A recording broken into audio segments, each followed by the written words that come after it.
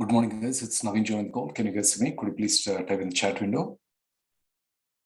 Lakshmi, can you try to make me the host, please? Oh, yes. Naveen, we can start with the assessment for this 10. Lakshmi, can you try to make me the host, please?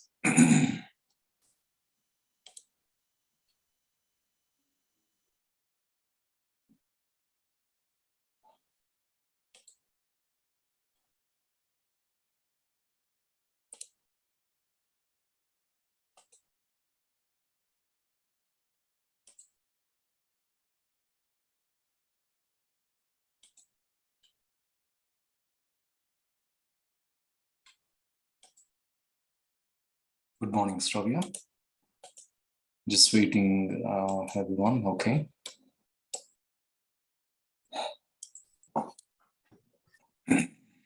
Let's see. One moment, guys. I want to stop my share for one moment.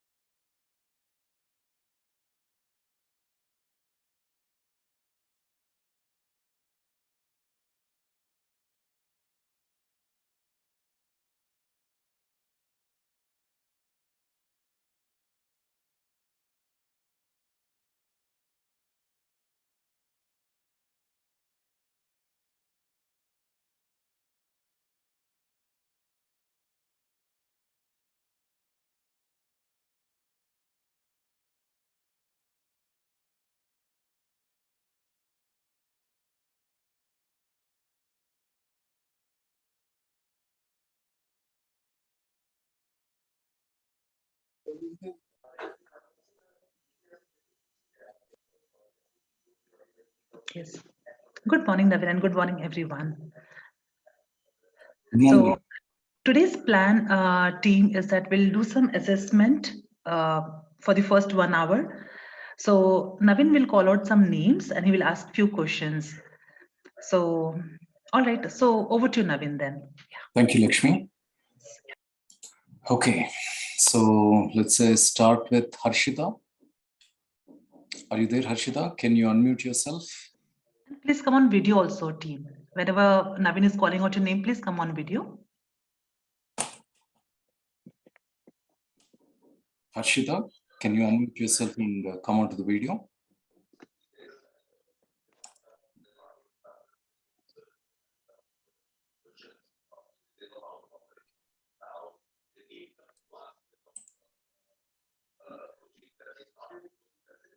Okay. Harshita, team, don't let's utilize this time because we have so much of content to cover it. So let's complete this at the earliest, team, because these codes are being sent to your departments, to your team leads, and to the L&Ds as well. So be active, friends. Come on to the video quickly, Harshita. Okay. So, We'll come back to her. Maybe we'll move on to next person. sure. All right. Okay. Next one, let's say Praharsha. Can you unmute yourself and come on the video?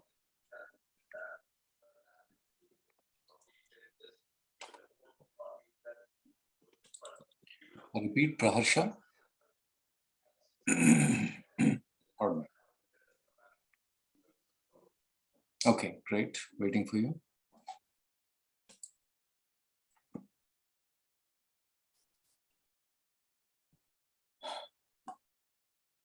Let me know when you're ready, Praharsha.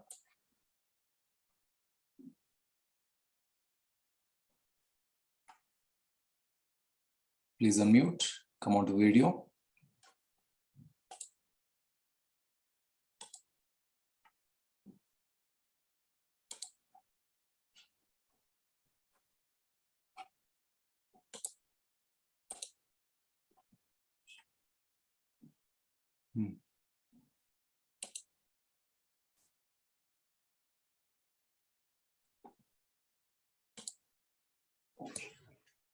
Okay, where are you? Can't seem to find Praharsha here. Okay, Praharsha. Yes, sir. Oh, okay. Oh, you're there. I'm just waiting for you to say hello and things like that. Are you able to turn on So your can video? you give 5 minutes time to sit properly? Oh, okay. All right. Okay. We'll come back to you in a moment here. Let's go to Sindhu. Sindhu, are you available? Mute yourself, Praharsha. Okay, sir. Sindhu, are you there?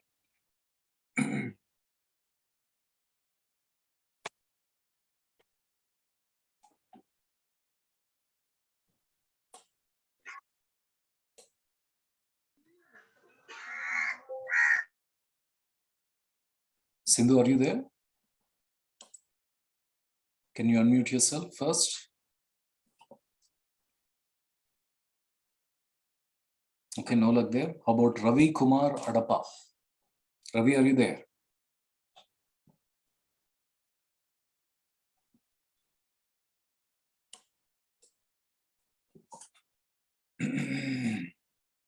Okay, can you unmute yourself? Turn on your video for a moment. We'll have a few questions.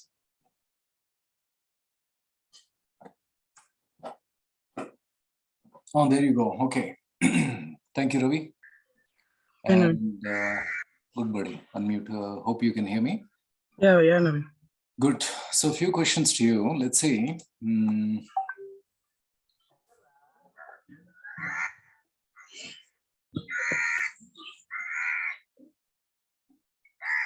you remember what does the function type give you?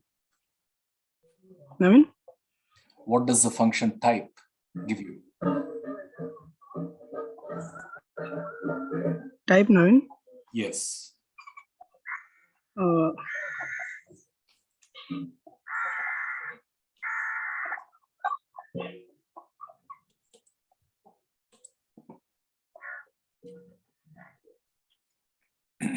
Yes or nobody? No idea. No. Oh, okay. Let's see. Okay, much more simple question. What is Python? Naveen? What is Naveen, Python? my network is low, Naveen. Your voice is breaking. My voice is breaking. Yeah. What is Python? How about now?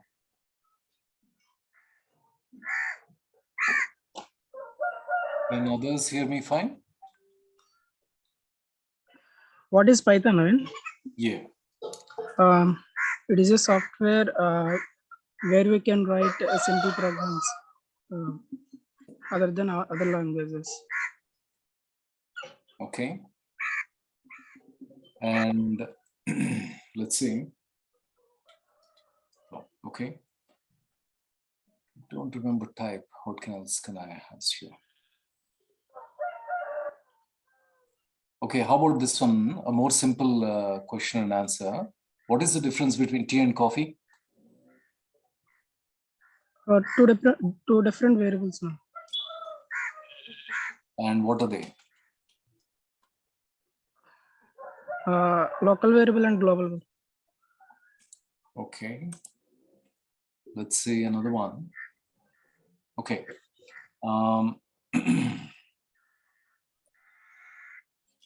What is Linux, Ravi? Linux.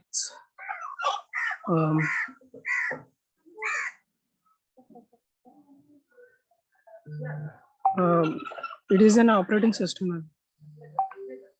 Good answer.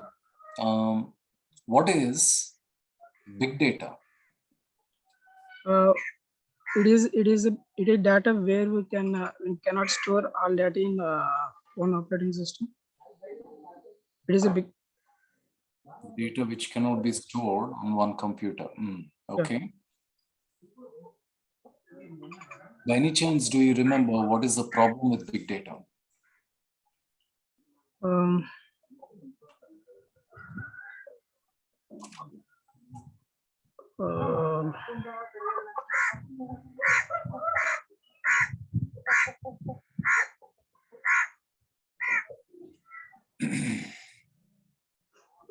Okay, thank you, Ravi. You can storing problem again. Okay, Is and it correct? Naveen? Storing and We cannot store the data like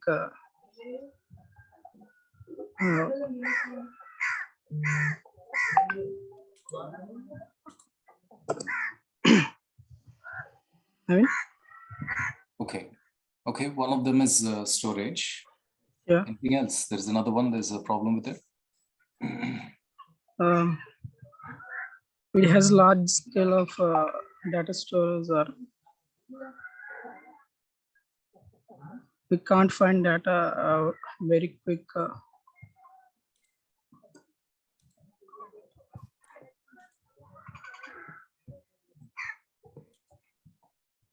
Okay, thank you, Ravi. You can unmute yourself and turn off your video. I'll move on to the next one here. Okay, no, thank you. Thank you. Let's say this here. Okay, so now come back here to Lakshmi. The next one is Vinay. Are you there, buddy?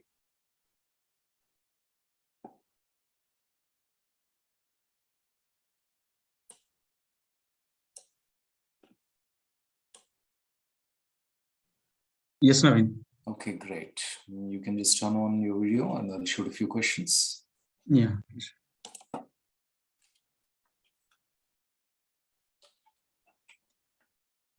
Okay, great.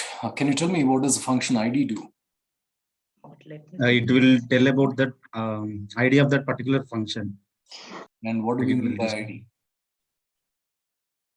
Naveen? What do we mean by ID? Identity. Okay, what is the return? What does it return you? Yeah, it will return the function. Return the function. Okay. Let's say move to the next one. If you add coffee to tea, what will happen? It will get an error. An error. Okay, good one. So let me make note of that. An exception. Good. Okay. The next one is, if you want to convert numeric data to textual data, what do you do? How do you do? Numeric data to textual data. We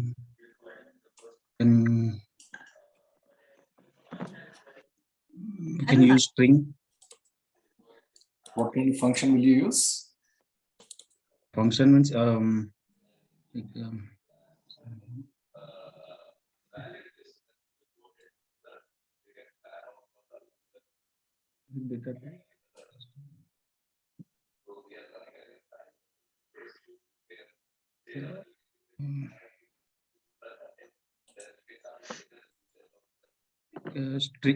We can use string. Another is there. Okay. Well, say move on here. And let's see what else we have here.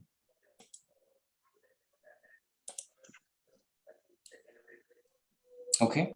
Is Linux a better operating system compared to Windows operating system? True or false? Yeah, true, Navin. Why do you think so? Because it is an open source operating system. Okay.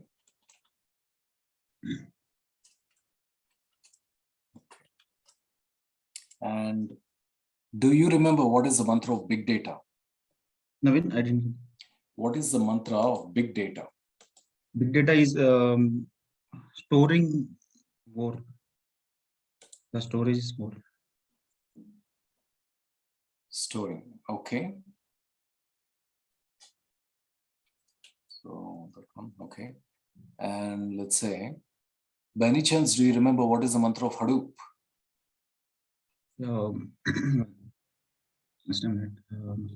Hadoop means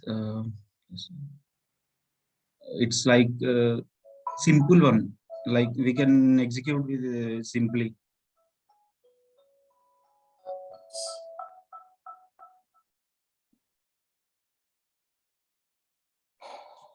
Okay, let's say. Okay, so that's it, Vinay, for you. You can mute yourself and you can hide your screen. Move on to the next one. Thank you, buddy. The next one is Bhuvneshwari. Are you there?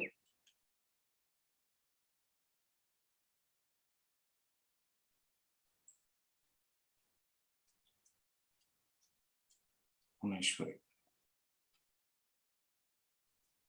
Let's see. Bhuvneshwari, are you there? Oh, okay. Harshita, his grandmother expired in the ceremony, logged in mobile. Oh, okay. I think you should just take a break. That is the case. You should inform your team and just take a break. It's a more important thing. Okay. But I'll leave it to you. And let's see, Bhuvneshwari. Not in. Let's say, how about Rajarapu Venkateshwar Rao? Are you there? Yes, Navin. Very good. Rajarapu. Come back here. See where you are. Venkateshwar Rao. Okay. So let's see.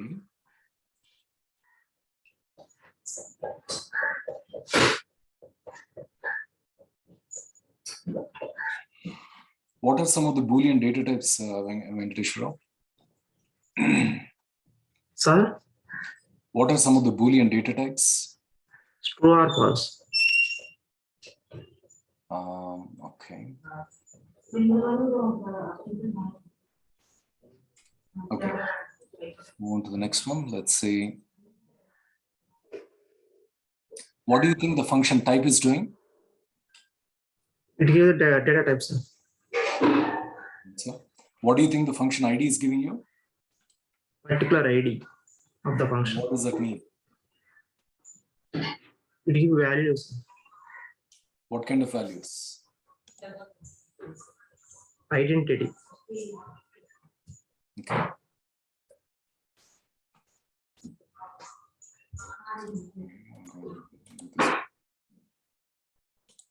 If you want a list of all the files in a directory in Linux, what is the command?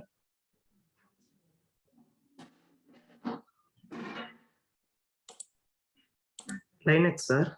Yeah.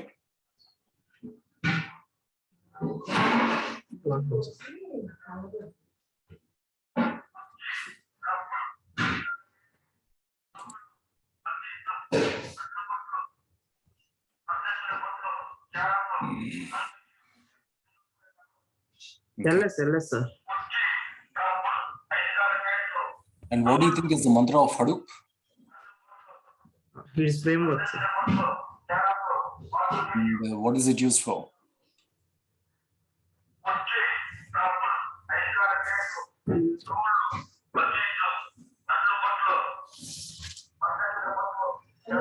Master artist, sir. Okay. What is, let's say, oh, one moment. See where you guys are.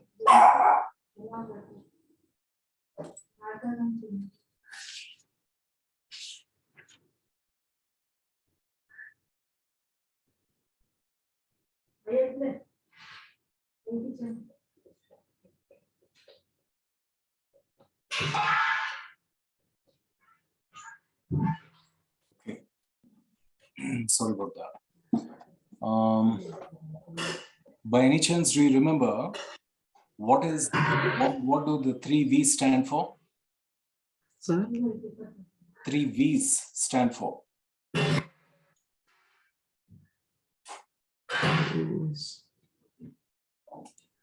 sir, 1 second, sir. 3 V's. 3 Three V's that V's. we discussed in the world of big data. What do they stand for? No, sir. Okay. Yes, Harshita. Okay. Okay, that's it, Venkatesh. You can mute yourself. Thank you.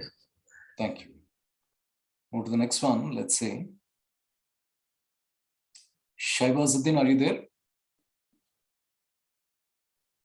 Yeah, yes, Naveen. Okay.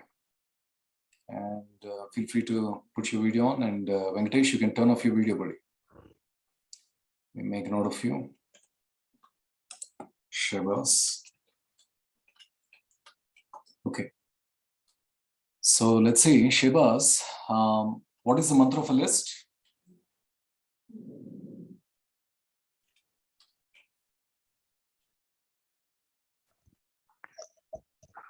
Hello. What is the mantra of a list? A list is a kind of data type in Python which holds all the data types like float, int, double. Okay, good answer. Let's see, is the list modifiable? Yes, sir. We can modify the list. List is mutable. Can you give me an example of a data type which is not mutable? I can give like tuple is immutable, integer is immutable, float is immutable, set is immutable. Okay. And let's see.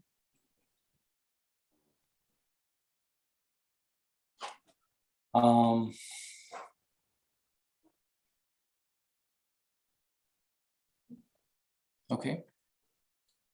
Do you remember what does the Linux command lsltr do or give you? It will give us the updated files. Suppose if now I have created a file naming shaibaz.txt, then it will find you at the below if you type that lsltr along with the time and date. Okay. How about what is the mantra of Hadoop? Hadoop is nothing but it's a framework for big data.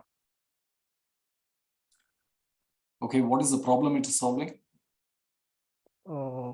Problem is excess of data and what we say large scale data storage and retrieval and processing. Since it is huge data, we cannot able to retrieve the data. So that's the problem. Good. Thank you, Shaibaz. Done with you. Yeah, thank you, Naveen. Next, thank you, buddy. Next, move on to Thakur. Are you there? Yes, sir.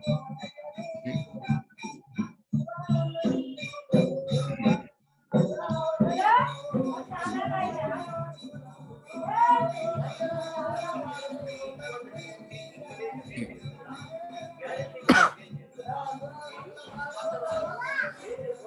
Let's say there's a list object with 4 cups in it.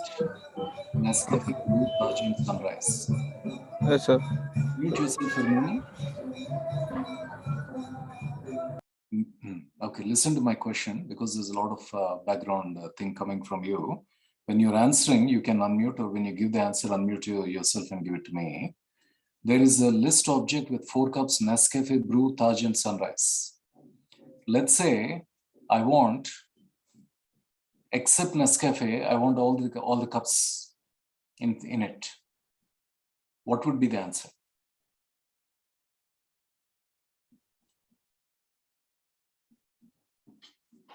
Except the first cup, I want the remaining. I will write like inclusive exclusive command. List of 2 to 4. 2 to 4. Okay. Okay. Do you remember what is the difference between list and a tuple? Yes, sir. List is mutable and tuple is unmutable. Okay. Let's see what else we have. Let's say there are n elements, or let's say there are 7 elements in a list object. I want the last element. How do you do that? How do you get it?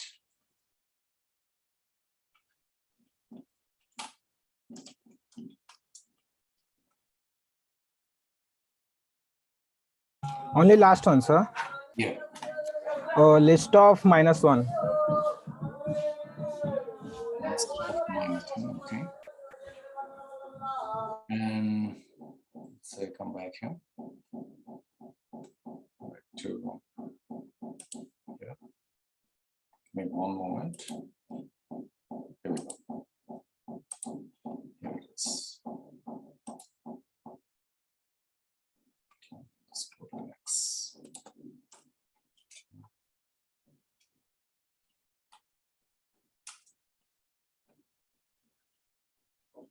Okay. Do you remember what is the distribution between Linux and difference between Linux and a distribution?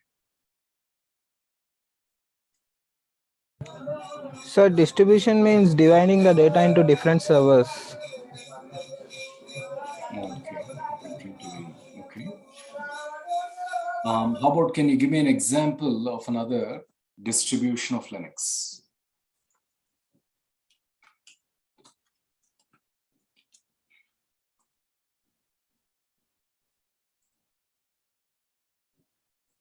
Sorry, sir, I don't have any idea.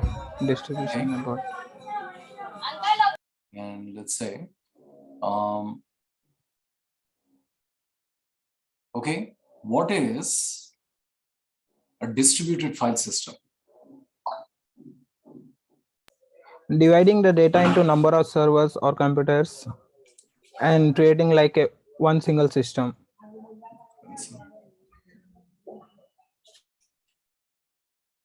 Okay. This is okay. So okay, this one.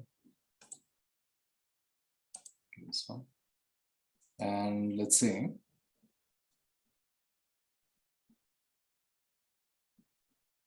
okay, do you remember what is MapReduce?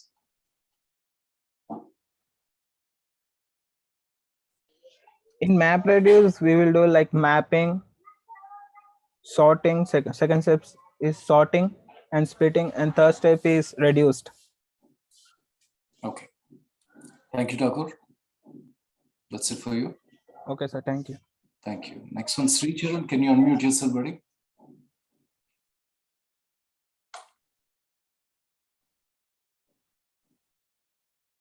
Okay. Yeah, good morning, Naveen. Good morning, buddy. So let me see what I have for you. It's this one.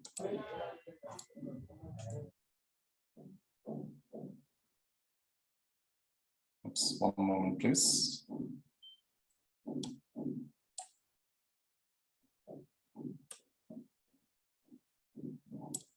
There we go. Put her up here.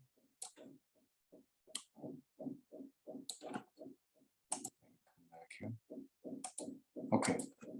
Do you remember what does the function length give you? It gives the length of a string or character. Okay. And see back here. If you want to get the last element in a iterable object, a list or a tuple object, what is an alternate way of getting? We want a last object in the list, right? Yeah. So list of -1. Good. Okay. Also, we can do index. Good answer. Do you remember what does the function range give you? Range gives numbers from starting to ending that we give in the range value. For example, if we give range 0 to 5, it lists out from 0 to 5. So,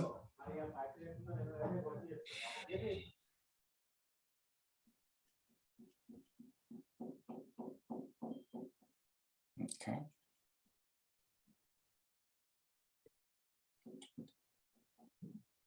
JSON.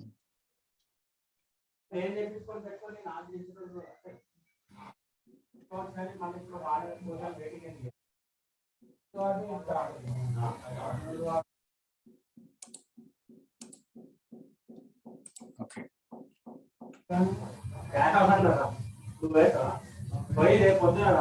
If you know in Linux command, when we say home directory, what we mean by that? So we are in the home directory. And let's say your big data user 1. What is the home directory?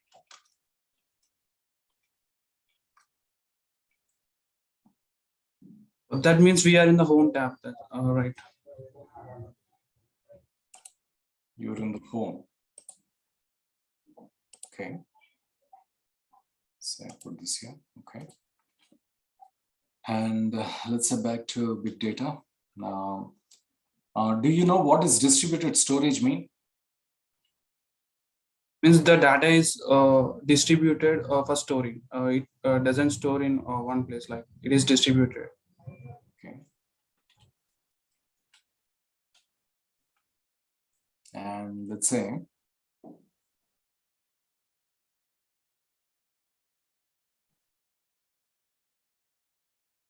do you know what is structured data? The data is which is structured and organized in a exact format, which is different from unstructured data that is not in correct format. We can access the structured data easily when compared with unstructured data. Good. Thank you, Sricharan. Done with you. You can mute yourself. Thank you, sir.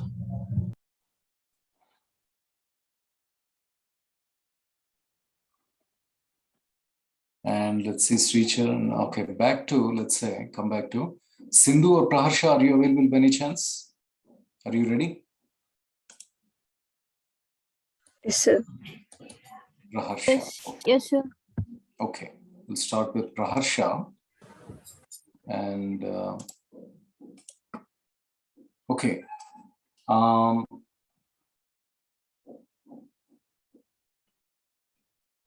Imagine I have a tuple object and I want to convert it to list object. How do you convert it? By writing data type list. Is list a function or? It's a data type, sir. List is. Okay, you have a tuple and you want to convert it to list. What is the function you call?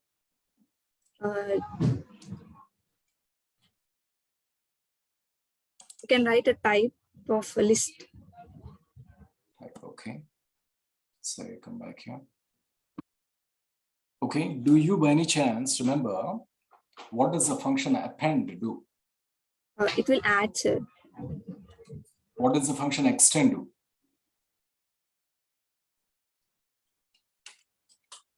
Adding the columns. I mean, from starting to ending, we will add all. Good one. Okay. And let's see back to here. These are the directories.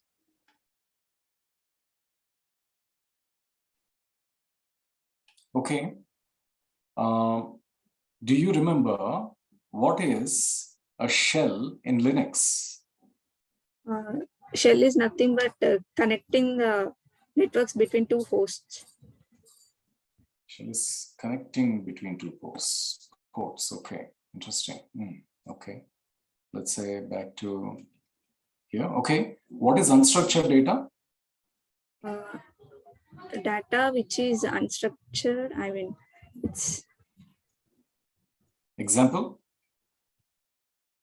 example.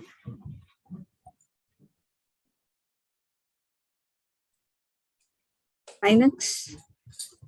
What is it? I didn't get. I didn't remember it, sir.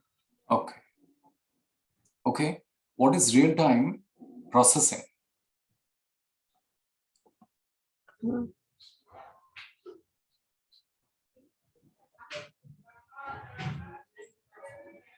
Real-time processing is nothing but in real-time scenario what we. Okay. Okay, good, Praharsha. Done with you. You can mute yourself. Yes, sir. Back to Sindhu. Are you there? Yes, sir. Okay. And let's see. Back here. Okay. What is the mantra of NumPy? NumPy is an ember search.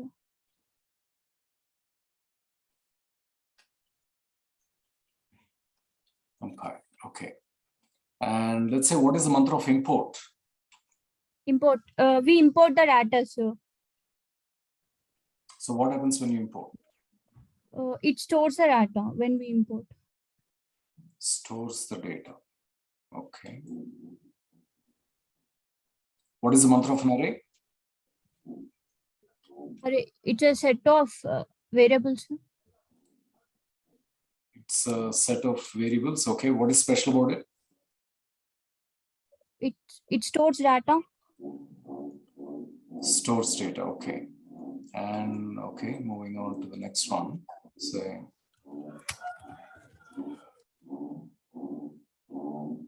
the next. Okay. Do you remember what does the command twd do? Command twd.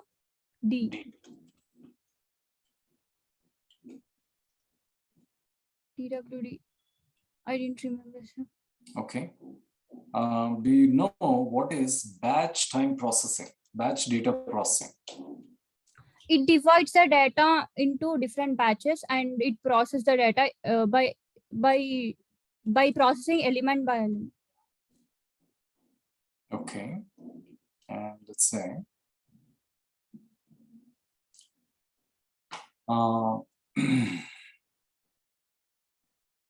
do you know what is the difference between human generated data and machine generated data? Human generated data is nothing but what we give the inputs, and machine generated data is nothing but the inputs which we are given, it converts into machine level language and takes the data. Okay. So, okay. That is Sindhu, right? Yeah, Sindhu, I got it. You can mute yourself, please. Cool. Thank you, Sindhu. Okay, Lakshmi, I think I had totally, we planned for 10. I think Harshita, her grandmother passed away, so I guess she's in the ceremony. Sure. Okay, we can can understand. And thanks for doing this, Navin. I really appreciate it. And I appreciate everyone coming onto camera and presenting yourself. Thanks, everyone. So, thank okay. you. Thanks, Navin. Yeah. So you may share this post with me, Navin, like whenever during break or whenever it is possible from your side. And let's continue with the session then. Yeah, sure. Over to you. Thanks, Navin. Sounds good. Thank you. Okay, just give me one moment, guys. Let me save my results here.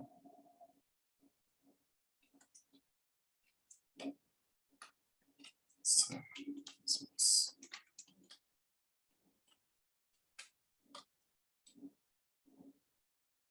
okay, saving that, and let me come back here.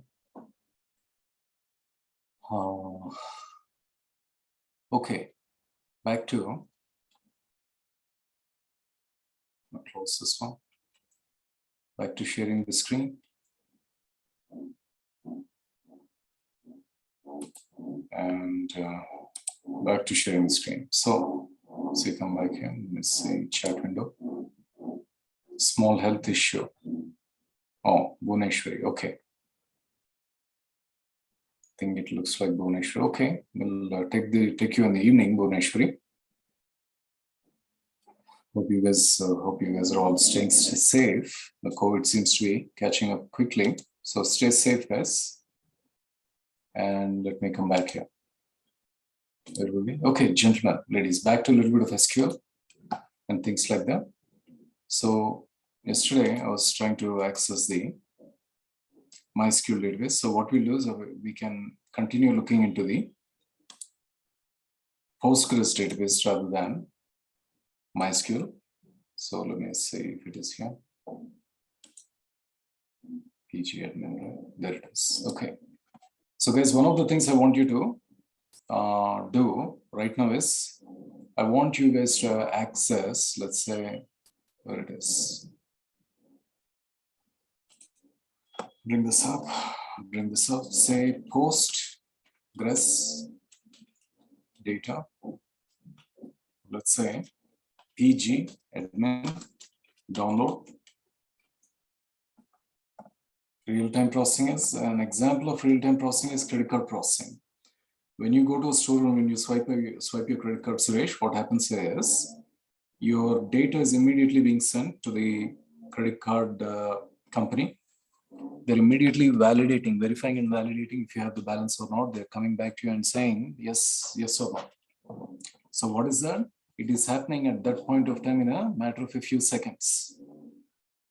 And that is real-time processing.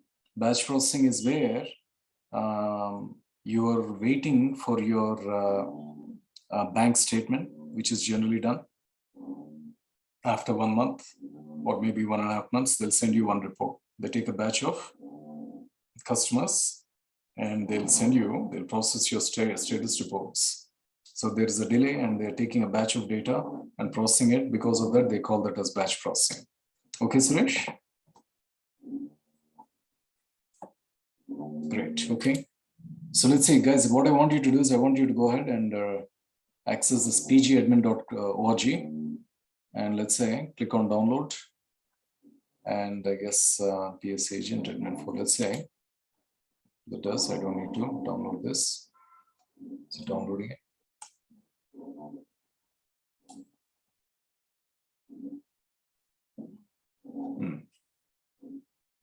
We need to download. Yes, please go ahead and try it with me. Postgres. Say download. More precisely, instead of pgadmin, sorry, we'll go to PostgreSQL. So let me copy this, send it to all. Say everyone. Here we go. Go to that one, and based on your Linux, Windows, and things like that, in here we have access here. That's okay.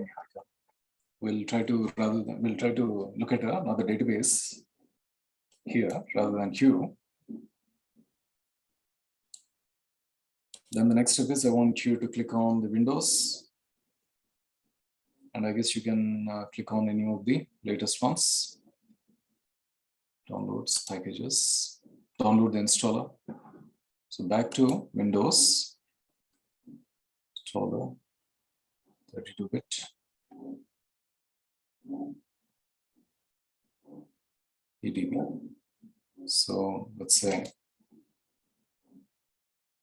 enterprise DB. So if you click on this, you can download the Windows installer from here. Download the 64-bit unless your thing is very, very old. Download this, otherwise you should be good with this. After you click on download, so let's say when you click on download, where are you going? Postgres, you come here and click on the Windows. If yours is Windows, if you're Mac, click on this. If you're Linux, click on this. I'm sure most of you are Windows. So step one, click on this, or next step, and then click on download the installer. After you download, here is the Windows. Click on this. I've already downloaded it, so I will not click on this. You download the, click on this and download this.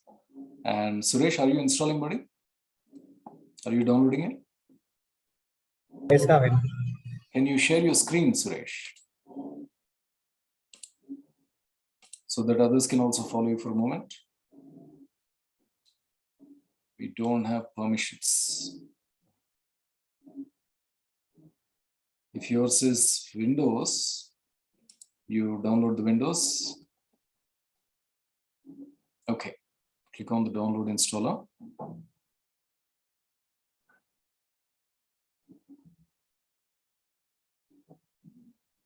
Download the installer. We don't have permission. Now click on, click on that.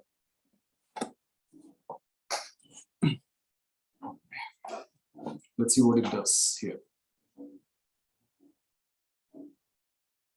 To visit the site. Oh, okay. I think you're Tech Mahindra. Oh, that is blocking it. So in that case, let me download it and let me upload it. One moment. Back here. So here's the Windows.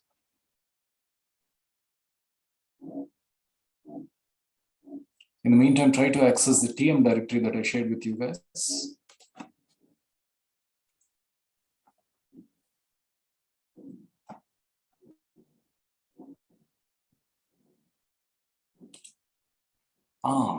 So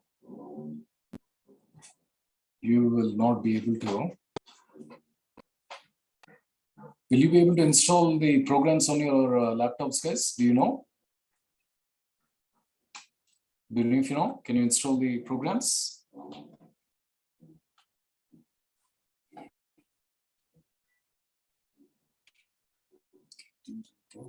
Rental. Database. SQL.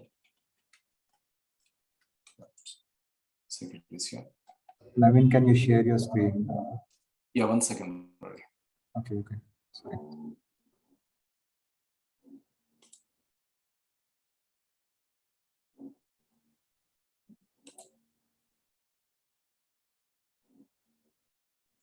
And where is you cannot install Postgresql? Oh, okay. It's not there. Okay. In that case, let me see if I can give an alternative here.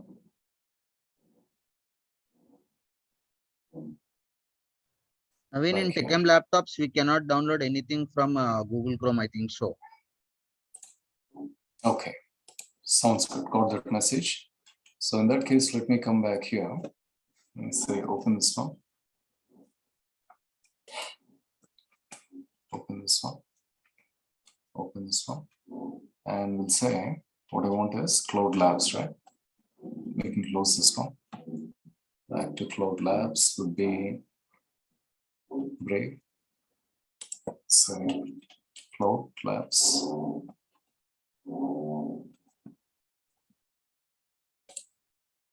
English.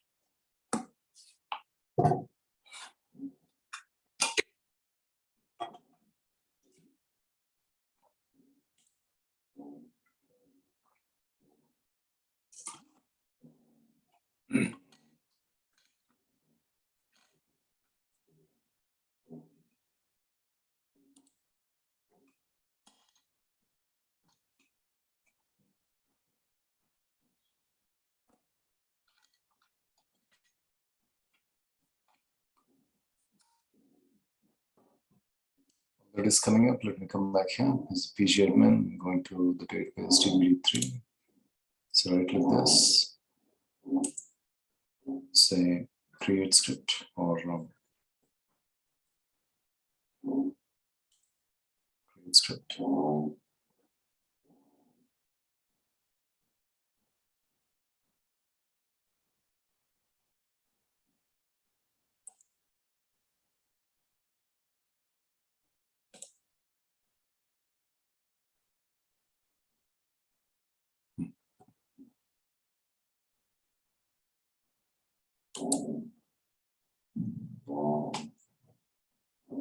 Okay. So let's say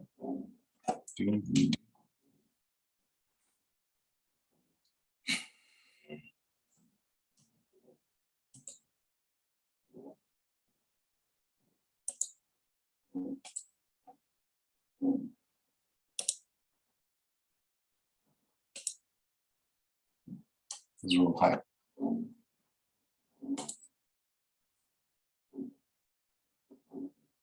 Need to manually run this things.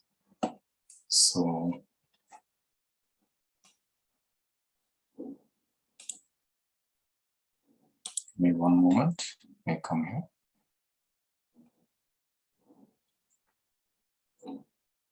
Curator.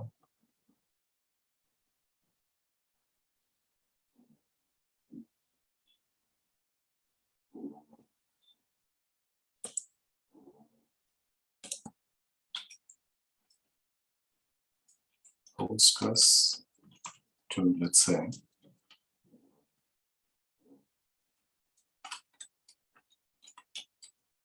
database to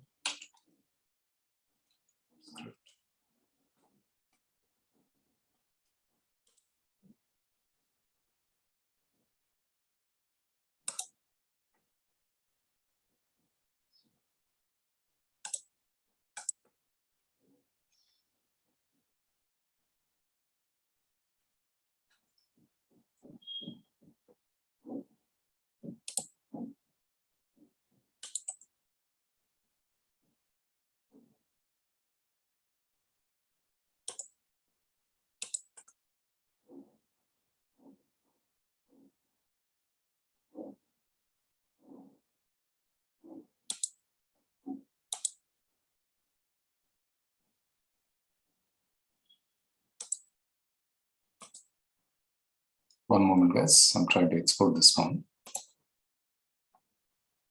so that I can share it with you.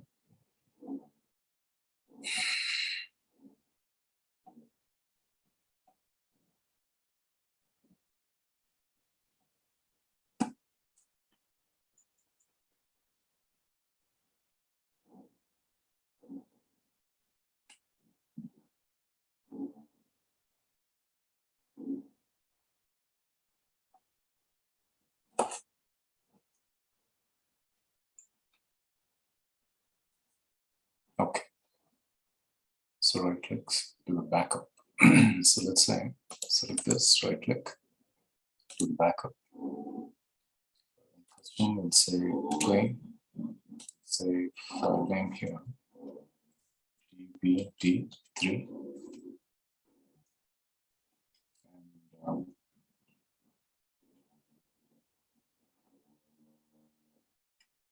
format, select encoding,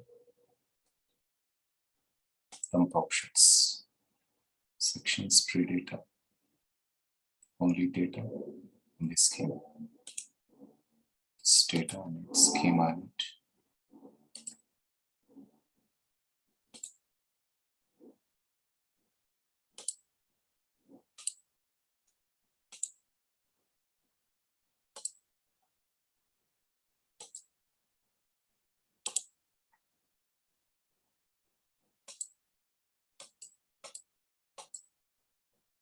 Role name.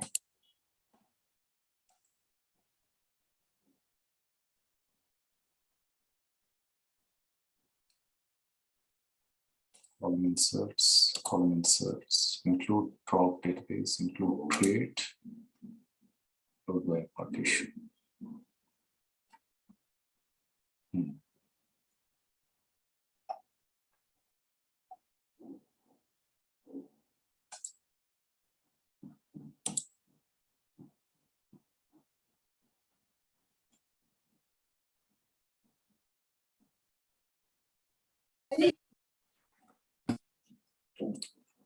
Working on it, guys. I need a couple of minutes more here.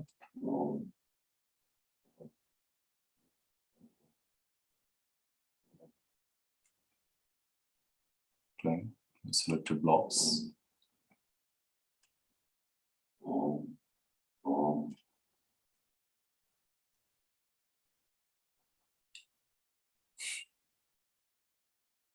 So we need to try this one.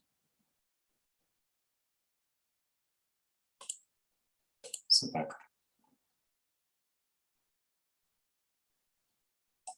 More details.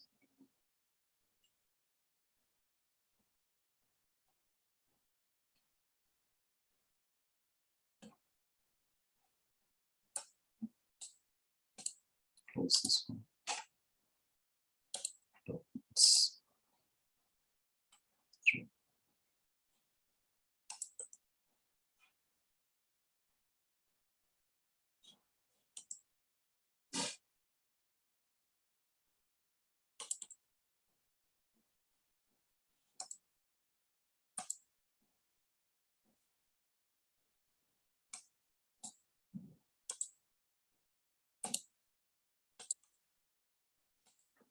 So this is a schema.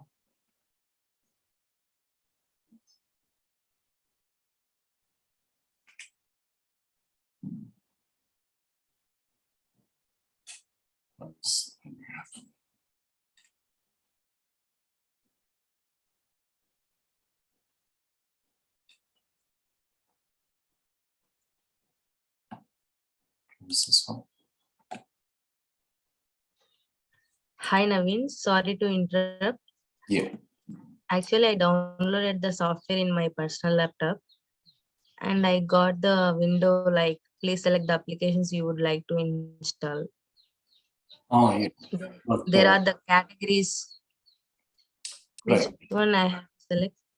No, hold on, because if I give it to you, probably others will not be able to do that. So that's what I'm trying to look at. I'm just seeing if I can share the data with you directly and you guys can run directly. So give me one moment here. So Sure, Naveen. Thank you. thank you. So create the script.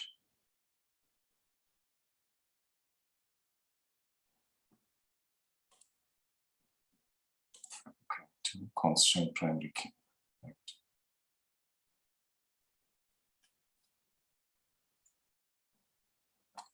So also creating indexes.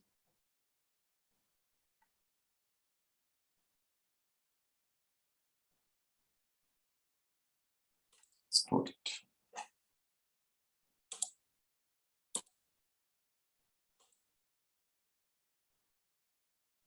Export, let's say.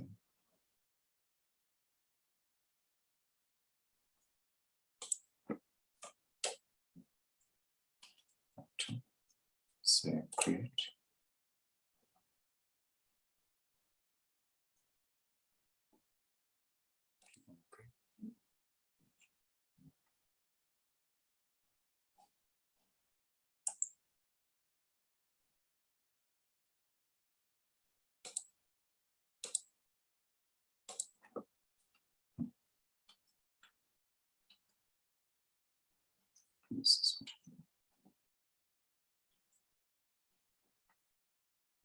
Okay, I found one method of running this one.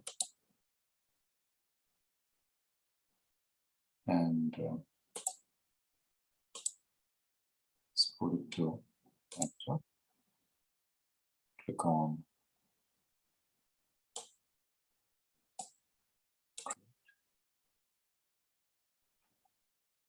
say yes, and we'll say object header. Click on OK.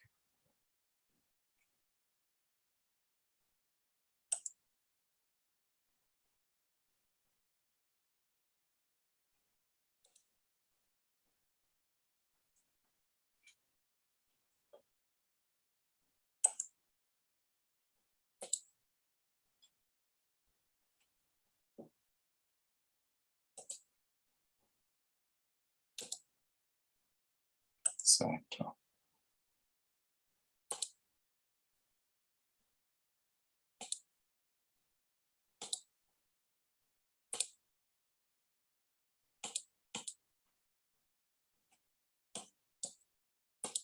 create.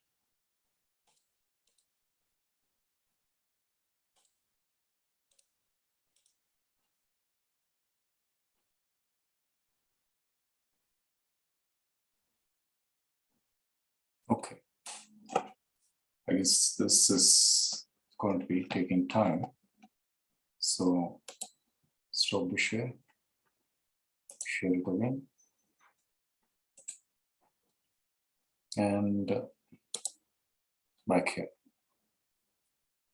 It's asking for password. We have to set our password. I think you're referring to if you're referring on the Cloud Labs, I think that is directly hide, Niharika. So that one, I will directly access it from the command prompt, not from there. Later, I will show you how to access. But in the meantime, just give a try with your username and password that you have given and see if you're able to get that. And give me one moment, guys. Sorry about that. Gentlemen, ladies, let's take a short 5-minute break and we'll regroup. Everybody okay with that? 12:06, maybe 5 minutes, 12:11. Please regroup. Thank you again. Sorry about that. Sir, I created a password, sir.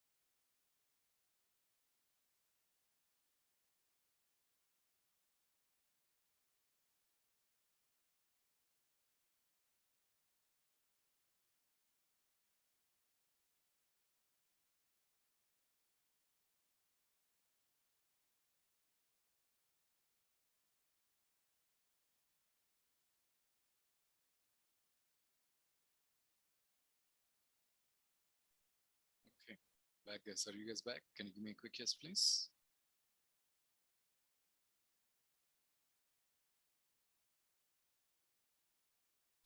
Okay, I'm just working with the Cloud Labs guys to see if we can open up a PostgreSQL database. So just give me one moment.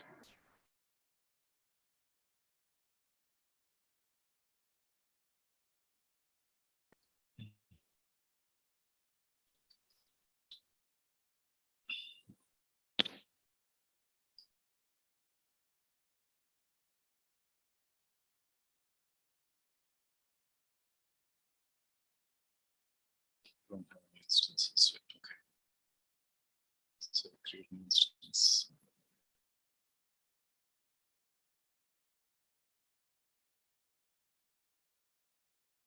Start your instance. Let's call this DVD.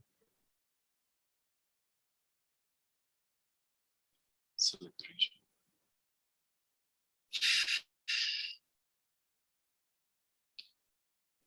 So this Seoul, Hong Kong. Let's call it Mumbai. Sydney, let's say Hong Kong. So create instance. And let's see what we have. So let's see.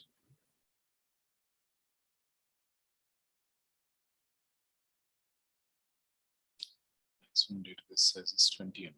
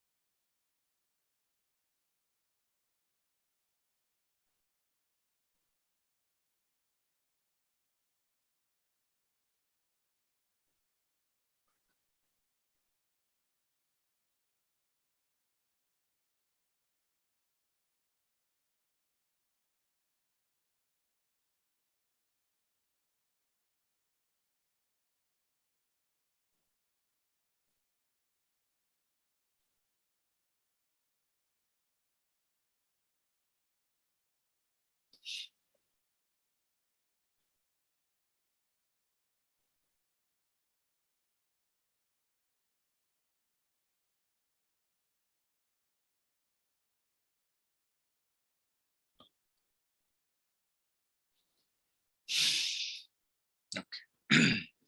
Lakshmi, by any chance, are you there?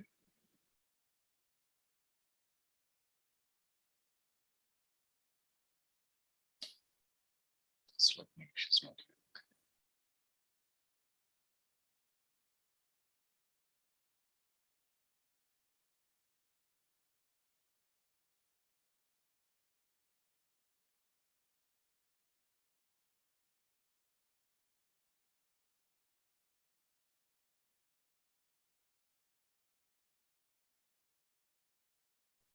So execute this.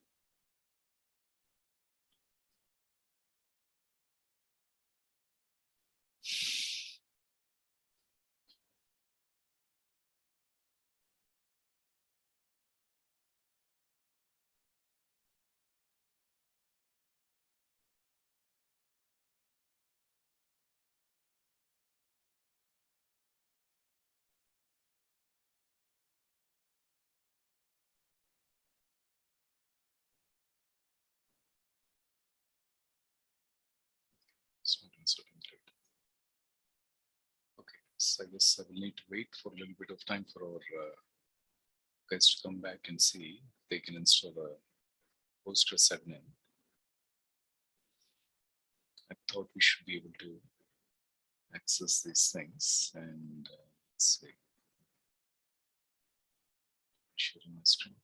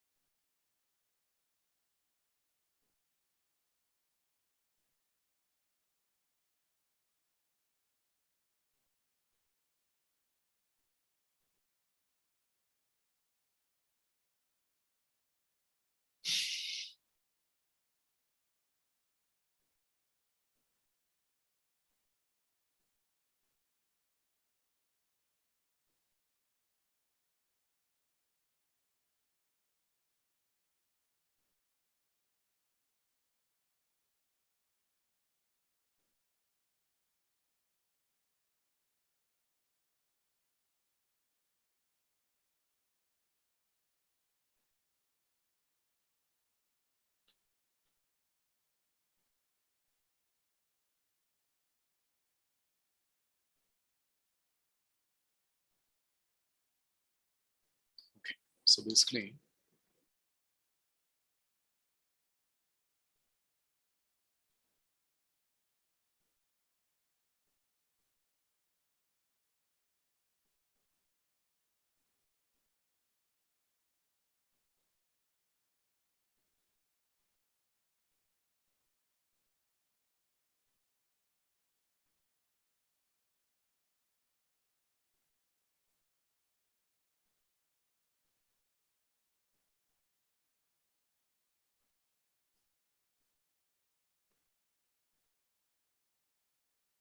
doesn't work.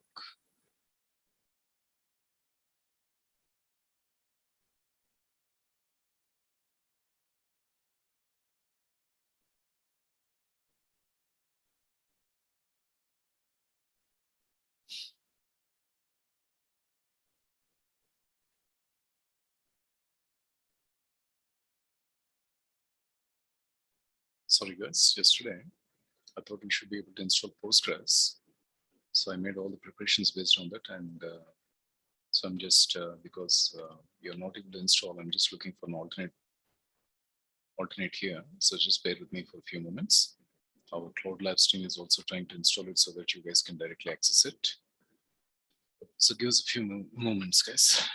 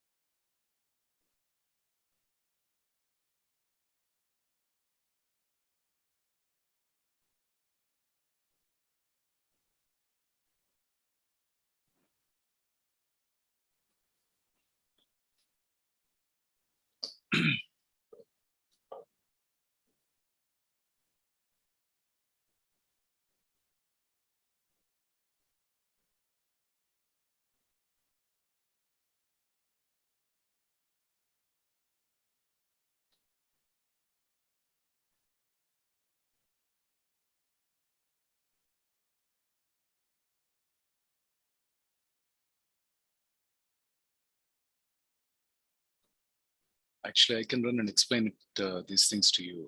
but I just wanted some of you guys to run. So that's what I'm looking for an alternative here. But if I'm not able to find anything, I'll probably run at my end, and maybe later I will ask you guys to run. Wait, keep your cloud running and keep remaining.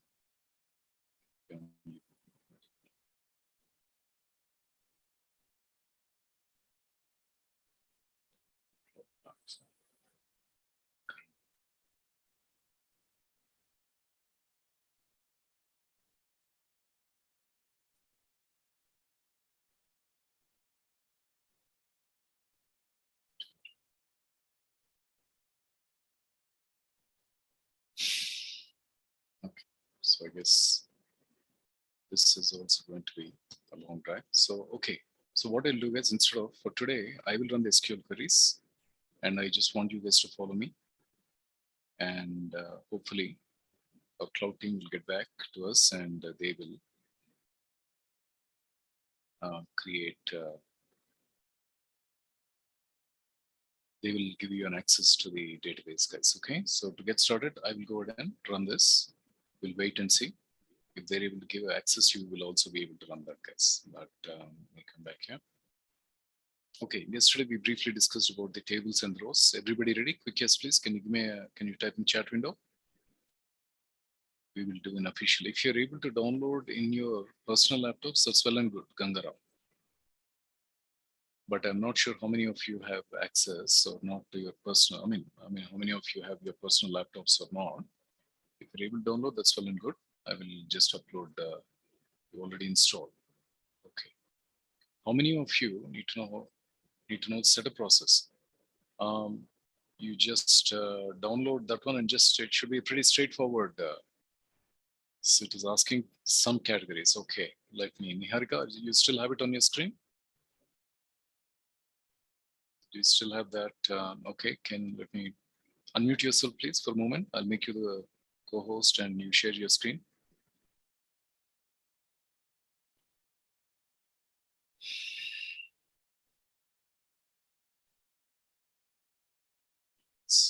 Yes, sir. There you go. Make you the co-host. Okay, there you go. Say yes, and I'll share your screen, Niharika. You all have personal laptops. Oh, okay, good to know. Then I would have looked like some of you didn't have, so that's the reason I was looking for. Okay, so just whatever is the default, just select next, and keep going. As simple as that. Yes. Just click on next. Sir, it is asking for to select any one of the category here. Which one I have to choose? How about, why don't you select database server? Okay. Next. Select at least one package before you. Press the plus button in left side. Oh, okay. Yeah. Expand Select one. and PostgresQL 64-bit.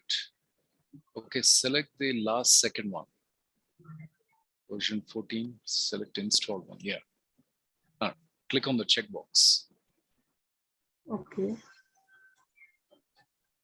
Click on the checkbox. Yeah, click on next. Next. Yeah, sir. It's not going. Lakshmi Varaprasan. Oh, there you go. Okay. Connecting to some. Downloading 3 times. Okay, good. Okay. Wish you guys told me that you all have the personals. I thought, some of you didn't have, so that's why I was looking for a workaround for you guys. And let me also put up the backup file then, in that case. Say go back here. It's not right.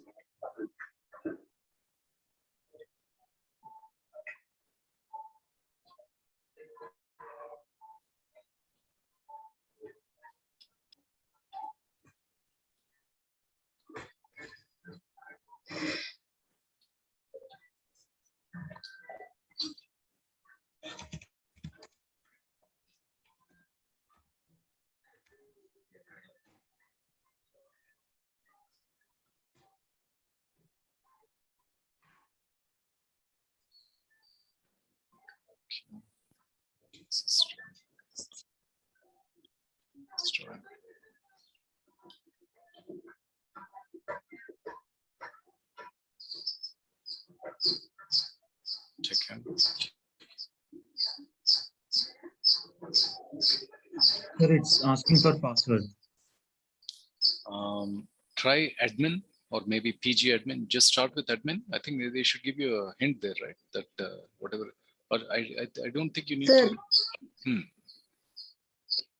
we created passwords there. Oh, you Our create, own password. and then you enter whatever you have done. Buddy, whoever is asking. So it's me, Vinay. Vinay. Okay. Actually, I didn't create any password. Just need to create that own password now itself. Where should I create it? I think there only. Just create your password first and retype it. So we have to enter anything. Yeah.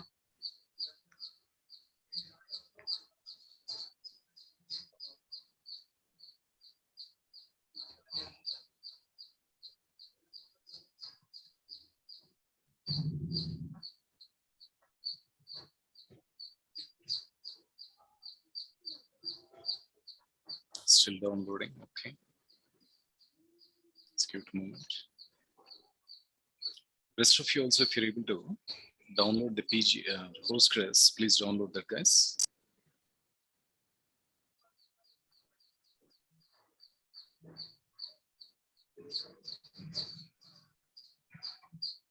Personal laptop. Okay. If you don't have personal laptop, then wait, Stravia. I'm working with the Cloud Labs guys to see if they can provide you one. You just try to follow whatever we'll be doing today, step by step. Things should be too complex, but just be aware of them.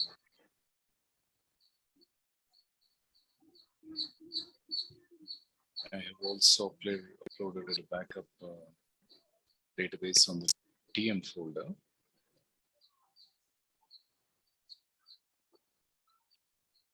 So,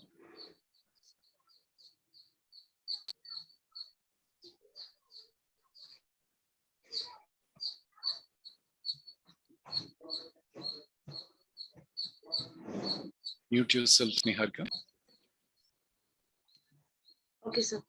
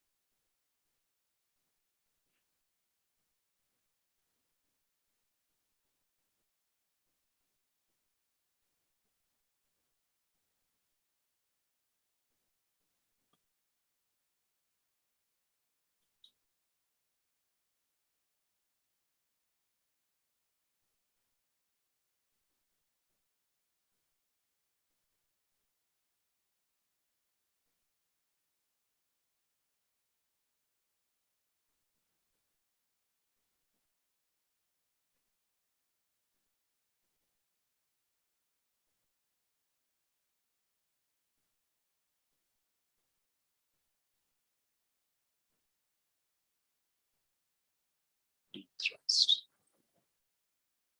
Strange.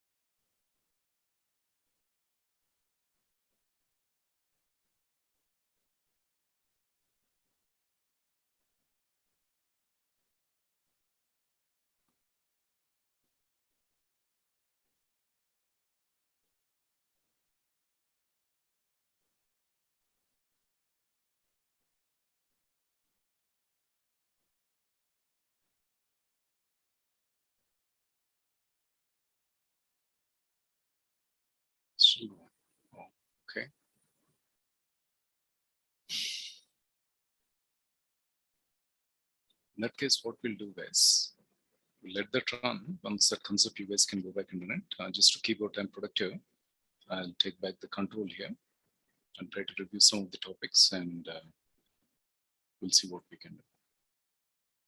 So back to sharing the screen. Okay. Share it. Okay. Save PG admin is coming now.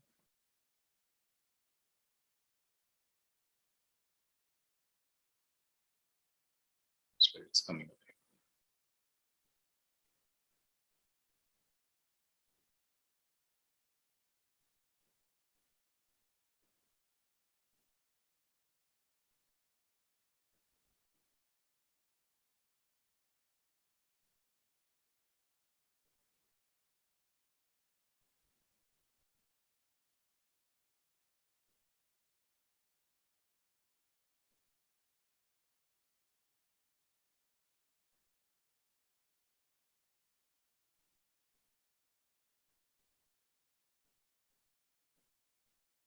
Okay, ideally what you need to do, guys, after it successfully installs, just go to your start and look for PG admin here. PG is Postgres, but that is until we have the cloud lab set up. Once the cloud lab is set up, you don't have to worry about going here. So there is Postgres 11. You need to click on PG admin 4 or whatever that is, version is. Just look for PG admin. And once you do that, let's say come back here. This is a password we might have initially set. This is a service, so save it. Then we'll go into the database, let's say DBD rental or DBD3. DBD rental, let's go into schemas and we're looking for tables. This is a database I have shared it here in the TM directory. There's a file called DBD rental. If you have installed this one in your Windows local laptops, not on your TM Tech Mahindra, what you need to do is you need to go here, database. So right click this, create database. Or definition security, okay. Or say yes. Say DVD3, right click this, restore. We'll say restore and we'll choose a file name here. Once you download it from your directory, C /sys.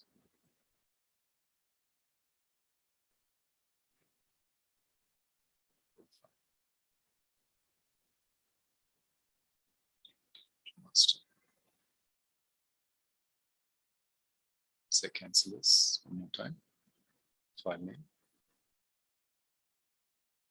So here's the DVD rental master. No files are okay. So this is the place where wherever you would have downloaded. If you click on that one and click on select, that should automatically come up. But I'll come back to that later. Let's jump to actor. Say come here and say view or edit data, first 100 rows. Let's start with the table. And the rest of things should become familiar for you. Come back. Where is SQL? Here. Niharika, when you're done with it, just let me know. We'll check it here and how it is going and things like that. Okay. In the meantime, just to keep our time productive, I'll make a little bit progress here. So here is a few. We'll start with a few basic SQL commands, guys. Select star from table 1. Select star means you're selecting all the rows and all the columns. And we briefly discussed yesterday, this is like slicing and dicing a pandas data frame. Select C1 and C3 from table 1. C1, C3 are your columns. You can give whatever your columns. If you only give C1, that will select that particular column. So in other words, if we were to come back here, so what I did is I'm right clicking on the thing and say view or edit data. First 100 rows, it will give you something like this. The name of this table is actor. These are the columns. Actor ID, first name, last update. I'll show you how to create a table and all those things also in the coming up examples. But first, let me start with a few of these things. And adjusting my chair. Okay. Ignore set tools, query tool. Okay, here we'll start with some of the commands here. Query editor. We want to send out a promotional email to our existing customers. Using a select statement, grab the first and the last names of every customer and their email address is what our requirement is. If you come back here, actors is one of the table, but if you scroll down a little bit, here is a customer table. Customers information is generally saved. So each table is like a separate spreadsheet. So each table is also like a separate pandas data frame, thinking from a slightly Python standpoint. But at a more simplistic level, think of each table as a separate spreadsheet to start with, guys, okay? There is customer ID, there is first name, there is last name, and here is the email.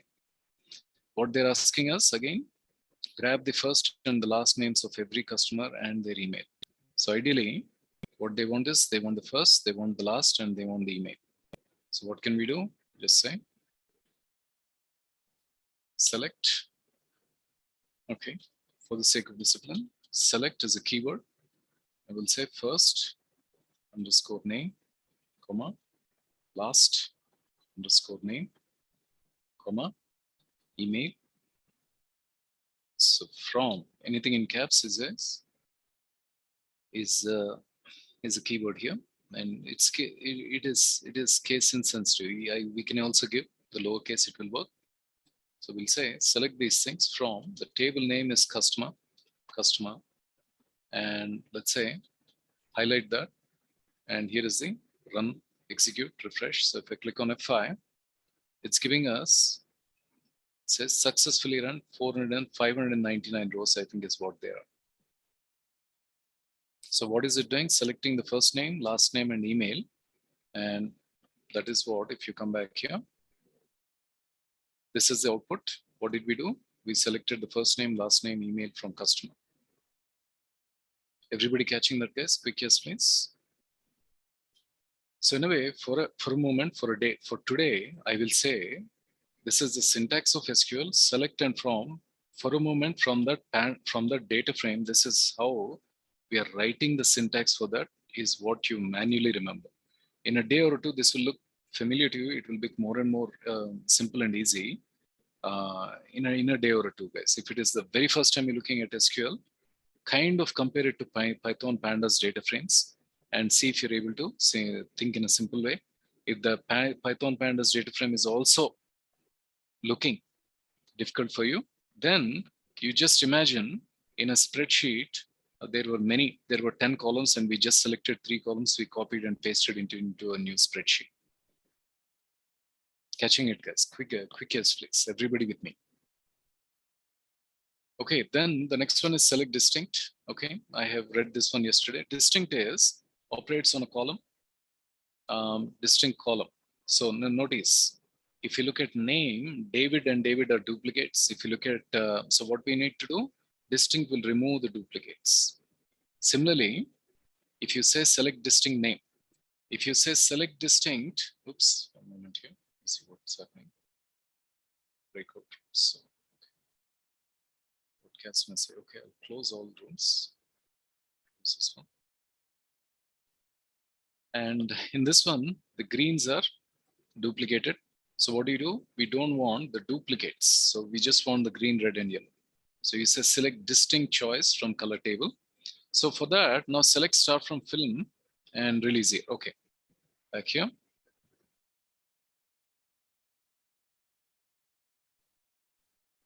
Let's say copy this one. Say everyone. And also I'll come back here. these are the, save it here, save file, save as.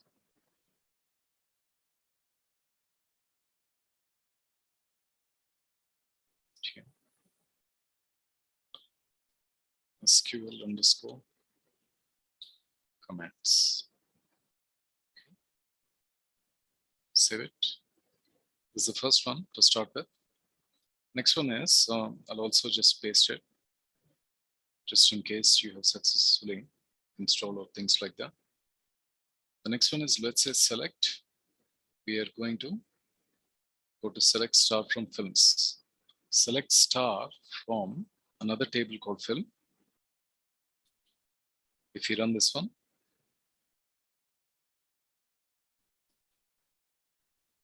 okay. I'll paste it here and we'll say F5. This is for commenting. Let's say F5. So there it is, guys. For commenting, we're using that kind of a /star. If you're coming from .NET background or maybe Java background, that's how they comment in the code. So here in SQL, in Postgres, or maybe in SQL, we can say we are commenting like that. And this is select star from. Star from film is all the data. Okay, but what we'll do, say, instead of star is selecting all the columns. We'll say select, what is the name? I'm sorry, I'm looking at customer here. Go back to film here. Look at the columns. There is something called release underscore here. So if you say release underscore here, let's run it. There is 2006. There can be multiple years, but what we want is, we'll add a distinct here. We'll add a distinct. This is like unique. And ideally, for the sake of discipline to start with, put the slightly pinkish purplish keywords. Select distinct release year and do an F5. Distinct of release year. What's happening here? One more time, right? Unterminate. Oh, okay. Does it really matter? Isn't it slash? It's a single line comment. Interesting.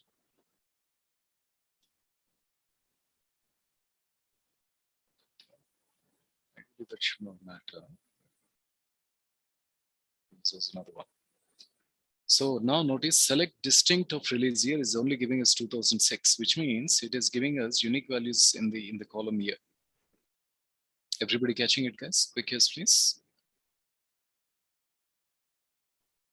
As simple as that. Now, ideally, what I would like you to do is, I want you to go back and just practice this once or two times today. Repeat that once or two times tomorrow, and that's it. And be familiar. On the third day, if you're able to look at select distinct, if you're able to recall that this distinct is unique, it's like a set. It's kind of performing the operations of what we discussed inside. That is what we would like to aim, guys. Okay. So next one we are trying is select distinct, and we'll say ideally select distinct, say release, distinct of release year, release underscore year,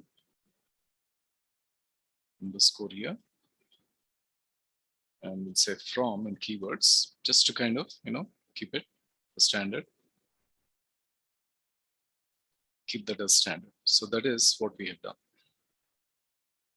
Okay, next, let's say back to select distinct. Select star from films is nothing but selecting all the films. We can also say select distinct rental rates. So let's say come here, copy this, paste it here. Select distinct, another column is rental underscore rate. you can give it like this. You can also put distinct and say within brackets. Both of them will work. Let's try this one. So here we go. Paste it here. Say from this one. So which means rental rates means some of the DVDs they're giving it $2.99, some at $4.99, some they're giving it $0.99. Everybody catching it, guys? Quick yes, please. In other words, for you, distinct is unique or it's like a set. That is again, one more time, I want you to manually keep in mind, guys. All right. Next, let's say an Australian visitor isn't familiar with the MPA ratings. We want to know the types of the ratings we have in our database. What ratings are available? Okay, so this is what they want, MPA rating. And what can we do? Well, distinct rating is another column. So if you look at rating back here,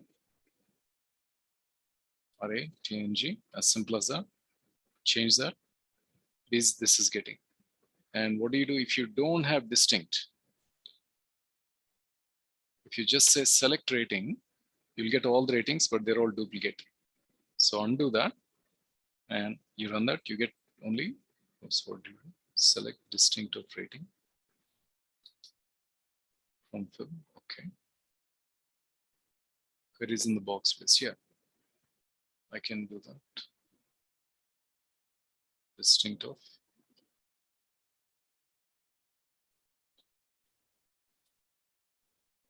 rating. So let's say, copy these things. Application is installed. Okay. Here's this one to everyone. Send it. Once you install the application, go to this drive. Let's say go here to TechAim and download this DVD_rental. I'll be later uploading the SQL commands also here, guys. You don't have to be in a hurry, but just try to follow me and understand the concepts.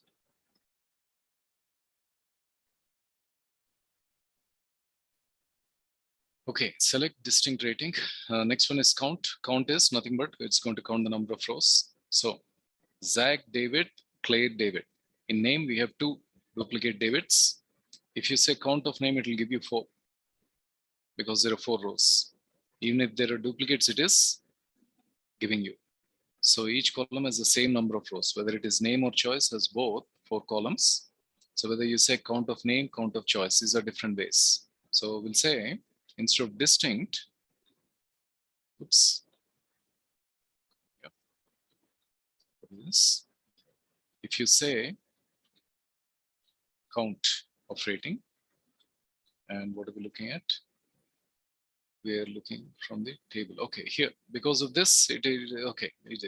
We're just saying count is more useful when combined with other commands, and we'll see the combination of both.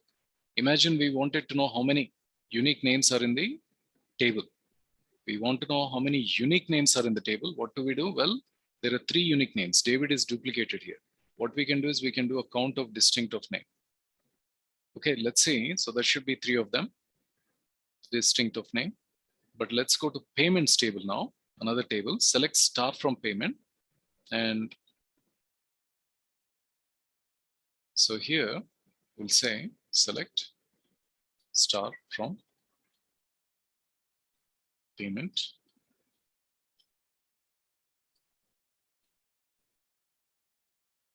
And back to PG admin. So F5. That will give you all of them. Payment ID, customer ID, staff ID, rental ID, amount, payment date. So this customer has paid $7.99, 1.99. Another one has paid 2.99, 5.99. Now let's see what we want to do. Back here, select count of star, count of amount from payment. So this will give us the total number of, you say, count of amount from payment. Back here.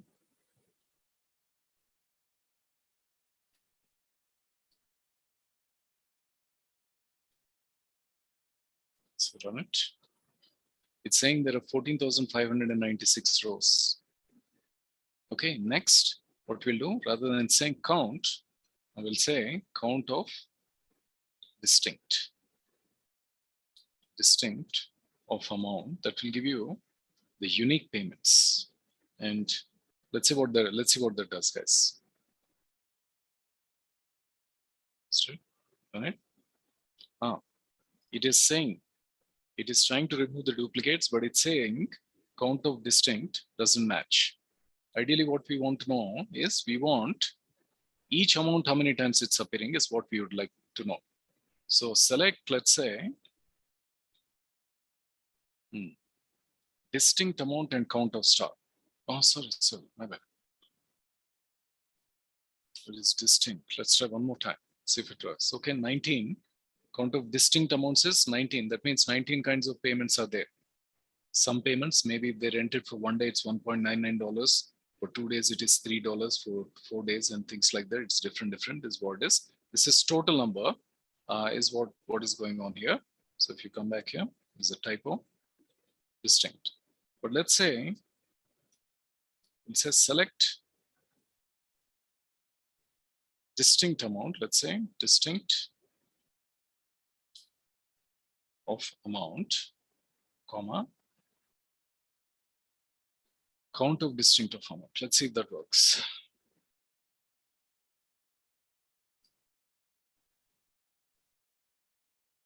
Distinct amount, count of, okay, something I know. Say, come back here, count of amount from payment, distinct amount from payment, count of distinct of amount. We've seen that works. 19 is what is okay. I think I'm trying to group by here. I did not do a group by here. So ideally, let me say count of distinct. From this, it's giving us 19 rows. And count of distinct, again, as I said, each one. So when we do a group by operation, I'll slowly increase the complexity to group bys and things like that. Each amount, let's say, how many times did somebody pay?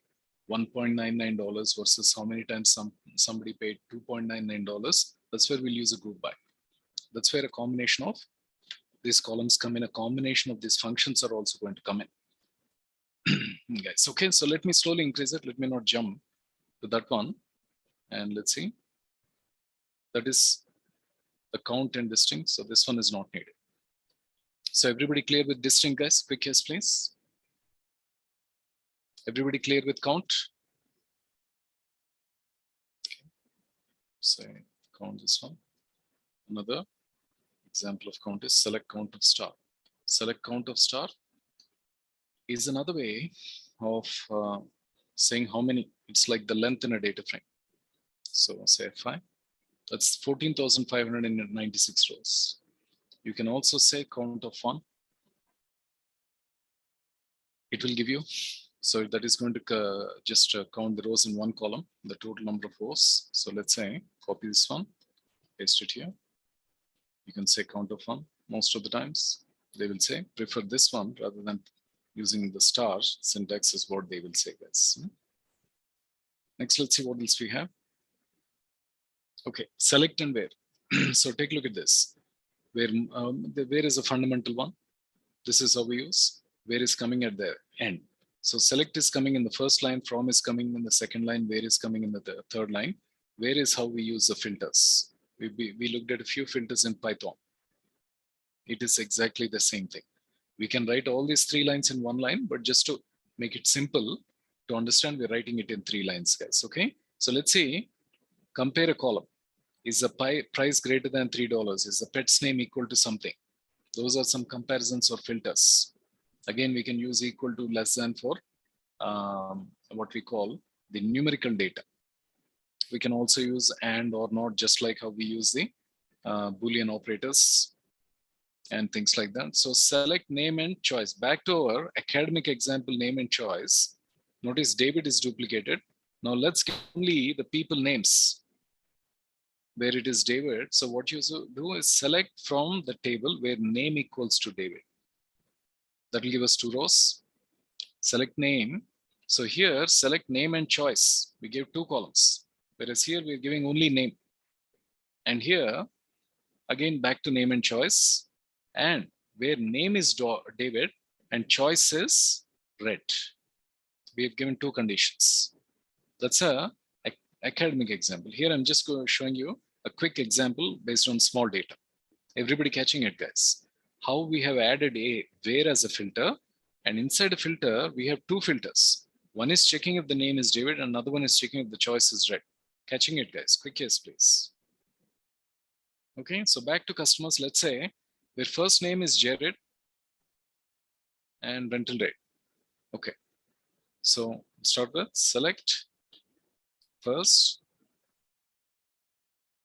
select star from, okay, select star from customer, where, so where we put in caps, first underscore name equals to single quotes JARED. Let's try this. From customer, we are trying this one.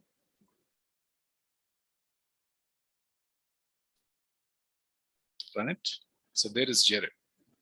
His first name is Jared, his last name is Ellie. We have his email, customer ID, store ID, and other kinds of information.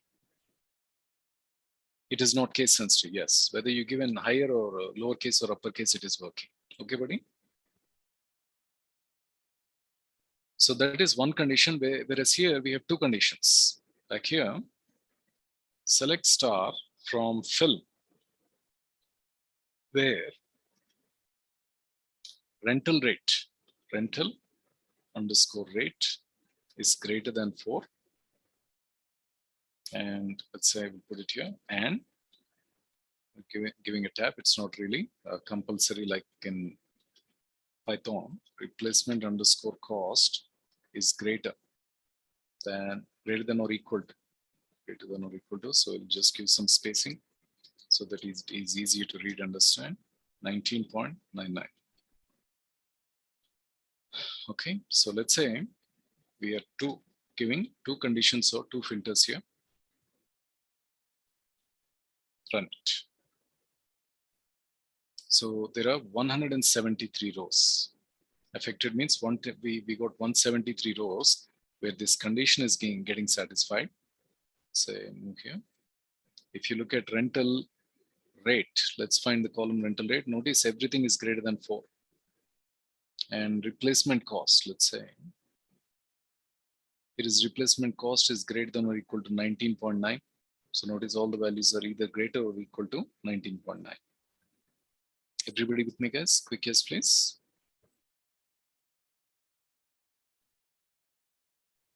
Okay. Rental rate and rating equals to R. Now we are adding a third condition. Say, copy this, paste this, say, and rating equals to, say, R.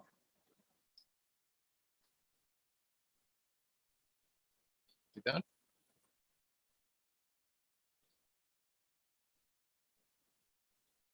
Paste it. So now we got only 34 rows affected. And let's see where is rating. Here is rating, all of them are RRR. So that's like condition 1, condition 2, condition 3. This is the language of select, from, and where.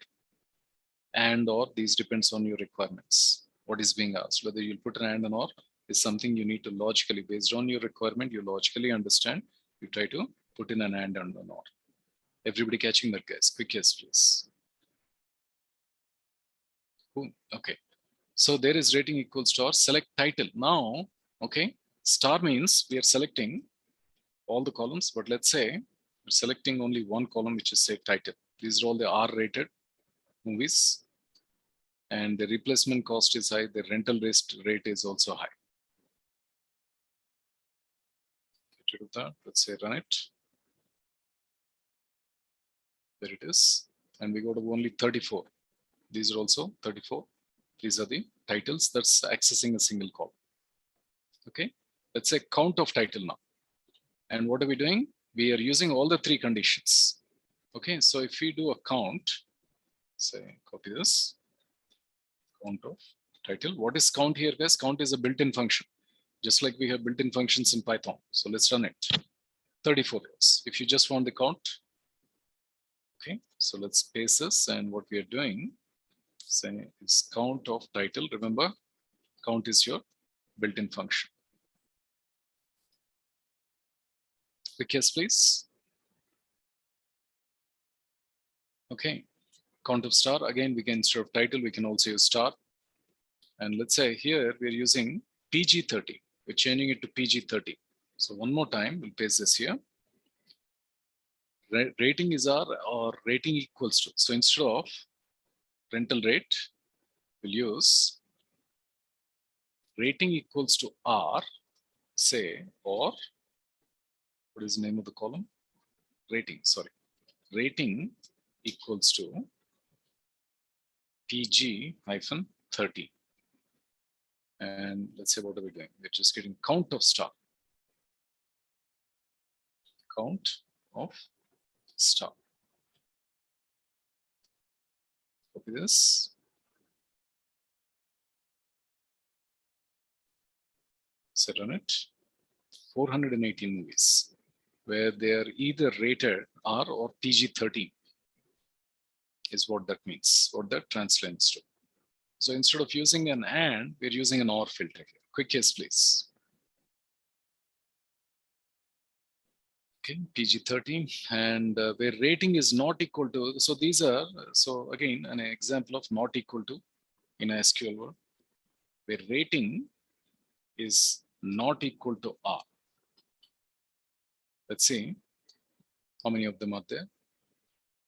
Oops, back here. That is going to be 805 movies, not R-rated movies. Cool. Okay, so enough to answer morning, more realistic business questions instead of directly asking for specific tasks. So in other words, what that means is with select from and where we can do a lot of magic. Let's try to understand. How many customers have the first name Jared? Use select where to find Jared in the first name column in the customer table. Okay, so in other words, let's say you want to know, paste it here, select. What you're asking is how many customers, that will be count of star from customer where first underscore name, I think we have seen this, is equal to Jared, right? Is it a cap here? J-A-R-E-D, Jared, Jared. Copy this one. Let's run it. There's only one customer. And I think we are giving a hint here. A customer for, okay, that is again, we're just explaining where first name equals to Jared. So how do we know that there is a first name column in that one? Well, ideally, you need to go back to that spreadsheet or table or the data frame and look up that, see, realize or understand that there's a column called first name. And from customer, how do you know there's a table called customer? Generally, when they give you access, that's what we do. What are all the tables there? What are all the columns there? This is what we try to get a feel of. Okay, it is not something kept hidden from you, but these are some of the things that are shared. Catching it, guys? Quick yes, please. Okay. A customer forgot their wallet at our store. We need to track down their email to inform them. So here we need their email. What is the email of the customer with the name Nancy Thomas? In other words, Nancy called us after she went home. She says, hey, my name is Nancy. I forgot my wallet. We need to track her. Oh, no, she did not call us.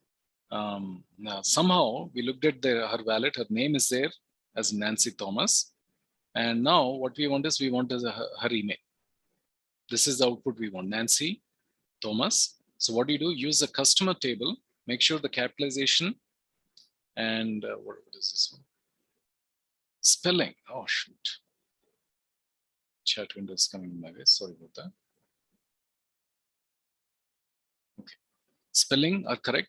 Use and to combine conditions and use single quotes around the string. So in other words, let's say if we can do something like this. So select from customer where we know her name is Nancy Thomas, Nancy.Thomas. Okay. So we're going to the customer table. First name is, let's say, NANCY, Nancy. And use and. They're also explicitly saying use and. So what we'll do, we'll come here, we'll say and last underscore name equals to Thomas. Okay. And what do we want? We want use the customer table, make sure the capitalization, use single quotes around the string. So notice for Nancy and Thomas we are using. And what we want is we want email. So let's try this one.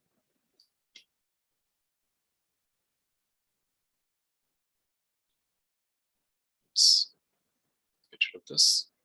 If I run it, Nancy Thomas dot some customer, Sql customer or something like that is what it is. So let's say if we did not use anything, select email from customer where first name is Nancy, last name is Thomas. Everybody with me, guys? Quick case, please. A customer wants to know what the movie Outlaw Hanky is about. Could you give them the description of the movie Outlaw? So if you come back to a database, there is film. In film, probably we have the information. What he wants is he wants a description. Okay. So customer wants to know the movie Outlaw Hanky. This is the name of the movie. So do we have in film a name? Film title will be Outlaw Hanky. He wants to know the description. So we just want the description where title equals to Outlaw Hanky. So let's see if we come back here. Basis here, we'll say select description from film where, oops,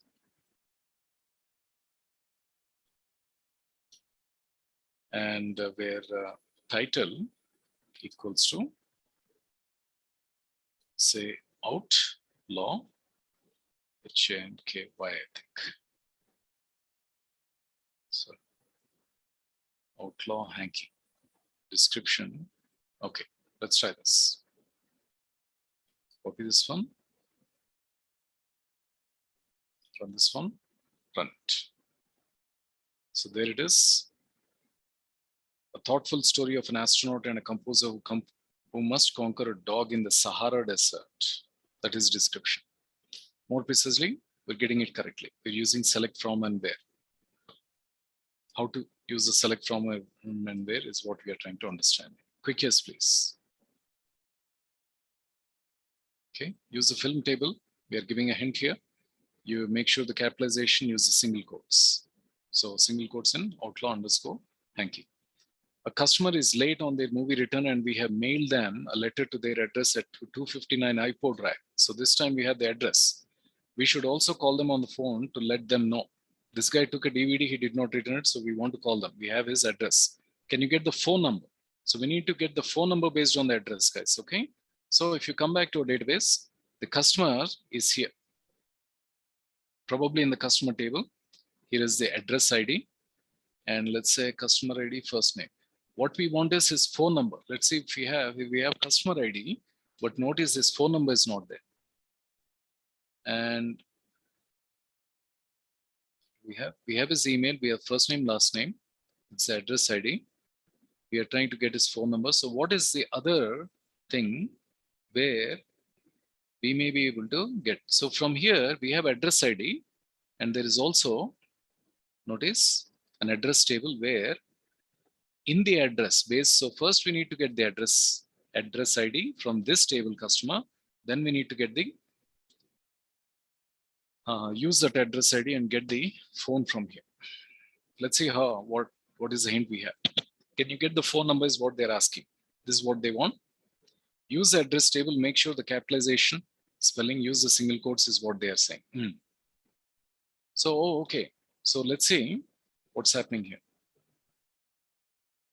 Back here, 259 iPod Drive. Let's say we directly go to the address table. Back to PG admin, it is address underscore ID.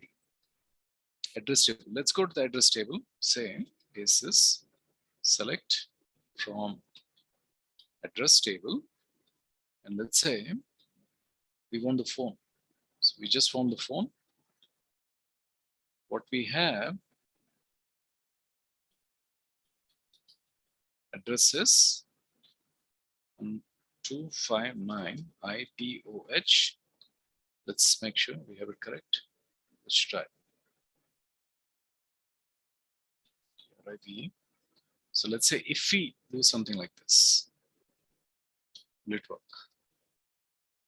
Right? Looks like it is working. We got the phone. Everybody catching it, guys? Another example of select from where. Hopefully you're getting it. So there it is. Select phone from address. You may have noticed PostgreSqL sometimes returns the same request query. You can use order by. So next one is order by. Order by is used for sorting the data in ascending or descending order. So here is an example. Use a AC. By default, it anything. If you don't give anything, it is ascending. For descending, we give descending. So take a look at this. We have a company name and sales, Apple, Google, Apple. So company name is not sorted. Name is not sorted. Sales is not sorted. None of the columns are sorted. So what do? Select company name, comma sales from table, order by company and sales. You're ordering first by company. So Apple's come first, Google next, Xerox is next. Then once you order Apple, notice it is sorted by name, Andrew and Zach, and in Google, Claire and David, C and D. So first it is ordering the first column, then it is ordering the second column is what is going on. Based on that, it's giving us the sales. Again, a simple example. But let's say back to customer, order by first name. Here is the first name. And we can say ascending, we can say descending. So let's come back here. Paste this. Select, what are we doing? Star. Okay. Select star means all the columns from customer. We are not using a filter. We are saying order by. Order by. And first underscore name. Yes. So you don't have to give ascending. Delete that, run that. So now notice first name, Aaron, Adam, AD, Agnes, Alan. And if you go down, it is in the orders of B, C, and things like that. Then comes B, then comes C. Everybody with me, guys. Quick yes, please. We can also do D, E, S, C. Now, if you run this, notice the Z should be on the top. The Zach, Y, Z, Y, W, and so on. That is descending. Copy this one. So by default, when you say order by, it is ascending as. For descending only, you need to give descending if you want in a reverse order. Cool. So similarly, we can also order by store IDs and select only specific columns. Order by multiple columns. So let's take a look at this one. We're saying we want select store ID, first name and last name. So let's say put this here. Select only specific columns, store underscore ID, comma, first underscore name, comma, last underscore name from customer. Okay, from customer. Okay, no change there. Order by, we are sorting by multiple, store ID and first name. Store underscore ID, comma, first underscore name. Oops, underscore name.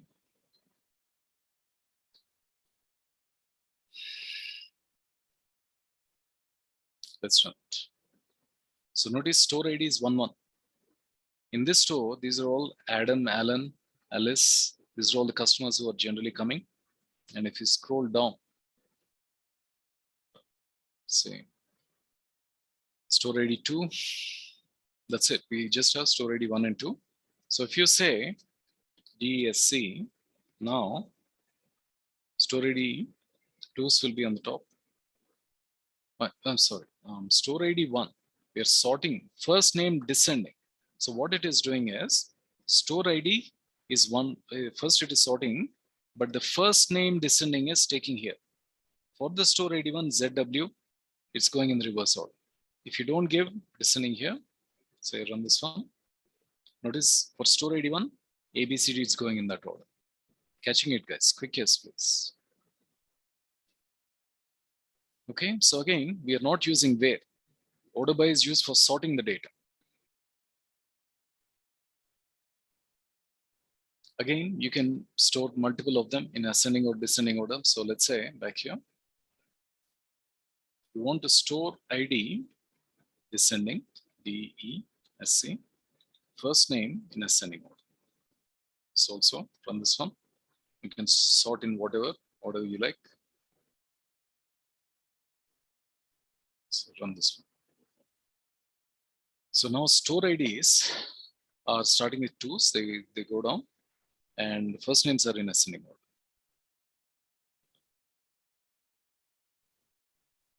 Okay, guys.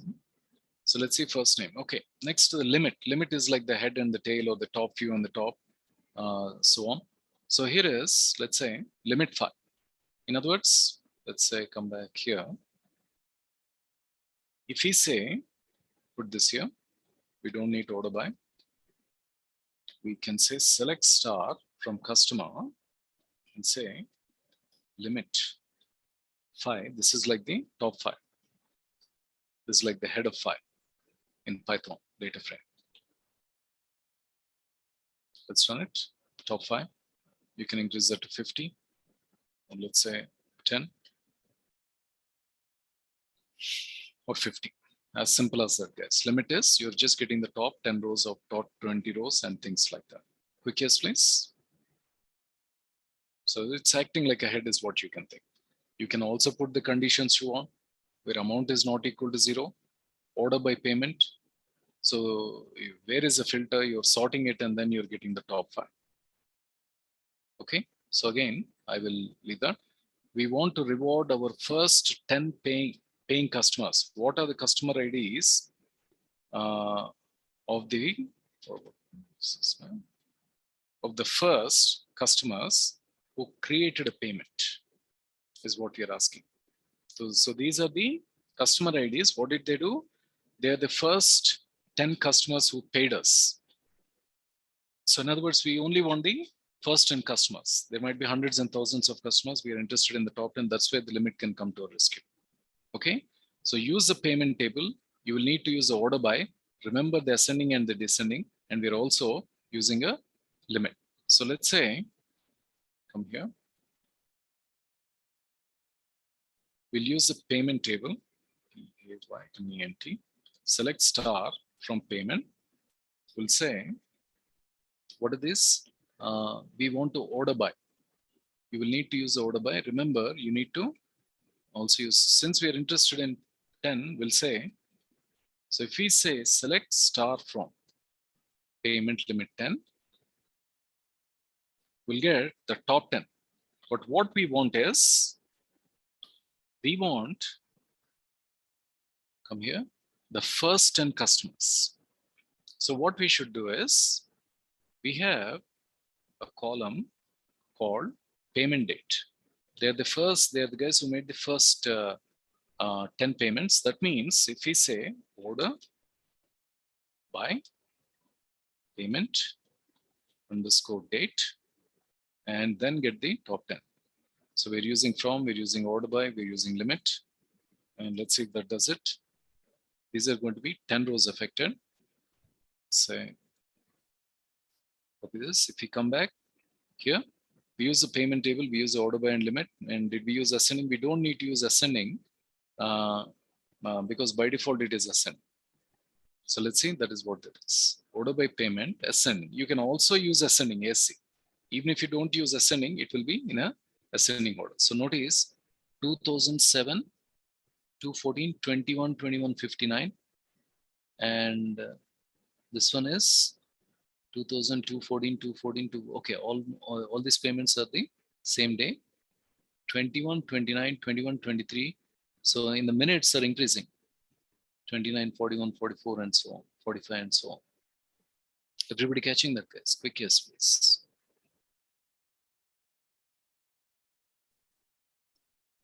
Another example of limit. And that's what it is. Okay. A customer wants to quickly rent a video to watch over their short lunch break. what are the titles of the 5 shortest movies? In other words, this time we want 5 movies who are short movies. So what do? This is what we want. What we want is the title, name of the movie, and the length. Length is maybe 46 minutes. And what is he looking for? He wants to quickly rent a video to watch. What are the titles of the shortest movies? So he's saying, give me the length. Length is how many minutes? 46 minutes. That's maybe like a short movie. So what is the hint? Use the film table. Again, use the order by, uses the lim. You can use ascending or descending to get the desired results. Okay, so, this one, let me make a little, because this is the same example. Select title, comma, length from film, order by length. This time we are sorting by length. When you do a sort by length, what is going to happen is it is going to go in an increasing order. We are selecting the top 5. Can you all understand that, guys? Quick yes, please. Cool. Okay, so let's do this, guys. Why don't you guys go ahead and take a break and take the lunch break. We'll regroup and we'll continue the journey from here. Everybody okay with that? Thank you, guys. In the meantime, I'll check with the Cloud Labs folks. Thank you, guys. Hello, Naveen. Yeah, buddy. Yeah, before leaving, can I ask one question? Go ahead, buddy. Actually, today I have picked 10 people for Viva, right? Yeah. For the particular 10 people, what is the reason? No. I'm randomly picking up 10 people. So in the morning, I'll pick up 10. In the evening, I'll pick up 10. And based on how many questions you're going to be answering, we are assessing. We are just making a note of that. And those answers are going to be important, guys, because all those things are the covered ones. That is going to be your marks and things like that. That is one way of assessing it, okay? Yeah, I thought that whether our performance is low or anything. That is what we are trying to understand, buddy. Yeah, are you doing low or are you doing high? So our objective is, if you practice, you'll be able to perform high. If you don't practice, you will not be able to perform. If you're not able to practice, if you're not able to perform well, that is, you should learn from it. What message you will take, you should learn from it. You understand, Vinay? Yes, Naveen. And just one small request. Can you please tell about when we attend that? Will you please rate us so that we can grow ourselves? Your rating, you don't have to wait for me. Based on how many questions you confidently answered is your this thing only, buddy. Yeah, yes. The final tests and things like that will be given to you finally. But the moment I'm done, the moment I'm asking you questions and it is done, you should know it right away there. How you're doing, you're the best judge for yourself. Okay, that is one thing. But I do know what you want, and I'll try to keep that in mind. Okay. Okay, no, thank you so much. Thank you. Take care, guys. We'll meet at 2:15 roughly, guys. Thank you.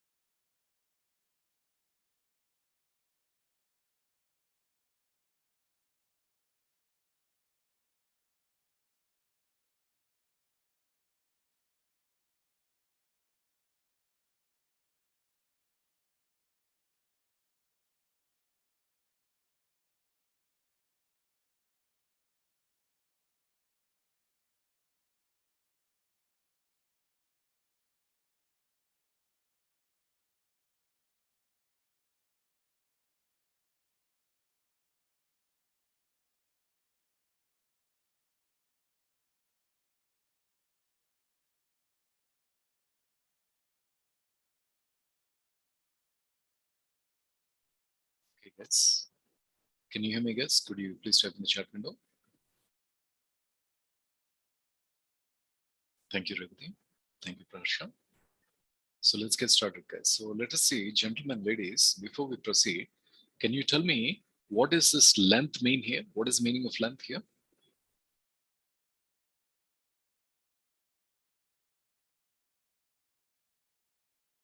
Can you take a friendly guess? What is length here?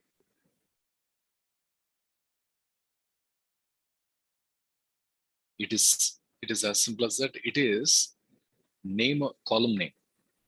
It is probably the number of minutes of a movie is what it is, as simple as that, guys. Okay, so let's continue the journey.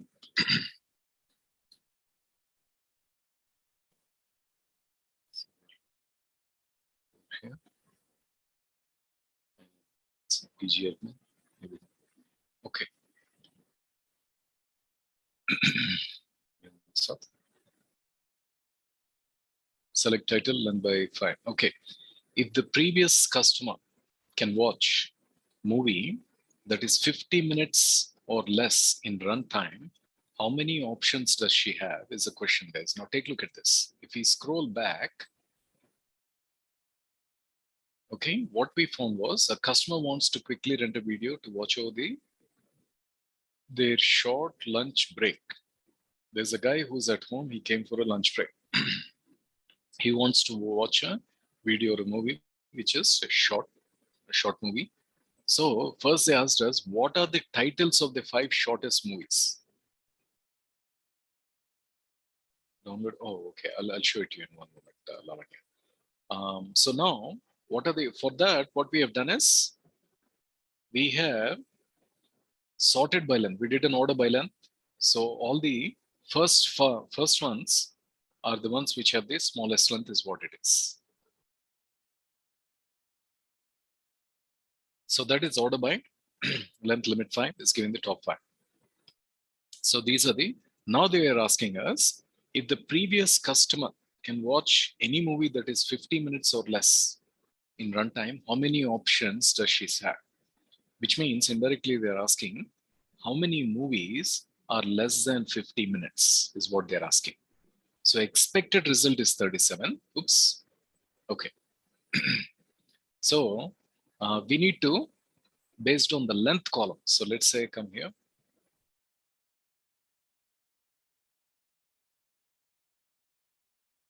Back here. So we are looking at the film table. So we'll say select select count of star from film table and order by length. That will sort it, and we'll add a where condition where length. I don't think we need an order by here. We say where length is less than or equal to 50. That's all we need. Let's see if we get 37 of them.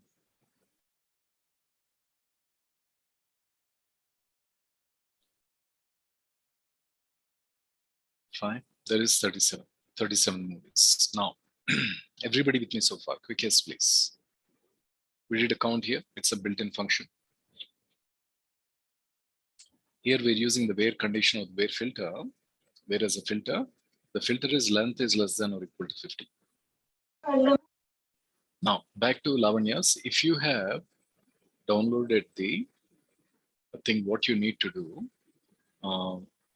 Lavanya, just say create database, give it a name something like DVD test or DVD rental. Let's say save it. Lavanya, are you following me?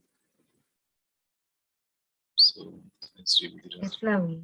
Yes, now, then what you do is right click this, say restore, and here you need to select the file name where you downloaded that. So I think this one will be c:/users/guest, go to documents, and show hidden files and folders. So if you say show hidden files and folders, where did I back that up? Format backup, let us say all files. Actually, here it is. The DVD3, this is 48.2. Say backup, DVD rental backup. If you click on this one, click on select, let's say. So it should come up. And let's say that's a customer to, okay. Number of jobs, I think we can just leave the remaining options as it is. You don't need to worry. Just click on restore. And let's give it a moment. So it is saying it's restoring it completed. So now right click this, refresh it, DVD test, and let's say go to schemas and look for tables. Okay, that is actors, addresses, or in other words, you right click that, say view or edit, first 100 rows.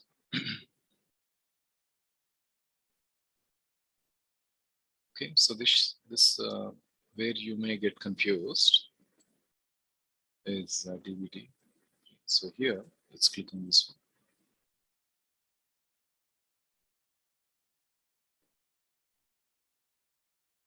It's the database we are connected to. It's the DVD3. Oops. So I close this one. And where did I go? Okay, so in other words, if you followed what I did, but just in case we didn't follow, I'll show it to you one more time. Let me come back to DVD3, back to tables. Let's go back to actor. Say view or edit, or we can just say query tool.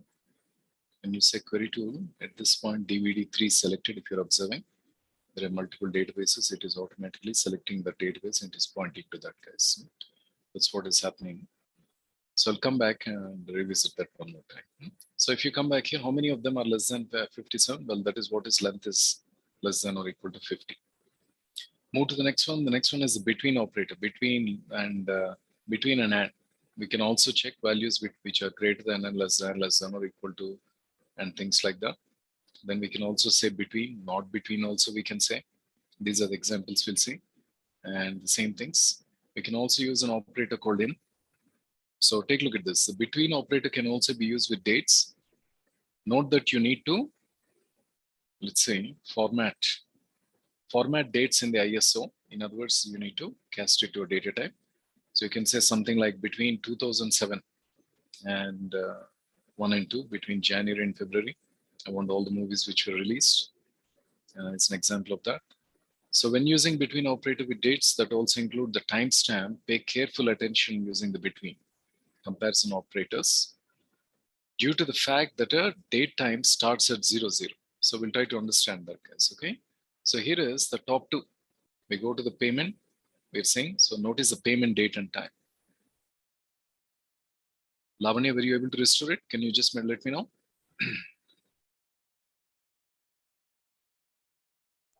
No, Naveen. Okay. Say payment. Say limit to. Copy this one. Back to here. Run it. Those are the top two. So this one, whatever this one is, customer ID, he entered it. They made the payment on 2/15, that is probably February 15th. This is on February 16th. Notice the timestamp 22 hours, 25 minutes. That is probably 22. What is 22? 10 p.m., 10:25. This is probably at 5:23 on the following day. We're looking at the limit two, the top two is what we are looking at. So were you able to create the database, Lavanya? Lavanya, I'm going to stop the show. No. You're not even able to create the database, huh? Yes, Naveen. Sir, repeat it from database once. Can I share the screen? Yeah, one sec. Share the screen, please.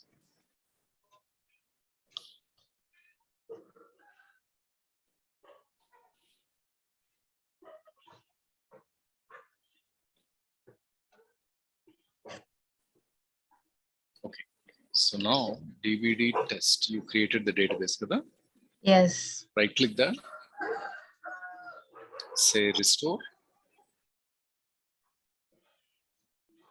Getting this message. Please configure the. Click on OK.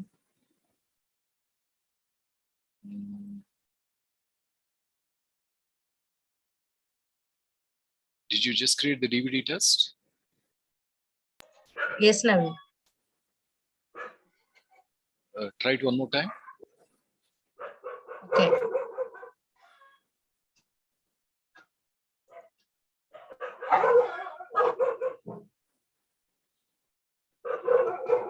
Don't do the space. Just say DVD2.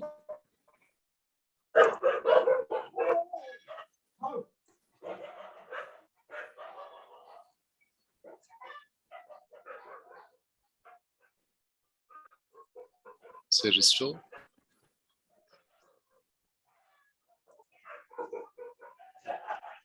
Please configure the PostgreSQL binary path in the preferences dialog. Hold on 1 second. Let me see. There is some quick help on that. It says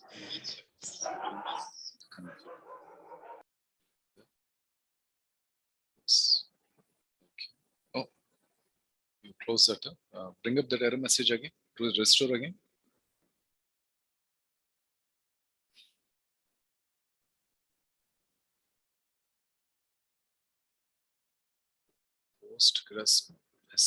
PostgreSQL binary.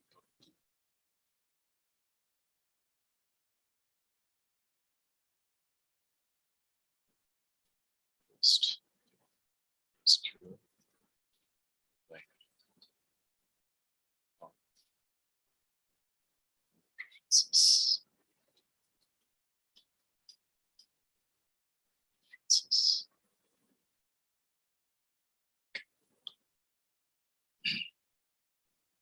PG admin and binary paths. Let's correct the binary path. So files, preferences, and binary path, they're saying, which means see, files, preferences, paths, and binary paths. Okay.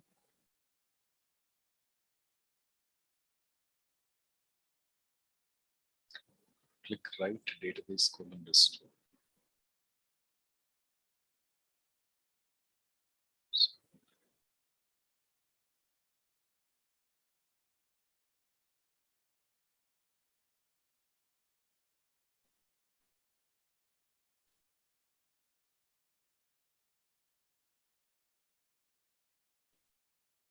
See program files Postgres.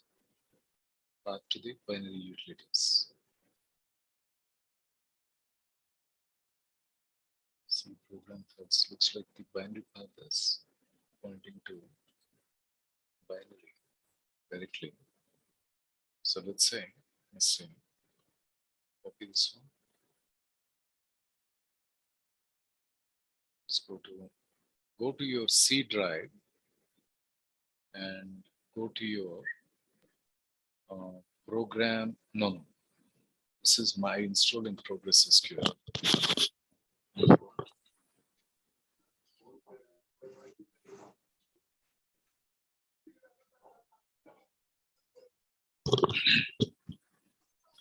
So back here, go to your C drive and program files.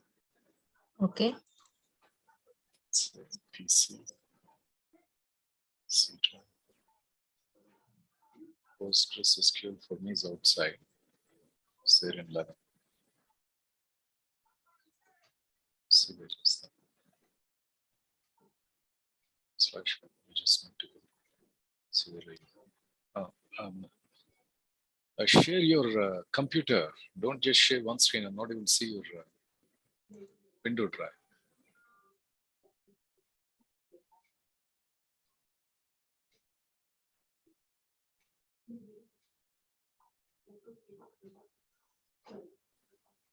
Are you sharing it, Lavanya?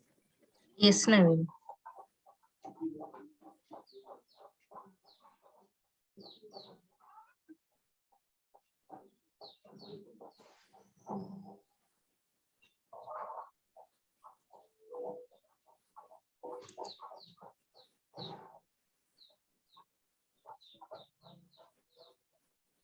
Okay, go into program files and then look for just sort it by date modified. Postgres, go into PostgreSQL. What? There's a directory called PostgreSQL. Just installed it, right?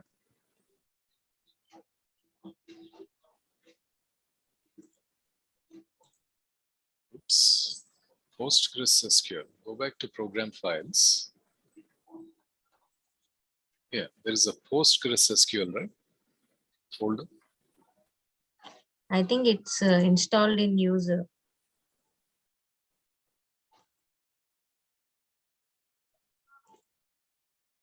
Here. Go back to that one. Go back to that PostgreSQL. No. See program files. Okay. So look for a file called PostgreSQL. Directory, yeah. Go into that. Yeah. Can I open it? Double click.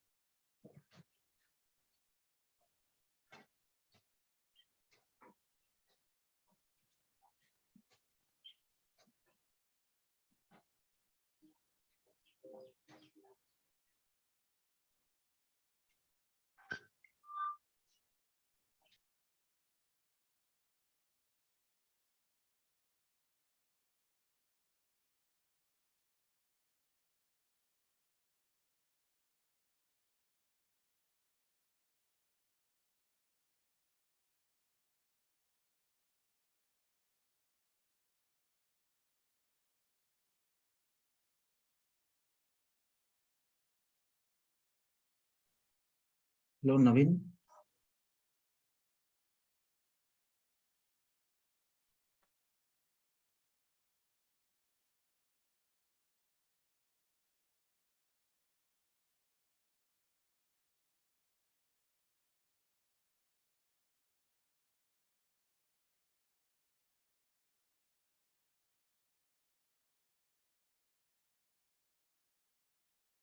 Okay, I'm back.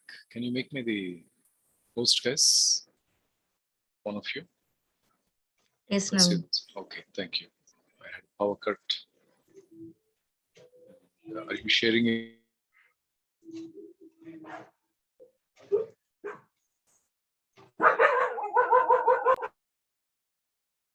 Hello, Naveen.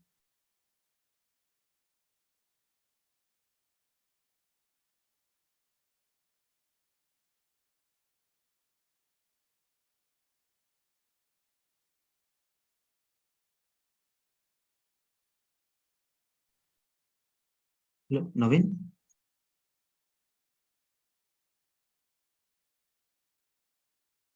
Naveen, can you hear me?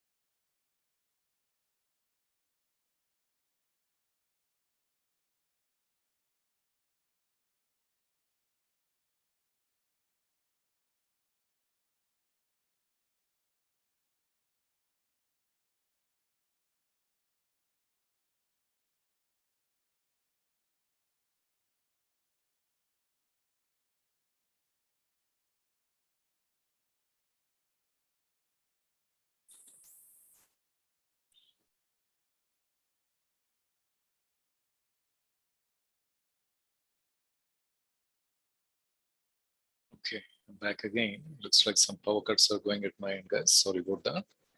Lavanya, can you make me the host and share your screen, please? Okay, great. Share your screen. Yes, Naveen. Okay. So you're installed in, I think, C program files, because program files has that space inside that. That is what is the problem. Go into the directory, click on bin, click on the directory bin.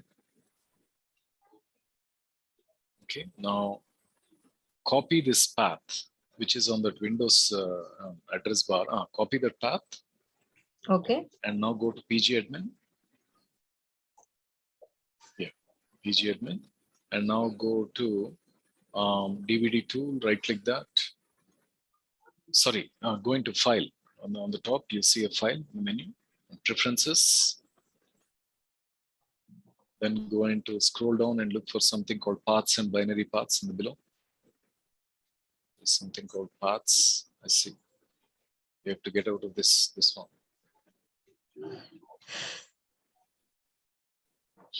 Escape, I think. Go back to file, preferences. Now I see paths and binary paths there, a little bit below. Now, right in the middle. You don't see paths and binary paths. Is it becoming so difficult? Yes. Binary paths. Click on that. And if you scroll down now, let's say scroll down, Postgres binary path. So you using, okay, what you do is set as, you click on set as default, that radio button on the left-hand side, the last one. Select the last one. Is it allowing you? It's not clickable. Then click on the text box, select binary path, paste it. Okay, now I think what will happen is, because of that space, it will complain. Click on save. Okay. And now try to restore it.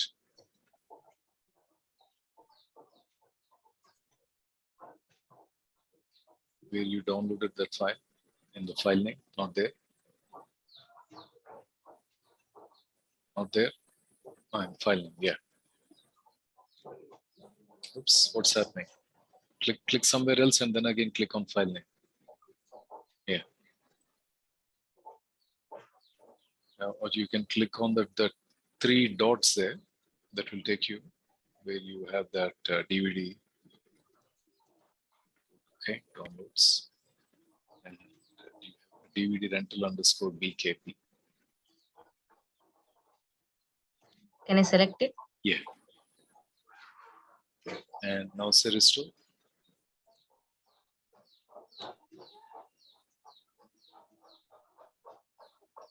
Good. So now right click DVD tool and just say refresh. Then expand the schemas under that.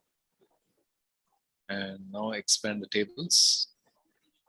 So you have all your tables. Now right click on actor and select view or edit. In the below, there is a view or edit. First 100 rows. Okay. So it should show you the 100 rows and the data is there. What you can do is now you can just right click on the tables. Tables, okay. Right click on the tables and it should give you an option called query tool. Query tool. Yes.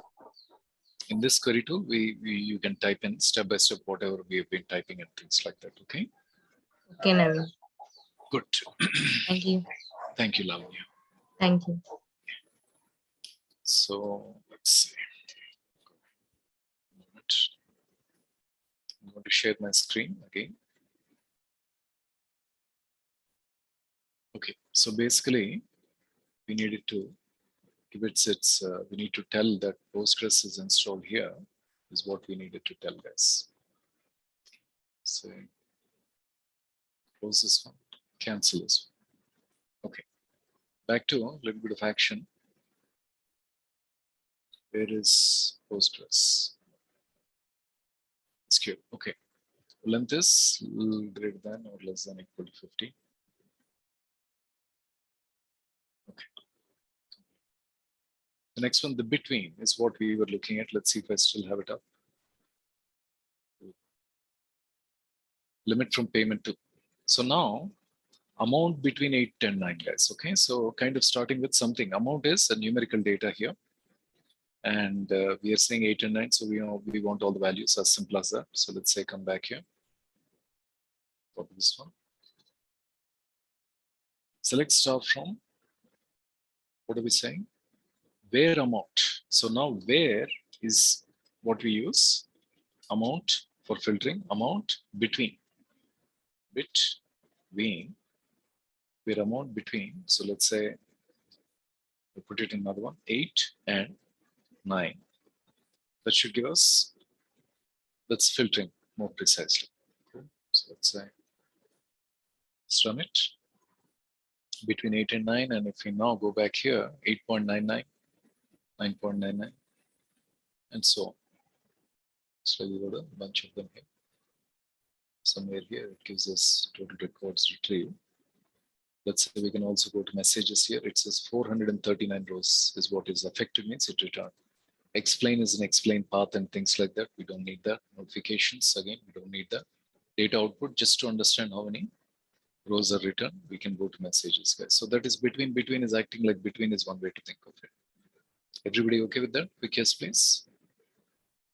Be short and sweet, between and between. So again, if you want to understand how many rows are there, what do you do? Well, say count of star. What is count? Count is count. It is counting the number of rows back here.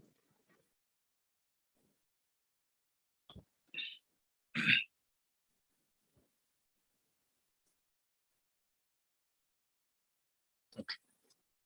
439 rows, guys. That's the count. Let's move to the next one. So now, with count of star, we've looked at the where payment date between. Now, notice this, guys. A little bit of complexity is going to come in. Let's say back here. This time we're going to say where payment between, we'll give a couple of dates. The dates are start with 2007-0201. So we'll start with a string 2007-02-01 and say another string. This is 2007-02-15. So 2007-02-15. Okay, counter star. Let's say I run this. Back here. Let's see what happens. It's giving us an error. What is happening is, let's go to payment. Stable actor is the customer. Is a payment. And here are the columns. If we payment and columns, and let's say I click this. If you look at, let's say, properties. Okay, here are the columns. Payment ID is an integer, integer is an integer. Small int is also an integer. From a Python standpoint, they're integers. Integer, rental ID is an integer. Amount is numeric, means it is like a float. Okay, payment date is given as not as a string. Notice these are the different kinds of data types available here. It is given, we can give it as a date, we can also give it as a time. It looks like it has been given as a timestamp without time zone is what it is. Okay, so come here. Here we are giving it as a string. It is not able to understand. What we need to do is we need to convert it into a date. Okay, so how do we convert? Select star from where 2017. What did we get? 2007. Oops, sorry. 0201 to, what did we give here? 0201 to 0215 is what we give. And here, let me come here. Just for sake of discipline, I also give that in caps. 0201, we got a, it says between. It's complaining about the string character, guys. Okay. Now, query node where between 01 and 2007, 02, 15. So what is happening is O2 of 14 will give you nothing. O2 of 15 is giving you something. Okay. So in other words, let's come back here. We'll make a small change here. Oops. Remove the count. Stop. Copy this one. Paste it here. Change this to 14. Let's see what happens.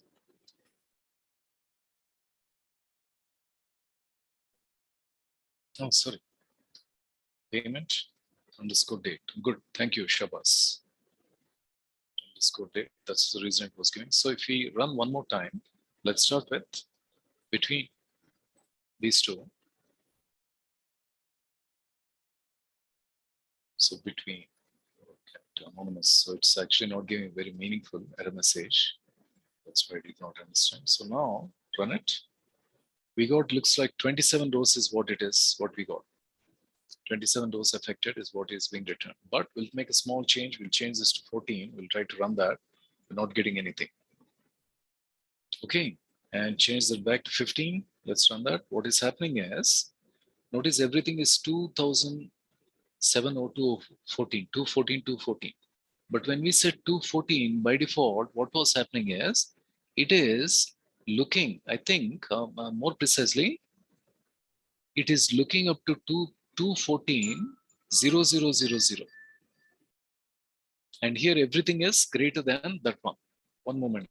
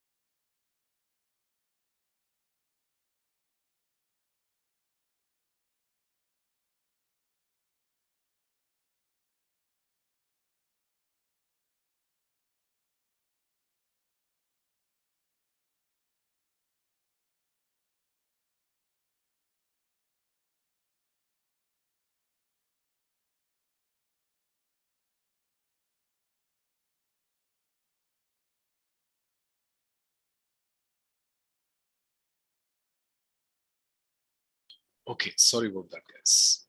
So with payment date, so what is happening is it is when you give O15, it is taking up to O14. When you give O14, it is taking up to O13, is what is happening in a way.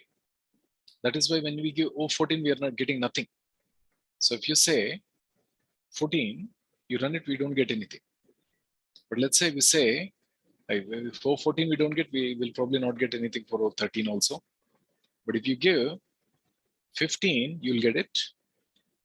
16, you should get it.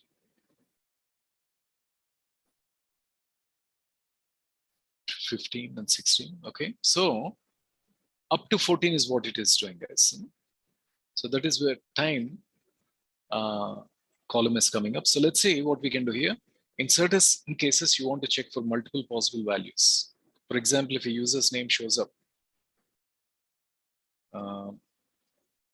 in a no names, we can use in operator. In other words, before we fix that one, there is we're using a date function. We'll come back to that one in a moment. There's another operator called in operator. Let's see what is happening. Here is how in operator is used. In operator is used to check in.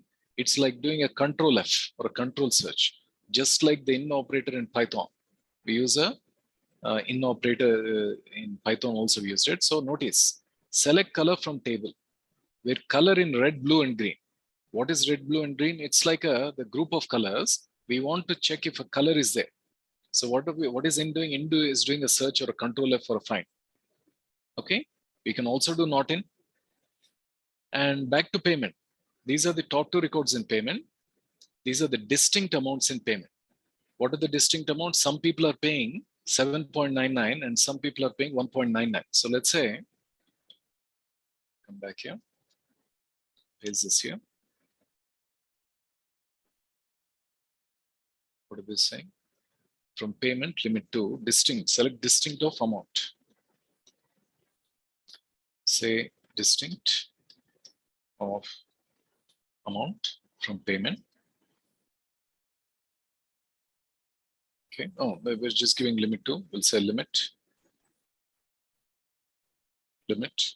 5. Copy that.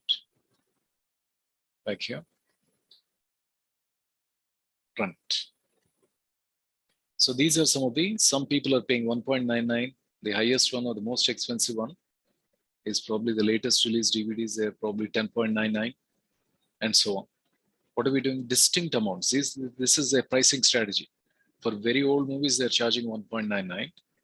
For the latest movies, they're charging 10.99, slightly less than that, and things like that. Now, what we will do is we will probably, so take a look at this. Order by amount, okay, one more time.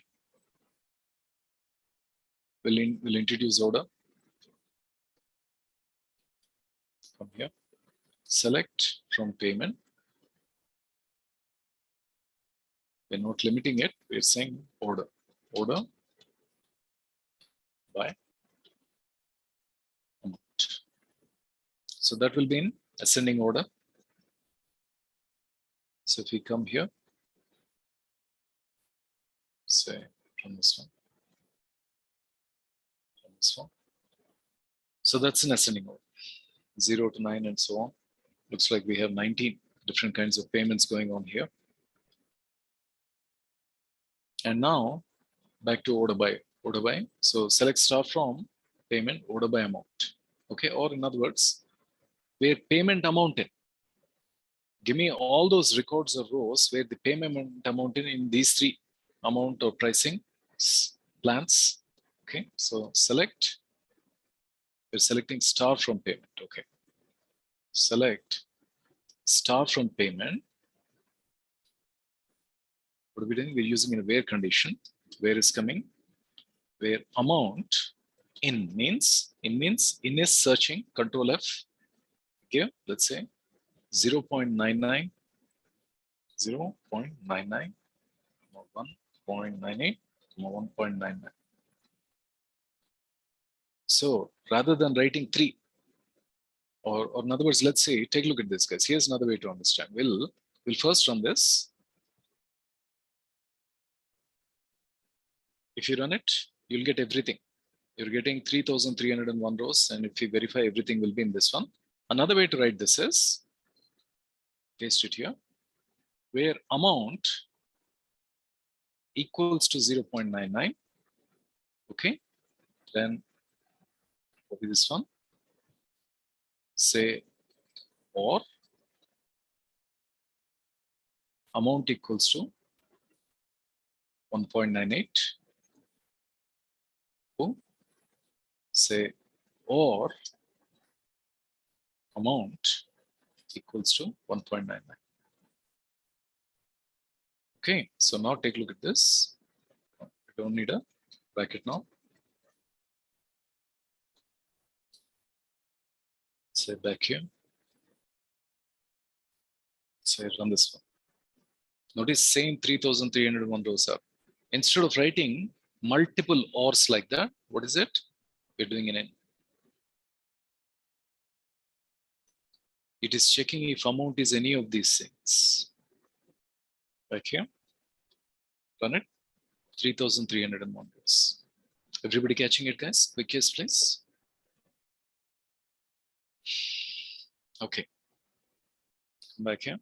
So select count of star again. That will give us the total number of rows. Now we can also do not in. Let's see. What is not in? The same thing. Paste it. So come here. Not in. That is opposite. Back to PG admin. Say run it. Now we're getting 11,295 rows. It is not in this one.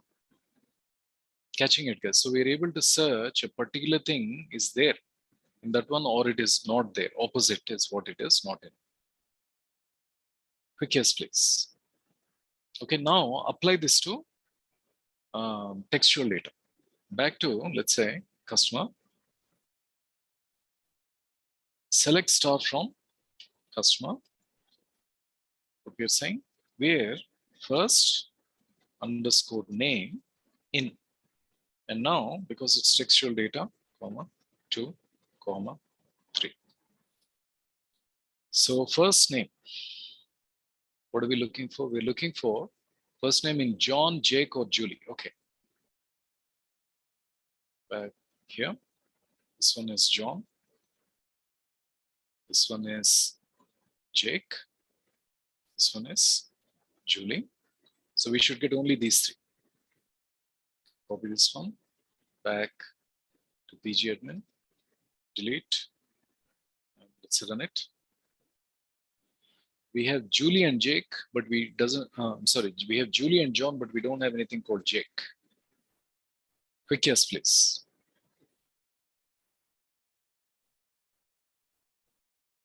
Cool. The reverse is not in. One more time, just for sake of discipline. Say not in. Run it. We're now getting 597 rows. Looks like we have close to 600 rows in this one. So say where first name not.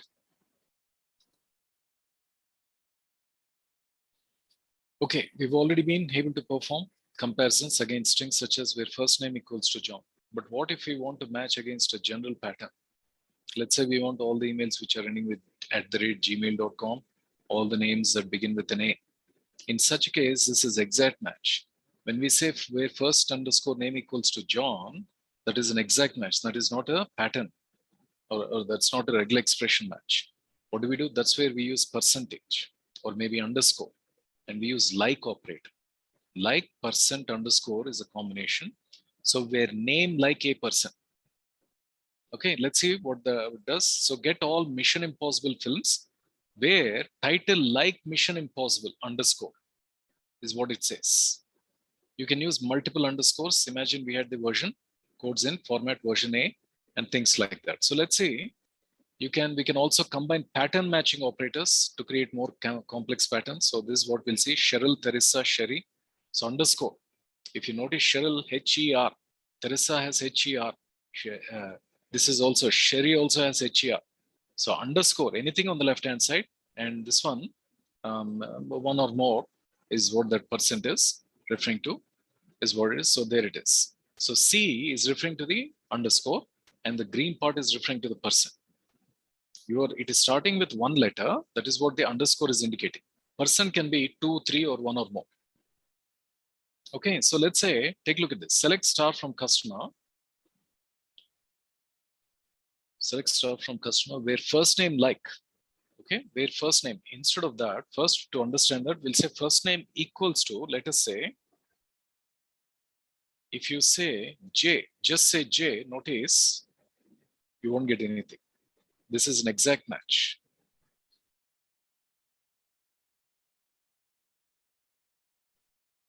Okay, so if I run this one, we're getting 0 rows. Why? That is what is the problem. So what should you say? You should say like J. Now notice this one. You don't get anything. What do? You put, say, percent J percent. Now that means you'll get a bunch of them. You're getting 65 rows. So whether you have 0 or 1, notice all these guys are starting with a J. Even if anybody has a J in the middle also, it will catch. Okay, so let's say I come back here. What do? You put this one. And back here. So J person, you can also do J person. You can also count it. Like J person and last name like S person. Okay, we'll paste this here. Like, so where customer name, call this as like J person, first name Okay. Like J person. Copy this. Say and last name. Last name like J person. Just say S person. Copy this. Come here. Say run this one. So there is 5 rows. Sanchez, Pierre, these are all last names. Catching it, guys. Quick yes, please.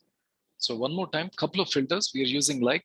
The equals to is an exact match. Like is like a regular expression match, a pattern match. Is this kind of pattern happening? And it is case sensitive, guys. Okay. So in other words, now let us say we got 5, right? We'll change this to small j. Let's see what happens. We're not getting anything, which means it is case sensitive. Okay. And if you change this to or, it will work. You should get, of you got 54 of them. Either of the conditions is happening because this condition may not be matching because most of the first names are starting with capital at the time of saving it. Okay. So that is a couple of conditions. Now let's see, first name like J. Yeah. Again, J and J, we don't get anything. Last name, in other words, that's case sensitive. Now here comes I like. I like J percent and I like S percent. Now it is catching, which means if you put I like, say I like instead of like, it is acting as a case insensitive. So say, so this is S and let's say this is capital J. Oh, sorry, this is small j. This is S and not or. We'll use an and here. D and let's run it. We're getting 5 rows. So if you put I like, that is acting like a case insensitive thing, scenario. Quick yes, please.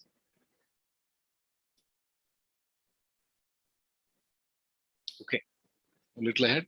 I like again, more examples. You can also use capital J because it's case sensitive, you're getting the same results. Now here comes like %tr %. Okay, so paste this here. Get rid of this one. Their first name like %. In the middle, you're looking for ER. Back here, PG admin. So run it.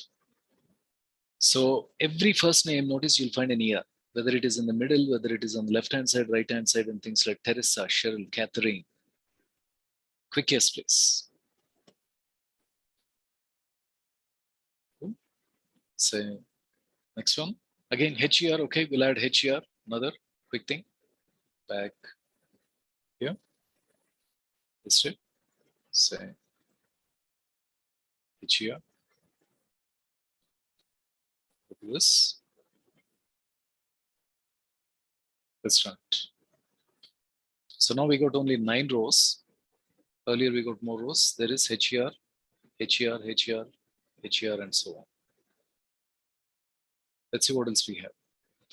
So now underscore HER means it is starting with one letter. We've just looked at an example. Underscore is saying here person means one or more. Underscore means it's exactly starting with one letter. HER is in the middle. After HER, any number of, there can be any number of characters. So from that, so C, what is that? Cheryl, Teresa, Sherry, Sherry. Every first letter is starting with one letter. After, in the middle, the second, third, and fourth characters are HER, HER, HER, HER. After that, there can be any number of characters on the right-hand side. Yes. And not like underscore, okay. This is reverse. Say, come here. Paste it. You can also say not like. So it should give us a bunch of them.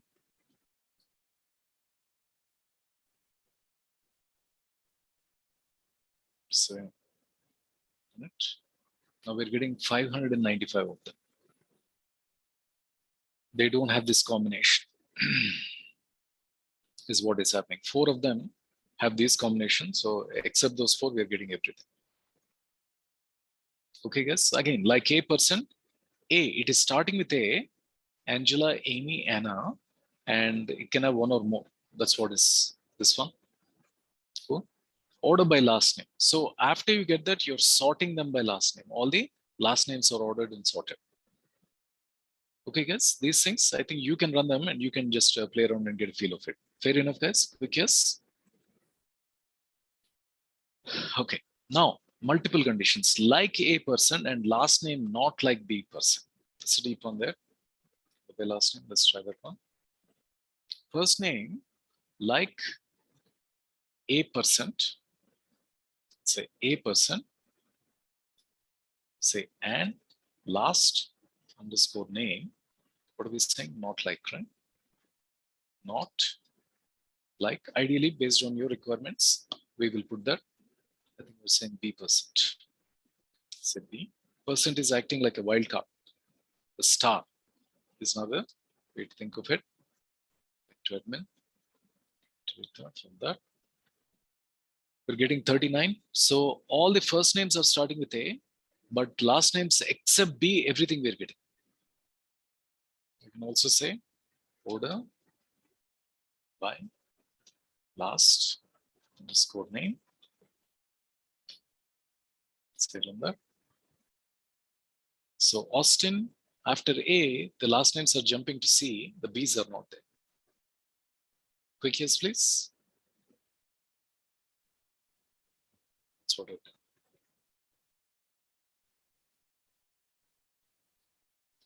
Order by last scope.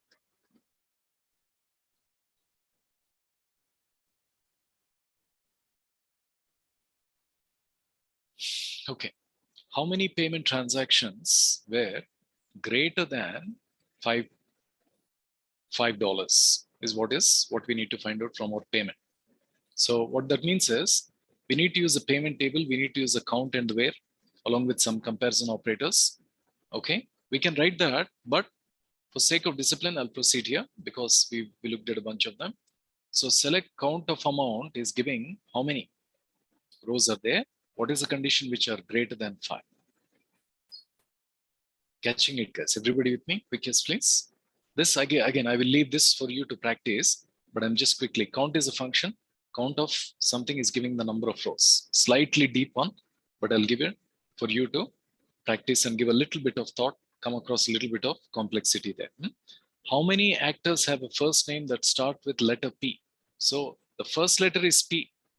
After that, and again, so P%, we are looking for like P%. So take a look at this. Go to the actor table, use the like and a wildcard such as % or underscore. More precisely, it is %, like P%. How many people? Count. If you say star or name, that will give you all the names, but we want the count, the total number.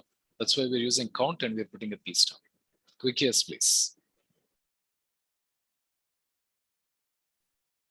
Okay, how many unique districts are our customers from? So this time we'll use the address table. What are they asking? Unique districts means, again, unique means distinct, distinct means unique. So we're using count and the count of distinct of address, I think. How many districts are our customers from? You will need to use address, okay? So count of distinct of distinct. District is a district name. Distinct is giving us unique, you're counting them. Quick yes, please. I'll leave these things for you to practice. Retrieve the list of names for those distinct districts from the previous question. You want the names now. You don't want the count. What do? You don't do count. You just say distinct. You will again need to use the address table. Instead of count of distinct, you're just saying distinct. That is giving you the district name. Quick yes, please.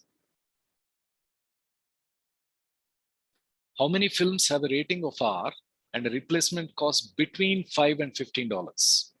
So how many films have a rating of R? First filter. Here is these two are acting like the second. So what is it? Between and. In the question itself, we have the answer. So again, use between, use where. Hard.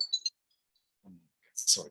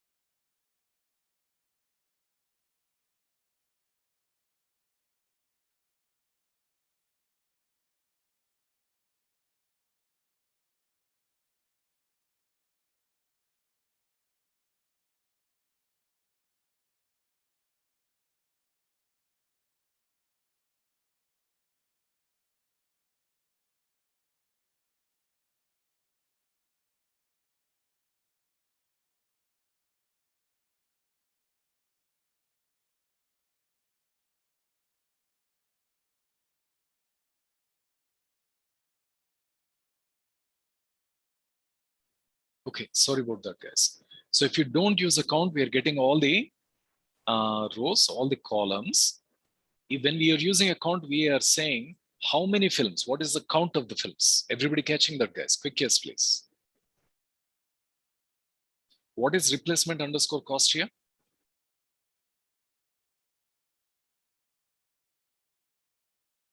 Notice anything in caps we have purposefully written in. These are the keywords. Anything which is not a cap is nothing, either a column name or a particular value, is as simple as that. Okay. So come back here. Okay. Now here comes the aggregate functions. A few simple functions, but a big one is a group by. Okay. The aggregate functions I will run quickly, but group by is what we'll spend some time. Take a look at this. Aggregate functions. What are they? This is nothing but the reduce functions that, if you go back to our story of map and reduce, okay, what's happening in reduce function or operation, we generally use aggregate functions. What are they?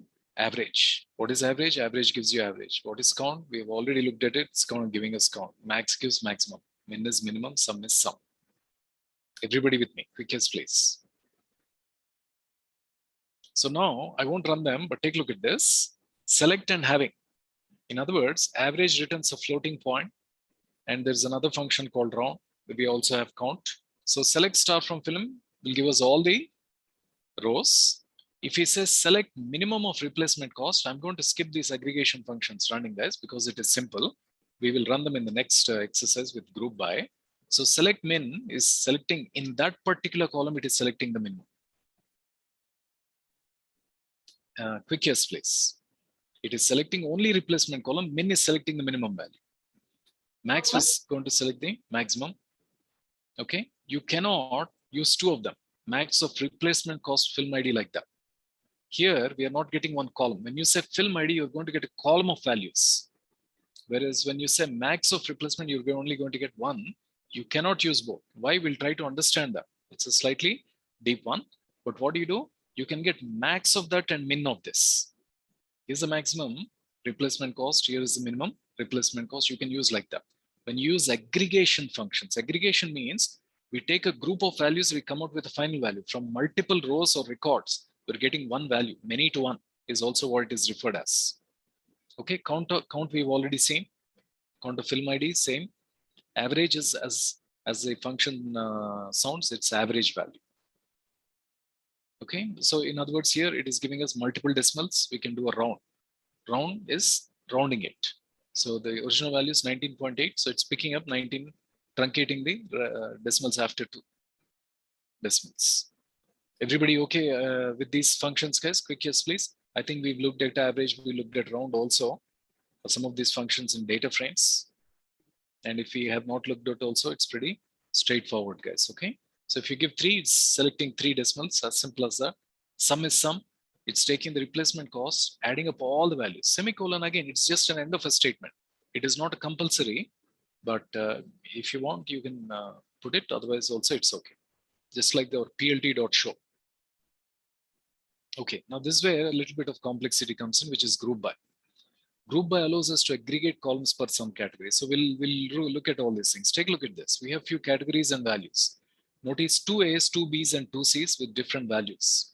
What are we doing? The category is a column with which we can group by. Many times we'll say, give me how many A's are there, B's are there, C's are there.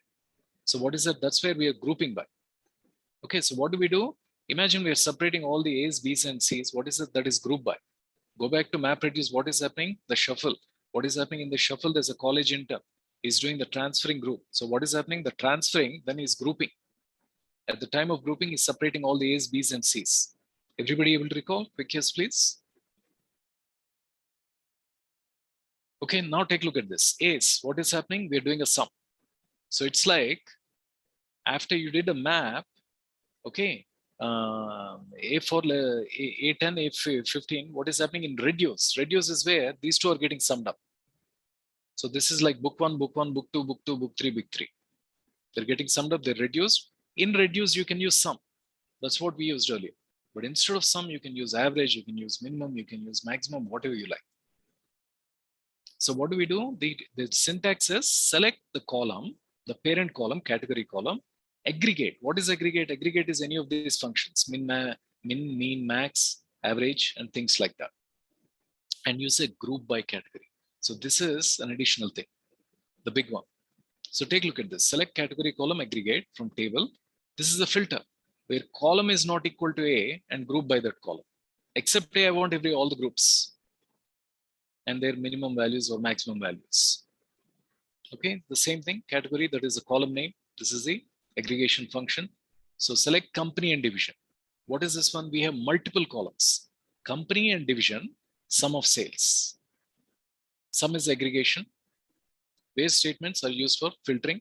So now select company division sum of sales from finance table where division in. So multiple, we're increasing the complexity. We're also giving a control F here, adding one more feature into this one. We'll execute these things, guys, don't worry. So select company sum of sales, group by and order by. Notice that, guys, everybody with me? Quick yes, please. Conceptually, are you following? We'll try to execute these things in a moment. And there is limit, the top 5. So there is the payment. Okay, we'll start with group by customer ID, more precisely, and order by customer ID. Okay, say start with this one. Here's this one here. Select star from payment. Say group by customer underscore ID. Okay, we'll start with star. Order by customer ID. First, what we'll do is we'll just say group by customer ID. From it, we get select star from payment dot. Sorry.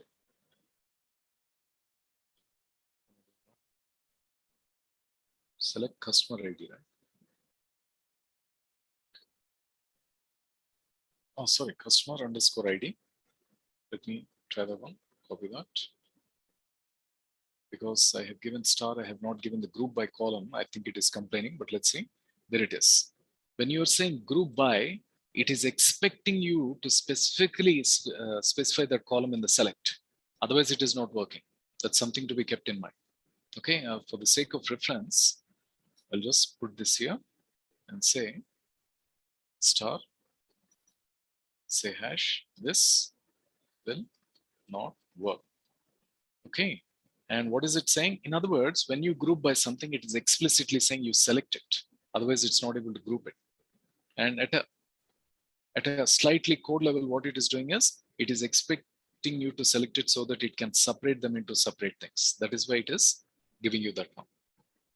Okay. Everybody with me? Quick yes, please. That is something I will force you to remember. When you do a group by, we need to have that in the mind, guys.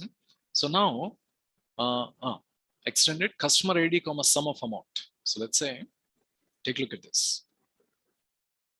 Customer ID, say, comma, sum. Okay, we can give sum of amount.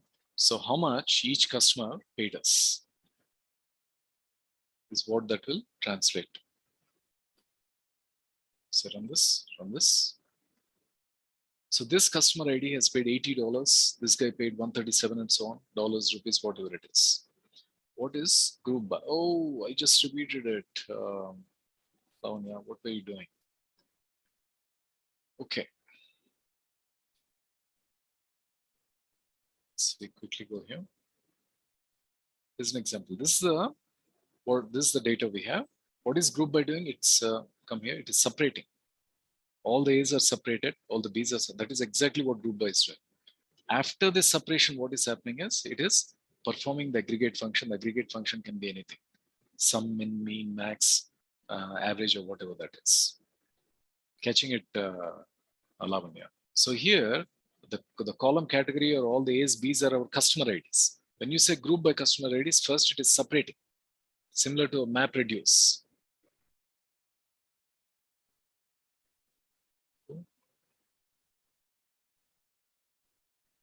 Payment, and let's say ID and sum.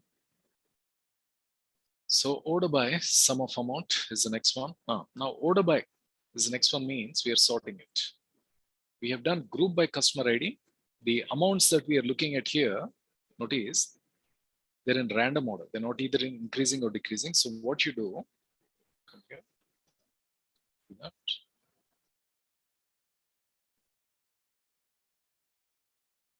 Let's do it here. Group by customer ID and order by sum of amount.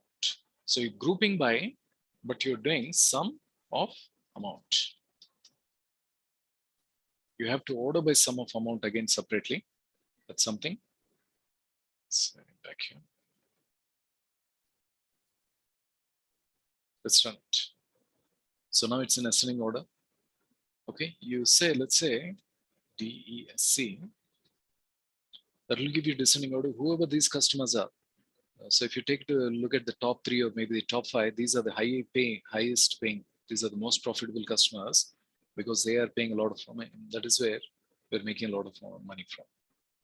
Catching the point, guys, if we do a descending order.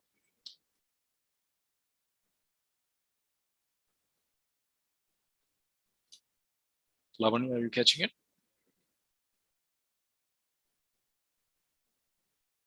Okay. And let's see, what else we have? Order by sum of amount, ascending, descending, then count. Okay, let's see, order by count. Now, we are doing each customer ID, how much money we made, we'll give that us, that to us. And then we are saying not order by sum, but count, based on how many transactions, how many times they made the payment. So let's say, oops, copy that. Place this here. We leave this as sum for your reference. And below is count.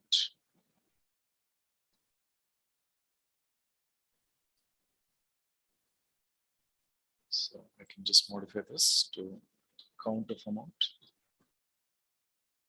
So this guy, but notice it says sum. We just need to give a right alias there, 211. So we're getting, so what we'll do, we'll say count of amount. Also, there it is. Based on 45 rentals, we got 211. $11 rupees, 40 rentals, we got 208. That's what we are able to understand. That this is the customer ID. Instead of customer ID, we can just say customer name. That will give us the name also. Catching it, guys? So we'll do this one. So what did I do? First, I didn't give count. That would be same as above. Next, what I'm doing is, that's where I'm adding count. This is just so that if you're following step by step, when you're practicing, you see the sum, we are getting the sum, but when we order by count, we're also adding a count here.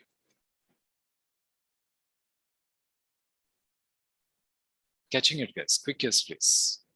Vinay, are you catching it? Yes, Naveen. Pardon me. So group by is one level D, one step complex. And let's see what else we have. Back to payments. Now, customer ID, staff ID, sum of amount from payment. Okay, let's see what we are about to do. Here we're not grouping by. Okay, let's start with customer ID, sum of amount. We're also adding staff underscore ID, the guy who helped this customer. And we will not group by. Let's see how that looks like.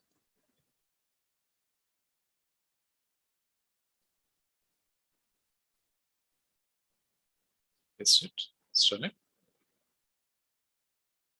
From customer ID. Because I'm doing an aggregation operation. I'm sorry, I think basically I need to add the group by. So group by customer ID. Let's say we'll only do group by customer ID, but not the staff ID. Let's see how that looks like. Right, doesn't work. Group by customer ID, staff underscore ID. Now it is working. So this customer ID, this staff is becoming one group. It separates all the rows and it's summing. Let's say this customer is Vinay, this staff is, let's say, Niharika. Vinay, whenever the customer Vinay came in, 2 times Niharika helped him. And we got a sum of 76 rupees or $76 is what is the meaning of it. Similarly, next one, let's say, who else do we have here? Here's Lavanya is another customer who came in, and Ganesh helped her one time. We made 108 rupees or dollars. Is one way to think of, understand that. Okay, next, let's say, so what is happening is not only, if you recall, if you give group by customer ID earlier, we did not select it. Okay, what happened? It gave us an error. For staff ID also, we did not give this earlier, but we said select staff. So in select, these are the columns where we are not. Okay, Lavanya, one moment. We are not aggregating. So if you're not aggregating, notice we are being forced to give the group by, is what is happening. Slightly tough on there, but let's see. That is the group by. Then we are ordering it. There should be then staff ID. Now we did not give customer ID, but we are grouping. We're not selecting customer ID, but we are grouping by staff ID and customer ID.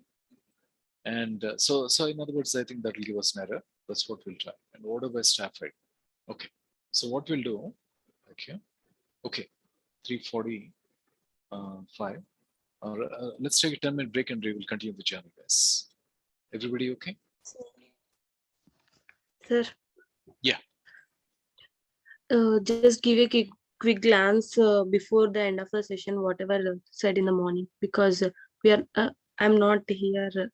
We are downloading that PG admin, so we can't concentrate much on that. PG admin, okay, you download the PG admin. I downloaded morning PG admin, so I am not much concentrated on the class. Whatever said No, on I the will share morning this session. one step by step. You practice this step by step. Okay, sir. And I'm asking morning session, the basics like a select or from where the keywords are explained, right, sir? Just quick glance can you give please that? Okay. All right. Okay. So that we can easily express how to express those meaning, like what is the select where and front of, so that. I see. Okay. I'll do Thank that. you. Yeah. Thank you, sir. Let's take a 10-minute break, guys. Thank you all.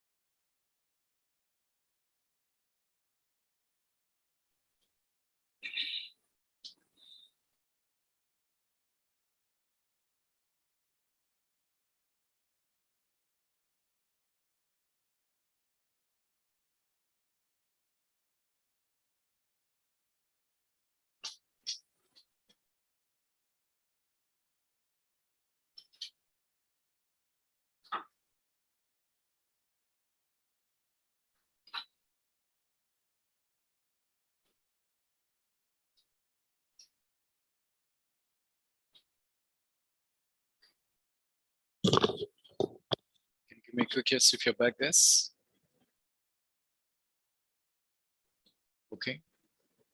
So let's see if we can, Niharika, I think, was asking, we'll go over a quick glance of these things. What do you think select is doing, guys?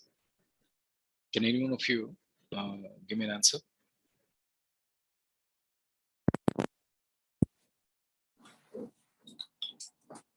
And when we say it is selecting, what is it selecting? It is more precisely, it is selecting the columns. And, compared to the Python data frames, what do you think? What are we doing in Python data frames to select the columns, guys? Anybody recall?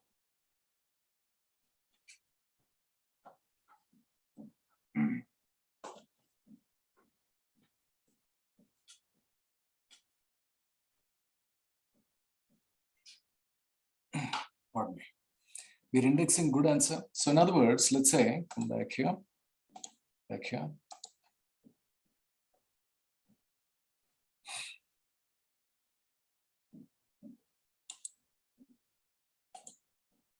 Put this here,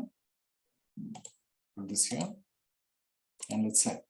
So here, visualize for a moment, ideally in a Python world, this will be your data frame.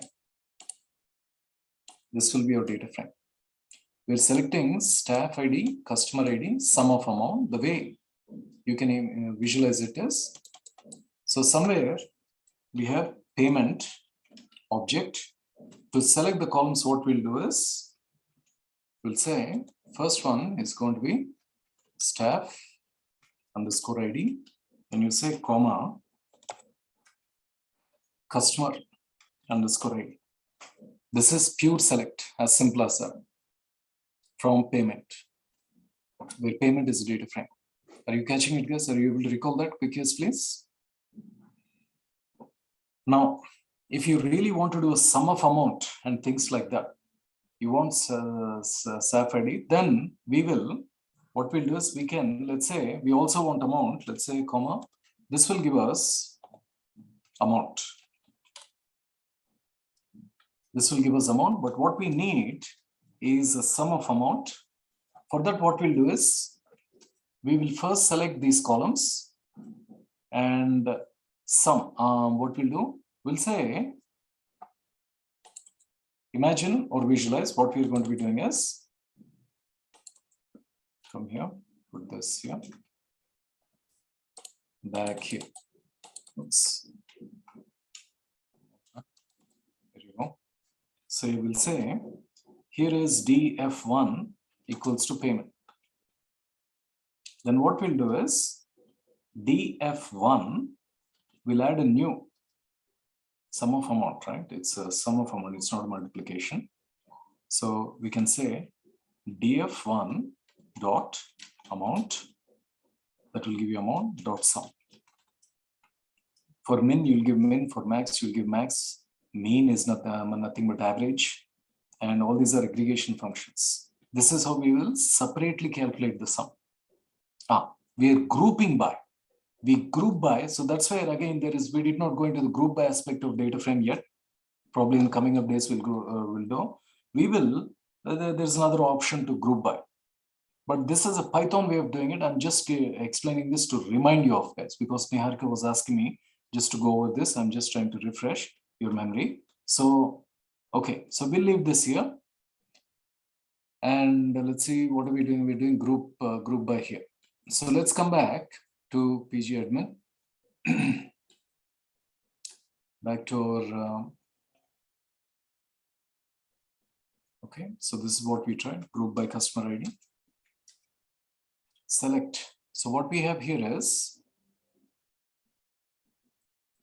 one more time, we are going to group by staff ID and customer ID, and order by staff ID and customer ID. We'll try to understand what this means, guys, okay? In a moment, we'll try to understand, but first, let me type this. Staff ID, customer ID, and sum of amount. Staff ID, customer ID. So we'll say customer ID, we'll put this here. Staff ID, customer ID, sum of amount from payment, group by customer ID. We'll also give a staff underscore ID, and order by staff ID and customer ID. So in the reverse order. Staff ID, comma, customer ID. We'll also order by this one. Okay. So let's first run this one.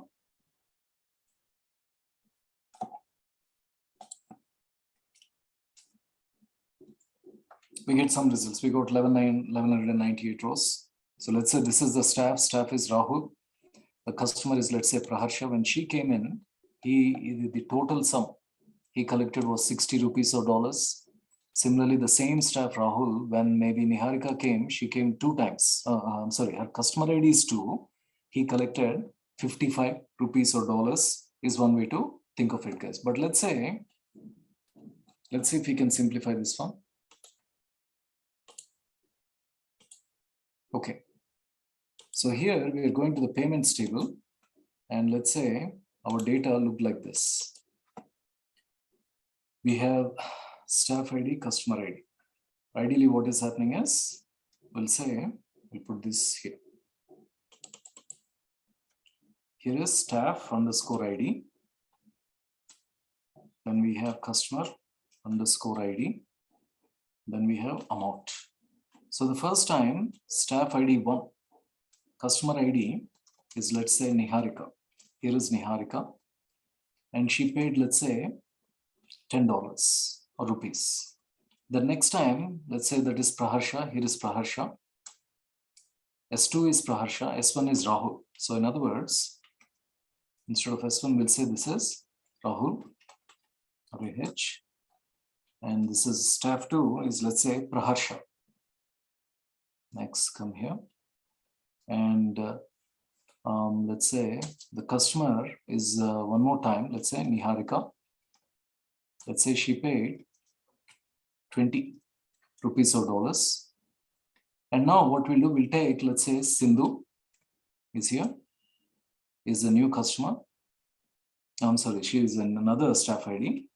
Or in other words, we'll come back here. We'll come back to Rahul. Rahul is the staff ID. Sindhu is the customer. Let's say she paid only 5 rupees, $5. And again, Praharsha. Next time, this time again Niharika came in and she paid, let's say, 50 rupees or dollars, and it continues like that. Now, what is this? This is how, imagine the original data looks like. Every time a customer is coming in, every time a customer, Niharika or Sindhu is coming in, who are the staff who's working? That is Rahul, Praharsha, and many other people are working. These are the amounts they are paying. Now, what are we saying? I want each staff ID for Rahul. So imagine what is happening is, Rahul is here, staff ID. So what we'll do? So let's say this is Rahul. And here is Rahul. We have only 2 Rahuls here. We'll pick up Rahul. Oops, sorry, not this one. We'll pick up Rahul here. So that is Rahul. Next, we'll pick up Rahul here. We separated Rahul. Then come here, choose this one. Here is Praharsha. First time. Let's say here's Praharsha. Second time, another staff. What you do? Separate. Oops. Choose this. Separate Praharsha here. Separate Praharsha here. And so you separated. What is this? That is what group by is doing. Niharika, are you following me? The first step that it is doing is, it is separating based on the staff ID is what is happening. So here we have, these are, in other words, let's say, this is Niharika, right? Okay, we'll keep it. Then what is happening is we are also grouping by customer ID. So in other words, back to here, when we separated Rahul, he collected 10 rupees from Niharika, then he collected from Sindhu 5 rupees. So what is happening is, let's put 10 is coming here. 5 is coming here. So when you separate it, oops, here's the 10 and 5 got separated here. And then come to Praharsha is another staff ID. She collected 20 from Niharika and 15 from Niharika at another point of time. So that will be 20 and 15. So let's say we'll put 20. We'll put 15 here. These are the rows of Rahul. These are the rows of Praharsha. Next, let's see what's happening. So here we separated based on the staff ID. But what is happening? Rahul, he addressed. Okay. So now let's come to the customer ID of it. The first customer was Niharika. This is, let's say we'll put this, choose this one. Here is Niharika. Oops, one more time. Here's Niharika. And another one is, Niharika is one customer. The next time when Rahul was working, it was Sindhu. Let us say Sindhu will give, here is yellow. Here is Sindhu. Okay. For the sake of simplicity, let's come back here. We'll also imagine or assume another row. This is, let us say, Rahul. Rahul. So let's come back here. 1, 2, 3. Here is Rahul. Another time when Niharika came in again on another day, and let's say she paid again 20 rupees or $20. So what is this one? That one will be this one, which means let's choose this one. This one will be Niharika here. Niharika here. And this time he has put 20. So let's choose this one. Choose this one. 10, 5. Let's come down here. We'll put 20. 20. So now in this step, we did a group by. Group by based on Rahul. Let's say we'll give him a blue color. Now we're also saying group by customer ID means what is happening internal is from here we are separating. Here's Rahul Niharika. Here's Rahul Niharika. So this is Niharika. So all the Rahul and Niharikas are getting grouped into one. And because I cannot, let's see. So what we'll do, we'll come here, choose this one. We'll say, here is, oops, what is this? This is 10. So let's say here is, one more time, type this. So here is 10. Niharika, the first payment, she made 10. The second payment, she made 20. Okay, then here is another one. This is going to form another group where Sindhu will be put here. And how much she made? She made 20 payment. And remove this one. Close this one. Here is 20. And now what's happening is, this is the second grouping which is happening. Oops. Choose this one. This is the second grouping based on the customer ID. They're getting separated based on staff ID and based on customer ID. So let's say this is Sindhu. Are you catching it, guys? In the first grouping, we separated based on the Rahul. All the Rahuls are separated. Then within Rahul, all the Niharikas are going into one group. All the Sindhus are going into one group. And now when you do, let's say, when you do sum of amount, what's happening is 10 plus 20. For Rahul, for Niharika, that is going to end up 30. And let's say Sindhu, there was only one. That means for Rahul and Sindhu, that's about 10 or 20 is what is going to be sum of amount. Niharika, are you there? Are you catching it? Sindhu is 5, huh? Whatever it is. That is okay. Sindhu is 5. Yeah, sorry. Okay, so that is what is happening when you do a group by. It is first grouping by this part, then it is internally grouping. It is similar to grouping that we do in the shuffle, if you recall, but that's a slightly tough scenario. But for sake of simplicity, this is. Now, what is select? Select is just selecting. What is from? From means you're giving the source. From where? From the data frame is one way to think of it. We'll discuss these things again in the coming up days, Niharika. Fair enough, Niharika? And then what we are doing here, we are doing sum. But you can do a min, you can do a max, you can do a average, whatever statistical operations. In a data analytics world, these are all statistical operations that we perform tens and tens of times, hundreds and hundreds of times. In the world of big data, these simple operations will work on a single computer. But if your data is sitting on hundreds, thousands, and 10,000s of computer, everything will fail. Or in other words, we will not be able to write a program. That is where the MapReduce program is coming into our picture and is able to allow us to do this kind of operations and much more complex operations. That is what we are about to discuss. Okay, Niharika, everybody else doing okay? Quick yes, please. Here we given two SAP ID and customer ID, two references. Then what is the output we can see after all the operations performed? Okay, the output is, so now from By here, group I. so I'll put this here. Here is, I get rid of this one. Here is Rahul's first one record. Here is Rahul. And let's put Niharika here. This is Niharika. And let's see if I'm able to.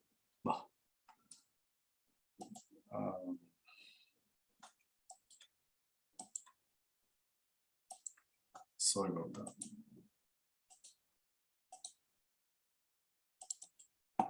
So I put a 10 here. Okay, this is Niharika, the first payment. Second payment, how much she did? Here is Niharika and Rahul. Rahul and Niharika, she paid 20. So let's come here. Say 20. Move this up here. So here is the first grouping based on staff ID. This is the second grouping based on the staff ID and the customer ID. And now we are going to get ready to do the sum, which means from here, we are going to come and say, choose this. We'll say here is Niharika. Oh no, first we'll say this is Rahul. This is staff ID. Customer ID is Niharika. And 10 plus 20 is going to be 30. From these two rows, we're ending up with 30. Imagine the same kind of process is going for every combination of the staff ID. Every permutation of the staff ID and the customer ID, the same kind of operations. First, you're grouping by staff ID, then you're doing, then the sum is happening. So the aggregation is happening after you separate them into groups. The aggregation is where the reduce is happening. Cool. Everybody else getting it, guys? Vinay and others, are you? So Suresh, are you doing okay? Are you catching it? Pardon me. Okay. So let's see if we can make a little more progress here. We have done the group by. That's a tough one. Grouping 2 columns, 3 columns is where the complexity comes in. The better you understand group by, the more easy your life will become in SQL. Everything will be group by group by group by. You'll be grouping by 5 to 10 columns in real world, and you'll be doing joins. That will slowly try to understand in the coming up days, guys. Okay, but let's see what else we have. Okay, so this time we are ordering by customer ID. Whether you want to order by 1 or whether you order by 2, that's up to you. Now order by sum of amount, guys. Okay, so let's say come here.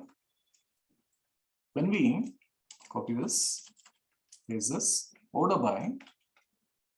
So back here, let's see if this is still on. What did we do here? We are ordering by staff ID and customer ID. So let's say this is Rahul. This is Niharika. This is Sindhu. Let's say this is Lokesh. These are all the customers when he was working, these are all the customers who came in. This is the total sum of amount he gathered, guys.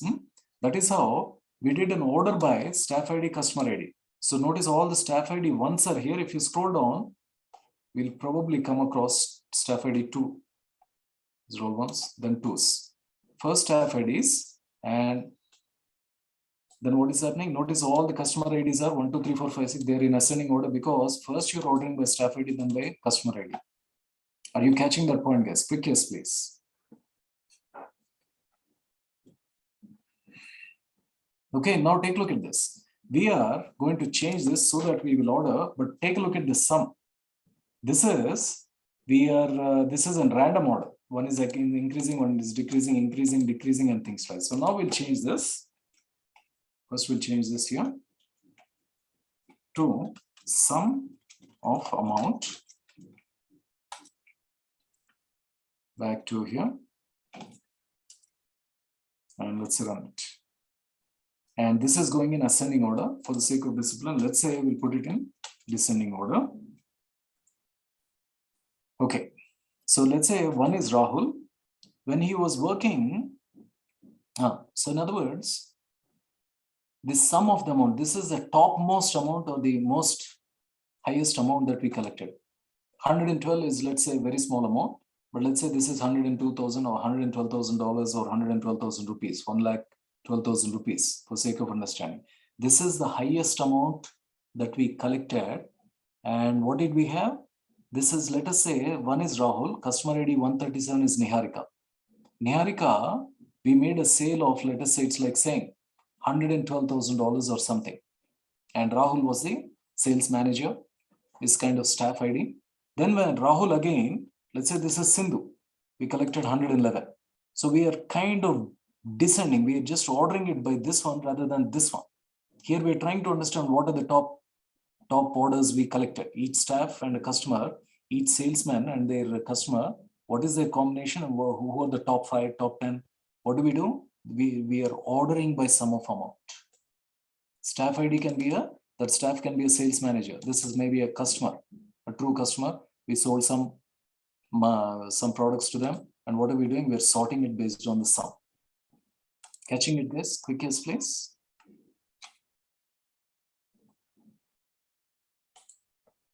Okay, so that is order by sum of amount. Then let's see staff ID, payments, date. Okay, then comes the date. So let's say select, I think it's payment underscore date, right? Say payment underscore date from payment. If you just say like this,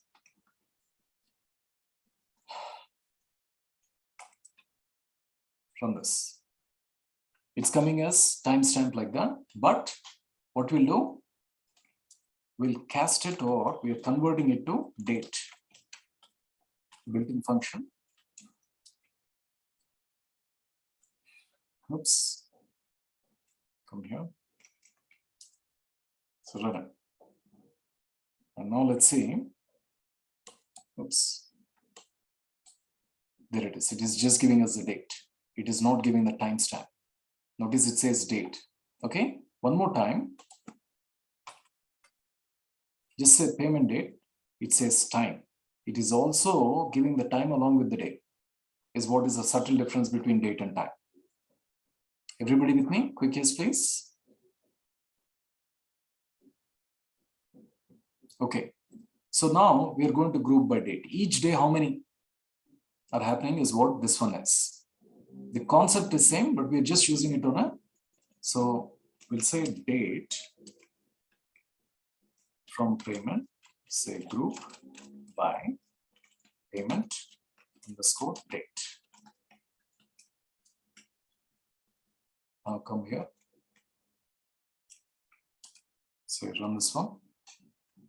So there's the date, but what do we need? We did not know how many. So what should we do? We should say count of amounts of each day, how many transactions came in, how many amounts came in, how many payments came in is ideally what we would be interested in. Everybody so far okay with payment date? So each payment date we are grouping by each day. If you want, you can keep it as time and we can group by the hour, the time, the day, or I mean, we can go into very microscopic details. That's what we'll do in a bit. So now sum of amount. So what we'll do, we'll come back here. We'll first modify here. Group by. Paste it here. Say sum of amount. So each date, what was the amount total amount that came in? Sure. Let's run it. Okay, it's collapsing it. So on April 30th, that was the total amount. What can we do? Group by. We can also add. Ideally, what we'd be interested in is which are the days where we are getting most order by sum of amount. And more precisely, we'll go descending. We want the top amounts. 514. Ideally, in an analytical world, what will they do? What was 514? That is May 14. Why did we collect so many? So why did we get so much money? Why did we make so much money? What was happening that day? We try to go into details. Was that a festival? What kind of festival? Is it an Indian festival, Mexican festival, or some other festival? So what will they do? May 14, whatever that festival is, imagine, or maybe there was a football game, maybe there was a cricket game which was running and a lot of customers came in, or maybe there was a new movie released. What are these? These are all the things that they will try to understand in analytics for. And what will they do? They will be prepared for the next one. Next time, next year that this day is going to come. We collected some huge amount of money. That is ideally why we do group by. We try to perform this kind of operations. We try to understand insights like that. Everybody catching it, guys? Quick yes, please. Okay. So now order by sum of amount, that's what we did. We're descending. So we have two staff members with staff 1 and 2. One is Rahul, another one is maybe Praharsha. We want to give a bonus to the staff member that handled the most payments. Most in terms of number of payments processed, not total dollar amount. In terms of number of payments processed, how many, not the total dollar amount. Oh, that's deep. How many payments did each staff member handle and who gets the bonus is what is the question. Okay, here we are taking 2, but in real world, they will have multiple. They may have 10, 100 or 1,000 of the staff ID and things like this. So this is what, let's say 1 is Rahul, 2 is Praharsha. So Rahul is at 7,200 and Praharsha is at 7,300. So the total number of payments that were handled by Praharsha is greater, is what it is. But what should we do? We should use the payment table, understand the difference between count and sum. Okay, so let's say back here, we need to group by and we need to group by the staff and we'll do count. Okay, let's try to see if we can do that. So where is our group by? Back here, we'll copy this one.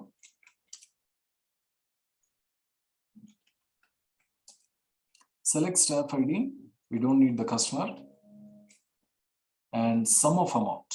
More precisely, instead of sum, we'll say count here. Count of amount. We don't need customer ID.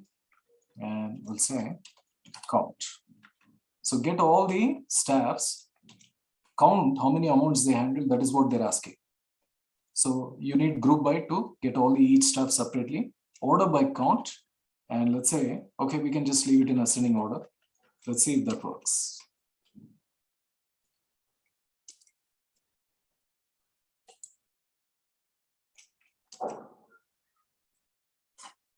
$7,292 and 7,304. That is exactly what we are looking at. Everybody catching it, guys? We are group by means separate each staff, separate Rahul's rows and separate Praharsha's rows. Then what is happening? After you separate, the count is happening. And we are ordering in an ascending order. Are you able to catch that, guys? Are you able to conceptualize that? Quick yes, please. Niharika?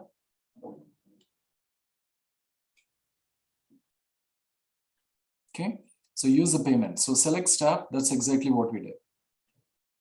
Okay, we can also, instead of saying count, we can also say star. So now here is another one. Corporate headquarters is conducting a study of relationship between replacement.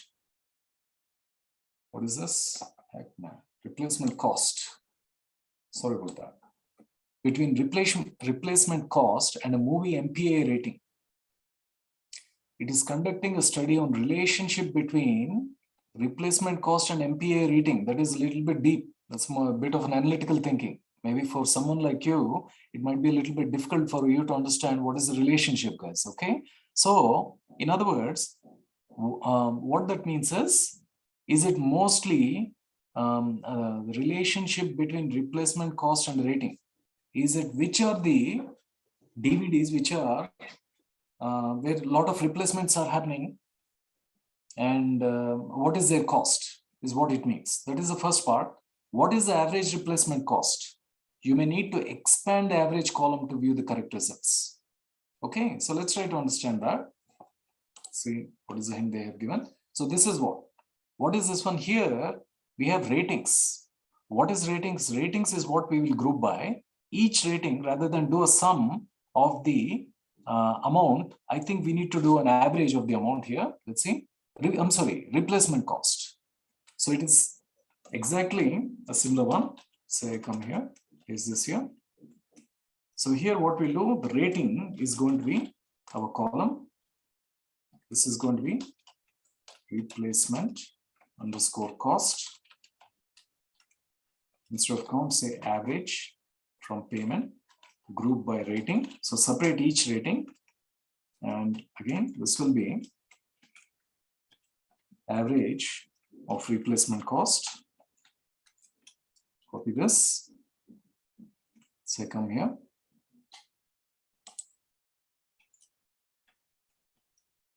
Let's run that. Select rating, group by rating.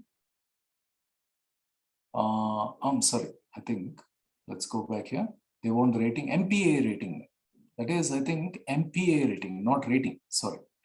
So that is, the column name is MPAA underscore rating. MPAA underscore rating. Let's run that. MPA rating and average, okay. Oh, what else? So replacement cost is okay. Move MPA is okay. What is the average replacement cost of the MPA rating? Let's see. If you come back to the payment, we have payment ID. Oh, I see. Okay. Let's see the hint, what they have given. Use a film table. Okay, I'm looking at the wrong table. I need to look at the film table. So ideally, you don't have to be very perfect in understanding whether you need to look at film table or payments table, guys. This is generally we can ask around, we can ask our colleagues, we'll get that by experience and things like that. So what do we have here? Replacement cost is here. And which one is rating? Rating, sorry. So rating is there. Replacement cost is there. This should be fill. Okay, let's run this one. There it is. The average is 18.9. And if you look at our output, and I think this is in a, what did we do? So they discern. Oh, okay. Hints. You recall the average returns back many significant digits. You can either stretch these columns or use round to fix the issue. In other words, let's say back here, if you just say that will give you too many digits. So we'll say order by average. We'll say round, comma, let's say 2. That will round it. Say back here.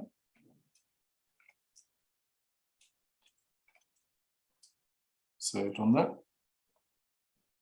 Right. I think I didn't fix it here from fill.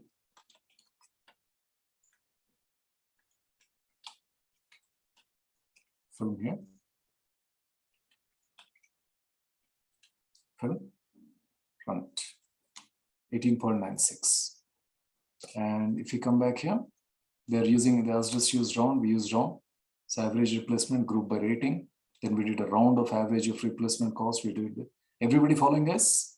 The moment you see group by, the complexity comes in. But if you're able to tell yourself, conceptualize that when you group by, you're separating each rating separately. And then you're performing average, minimum, maximum, whatever that is, you'll be able to simplify it. You should be able to visualize that process. Quickest place.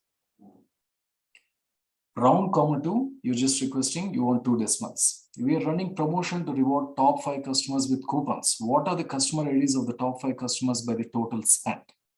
They're running a promotion to reward the top 5 customers. Who are the top 5 customers? Generally, customers who are spending a lot at your shop are the top customers. Among them, give me the top 5. That means I want the most guy who spent the most on the top, which means a descending order. So we are looking at customers now. What we want is each customer ID and the sum. So customer coupons. What are the customers? By total spend. I think that is the amount. Okay, so let's say the hint there, let's see what it is. Use the payment table, use the order by. Recall, you can order by the results of an aggregate function. You may want to use limit to view the top 5. Okay, so let's say back to here, scroll down here. Here's the payment table.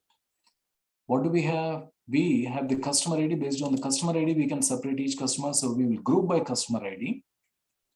Then order by. What he wants is the top spend, that will be the amount. So let's try to see if we can write that. Come here. We'll say we want select will be customer underscore ID and round of average. And let's say instead of average, we want sum here because we want the total. Instead of replacement cost, that will be amount. We'll round it to 2. This will be payments table, group by customer underscore ID. This will be, one more time, order by sum. This will be amount. And this will be descending order. And then they just want the top 5. Oops. Limit 5. Let's run it. There it is. Let's see. What is the result? So customer ID, sum of amount, group by customer. Let's see where is the result. Here. 148 at 211.5. Next one, 526, 208. Next one, 178, 194. And so on. Everybody catching it, guys? Quick guess, please. Niharika, are you catching it? Okay. What you guys do is just step by step, just like me. You try to practice it step by step, and just do it once or twice, guys. You'll get very comfortable, and that should become very easy. Is what it is. Okay. The next one, adding one more condition using having. Having allows us to add one more condition. So let's see what it is. Select company sum. So here we're grouping by a company. Where each company, what is the total sale, is what this will give. Now here is where company is not equal to Google, group by company. But what if you want to filter based on sum of sales, is what we are asking. That's a slightly deep one, a tough one, but let's see what that means. We cannot use way to filter based off aggregate results because those happen after a where is executed. That is slightly going deep into the technical details of an execution, where we are saying the sum is getting executed after. First where is getting executed, then the sum is getting executed is what it really means, which you will probably not understand. But let's take an example. So what we do, instead of where, we also give something called having sum. Having allows us to aggregate the result as a filter along with the group by. Okay, so again, we'll try to understand that. Select company sum of sales, having sum of sales greater than 1,000. So let's see, let's take one step at a time. Let's go back to the payments table. Say select. And what are we doing? Customer ID, sum of amount. So back to customer ID, comma, sum of amount. Say from payment. And we're grouping by customer ID. Each customer ID group by customer underscore ID. So let's start with this one. Back to admin from this. Okay. So each customer ID, what is there? Total amount we made, amount money we got is what this is doing, guys. Okay. Now what we'll do? Paste it again.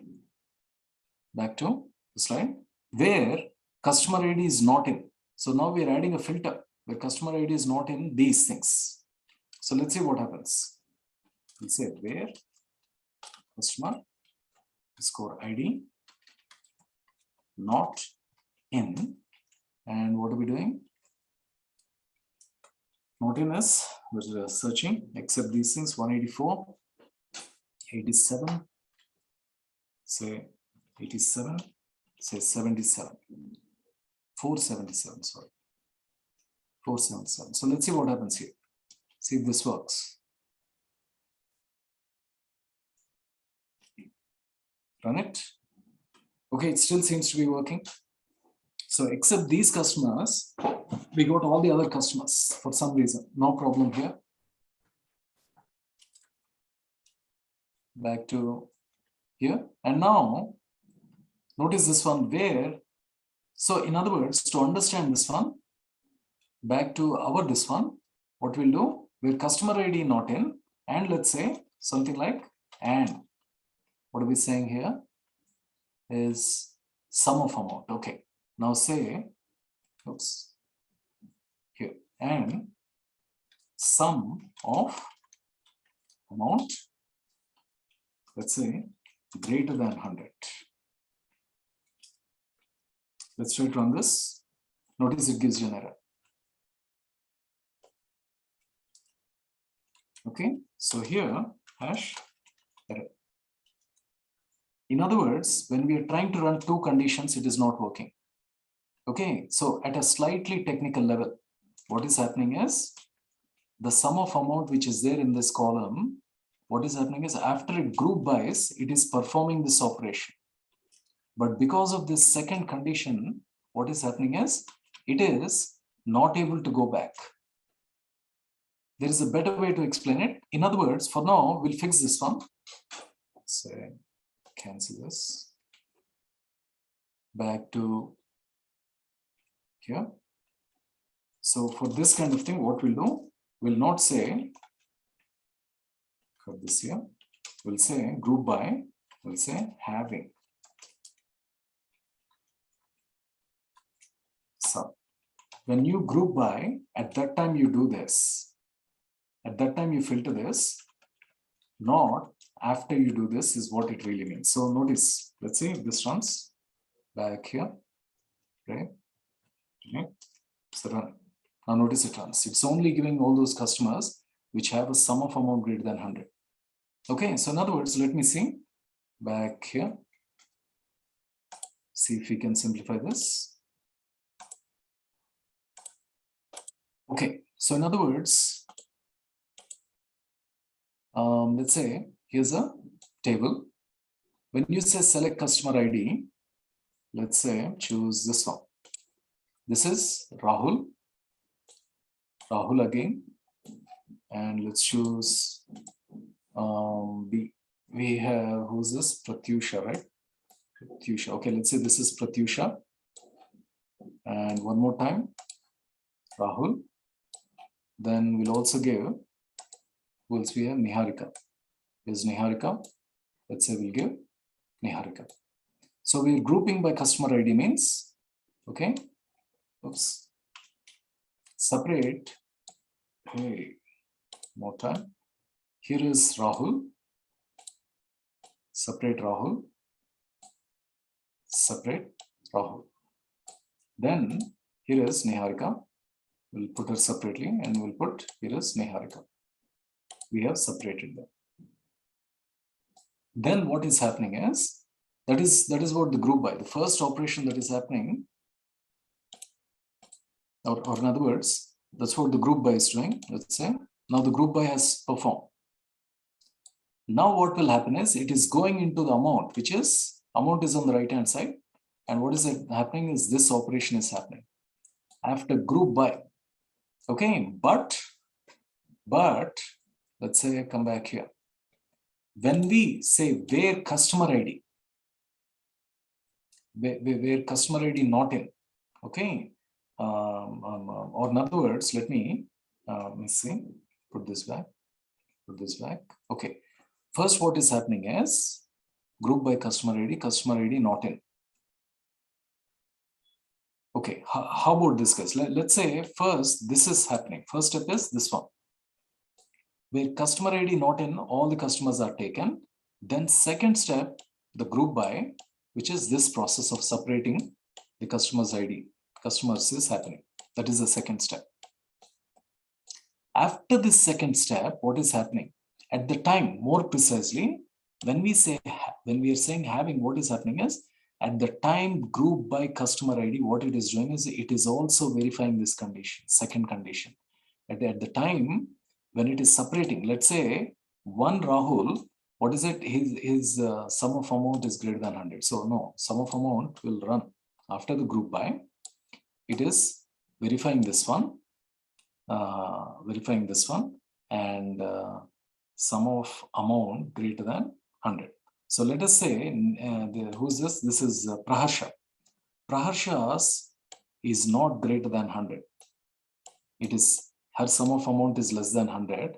What will happen is, finally we will get, here is Rahul and here is Niharika, whose sum of amount is greater than, but we will never get this one. So when you say group by, having, what is happening is at the time of grouping by, first what is happening is where is getting executed. Then when you do group by, it is executing this filter. It executes this filter. Later again, that filter is getting, that aggregation is happening.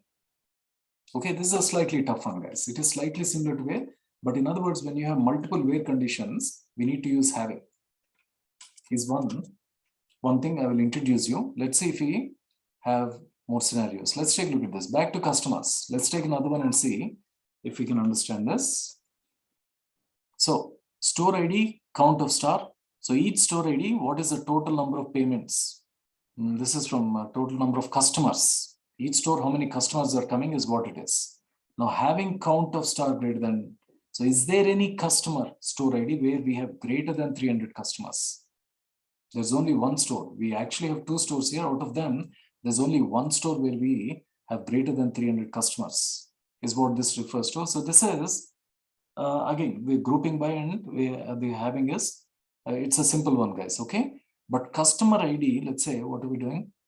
From customer. So count of customer ID is greater than, okay. Count of customer, count of star or customer ID, okay. Whether you say count of star, whether you say count of column is the same thing. And the same thing, the from customer. Count of, instead of count of star, I'm just replacing with count of customer ID. Okay, so in other words, let's try to understand by looking at a few of these. We are launching a platinum service for our most loyal customers. We will assign platinum status to customers that have had 40 or more transaction payments, which means, what it means is, we want to understand our loyal customers. Who are our loyal customers? They keep coming to us for many times. They've been there with our customer, with our business for a long time. They are generally loyal customers. What do we want? All the customers who have more than 40. It's like, you know, they are having greater than 40 transactions is what it means. What customer IDs are eligible for platinum status? That's what we need to find. So what they need is, these are the customers, they have greater than 40 payments made. They are our loyal customers. That's what they want. What is the hint? Use the payment table and recall any column can be passed into a count call. Oh, okay. Let's see if we can write that. We're looking at customer. So say, copy this one. If we come back here, we will assign platinum status to the customers that have had 40 or more transaction payments. 40 is how many payments they have done. It is not the sum, it is the count of payments, is what it means, guys. Okay. Oops. Is what it is. So let's say instead of sum customer, we will say that will be count of amount from payment. We don't need not in here. We group by customer ID having count of amount greater than 40 from the payments table. I think that is one which it needs to. So run it. Where customer ID. So now again, where customer ID. Oh, sorry. I don't think we need that. Where? Run that. So 526 and 42, 148, what is it? So we're missing one of them. Greater than or equal to. I should say having greater than or equal to So run it. There it is. So group by, we are separating each customer. And what is happening is instead of a where condition, we are using the having like that. When we use aggregation operations, what is happening is along with group by, we are also using having. Sir, what is the difference between where and having, sir? If we were to do this using, okay, let's say, if we were to do this using where, what we'll do is, let's say, first from here, put this here, select customer ID count of, so let's say, if we run this one,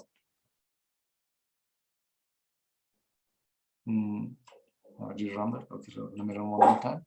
Okay, first you are running like this. Now, what are you getting? Customer ID 184 is 20 payments made. And what we want is now, let's say, where, what do we want? Count of amount is, let's say, greater than or equal to 40. So run this one. We're getting an error. Aggregate functions are not allowed. So in other words, it is kind of indicating in a where condition, you cannot use aggregate. You can say, notice this one. Amount is greater than. Let's say, let's try that one. Okay, so that's a big amount. So let's say 0.4. Now it works. Are you catching it? But if you put an aggregation, say copy this one. And in where condition, you're putting an aggregation. And that's when it gives you an error. So what you do, you get rid of this. You use having when you have to use a aggregation, which is like functions like this. Use having is our solution. Having count of amount from payment group by customer ID. Count having. What's the problem here? Okay, say come here. Amount, no problem. So I'm going to put this one. You get count of amount, you get a problem. Is where you get hash, say error, and put this one here so that you understand. Put this here. Now what are we doing here? Where, I'm sorry, this where is not needed. Select customer ID from payment. This will work because we are using aggregation. So let's run that. No problem. Are you catching it, guys?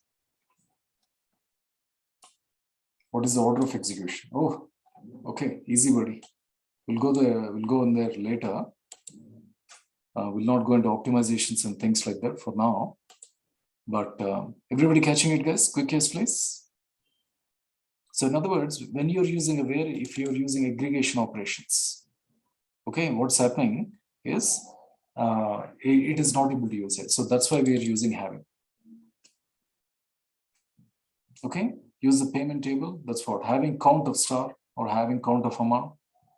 Okay, what are the customer IDs of the customers who have spent more than $100 in payment transactions with our staff ID and member 2 for a specific.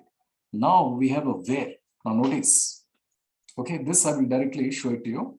Here is a hint.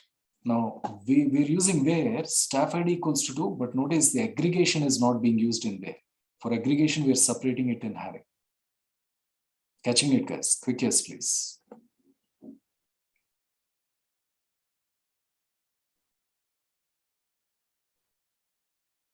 Cool. Gentlemen, ladies, are you catching it? Praharsha, Ganesh, are you catching it? When you use aggregation, don't put it in where, put it in having, is what it means. Okay. This I will save it for tomorrow, guys. This is where a little bit more complexity increases. And let's see, customer ID. Select customer ID, count from payment, group by customer ID. Having. Where amount? No. Oh yeah, is that working? Let's say copy this one. Let's see what Niharika has. Paste it here. She's first doing a group by and doing a where later. So let's say Copy this one. Cool. This one there. Where amount is greater than or equal to 4. So you put the where later, that is, I think, not a right way. Yeah. Reverse that. Cut this, put the group by later, not run it. We'll get it. Okay.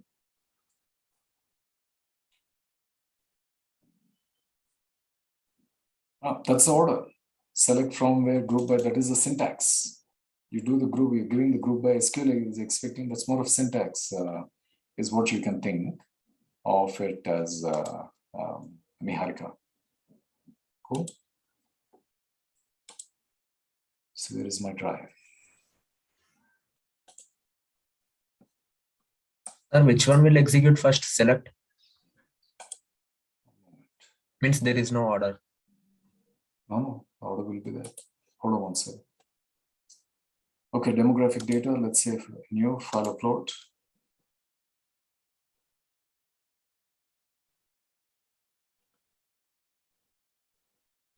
Let's go to TM. Sql Commands. Okay, so let's say, okay, what is it? What are you asking, buddy? Is it where or group by? Which one is getting executed first? Huh? Is that what you're asking? Yes, sir. Yes. The group by operation. So first we are selecting all the payments where amount is greater than or equal to 4, or is it group by? No. Okay, here is my guess. First, the where condition is getting executed. It will take all the rows where it is greater than or equal to 5. Then among them, it is grouping. It is separating each customer for sake of simplicity. Okay, buddy? If we write reverse, it will get error. Yeah. Is it get error? Yes, that's why it's giving an error. Okay, sir. Okay. Okay. So let's come back here. I've uploaded the file. You should be able to access it, guys. Where is this one?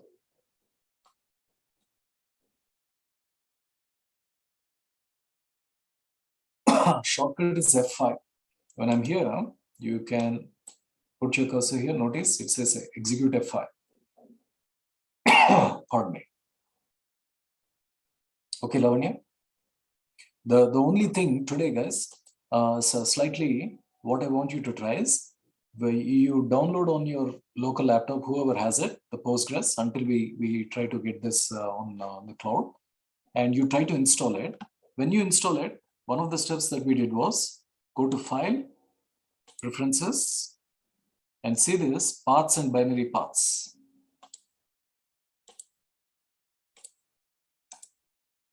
Okay, so here's paths. Under this one, there is binary paths. Okay, now binary paths, I click this. This is where in this directory, wherever directory, for me, mine is version 11. I think today, Lavanya installed version 14. That is probably what you will install. That path, the bin directory path, you need to specify here. Then click on save. For now, I'll do. After you do that, right click the database and say restore. And the file that I shared in that one, file says documents, where it is here, see that. All files. You say all files, and let's say where is this? Here is the DVD rental backup. Click on select, and that will create your database. That is something I want you guys to do. Try to do today. Okay.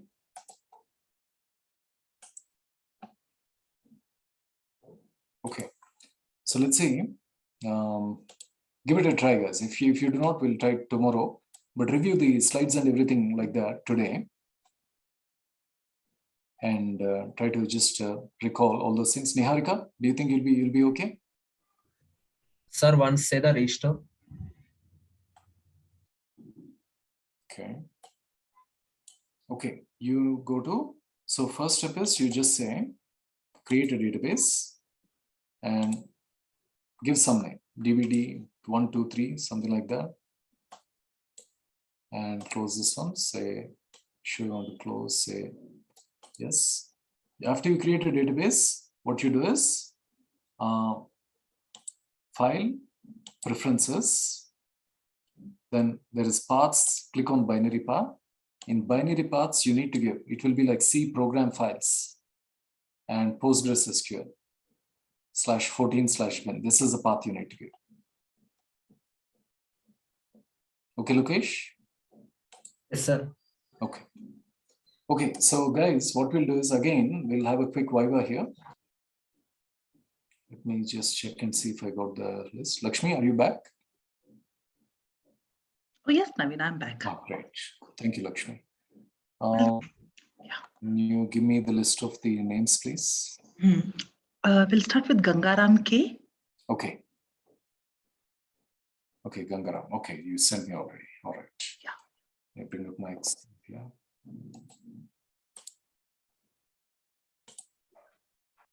Gangaram, can you unmute yourself, buddy? Yes, sir. One moment while I type this. Please come on video, Gangaram.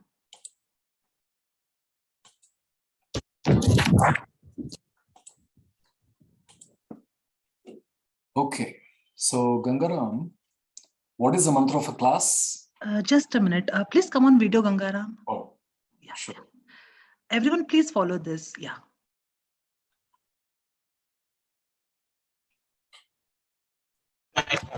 And on the video.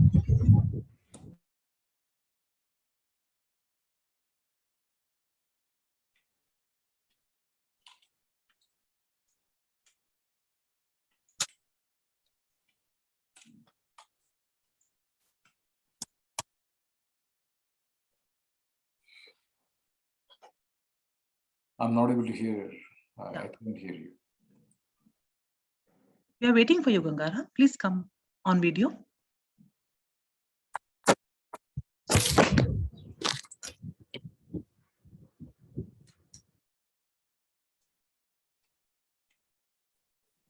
Thank you. Yeah. Yeah. Please, Naveen, continue. Yeah. What is the mantra of a class, Gangaram? Of variables and functions. Pardon me? Of all variables, functions. Okay.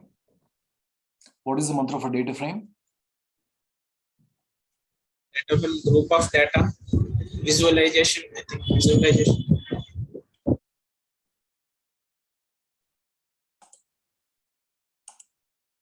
Okay, one moment.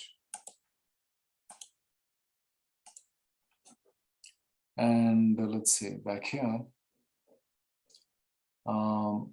What is OS?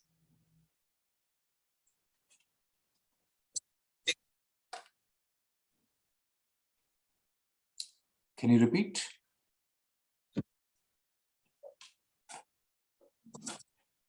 Basic operating system. What is it used for? We need to import for performing comply the founders. Okay.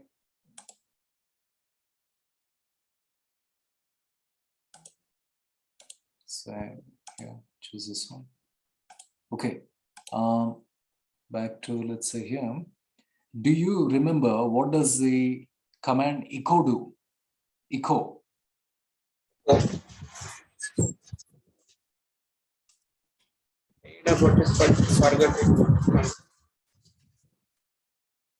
What is it? Forget it. Oh, okay. One moment.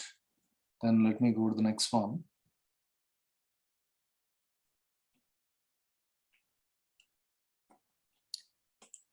Let's see, back here.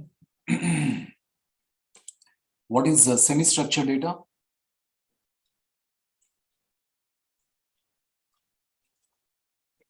Structured data means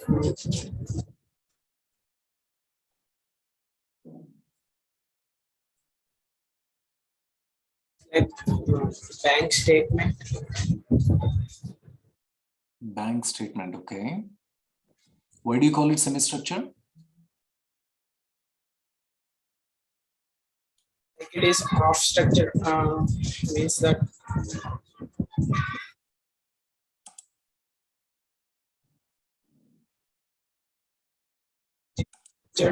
of 50%, like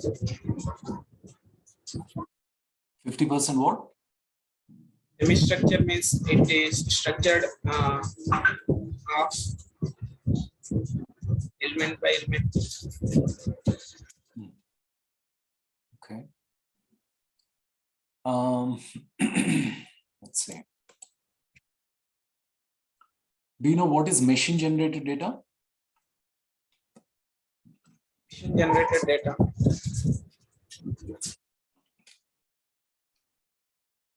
Output.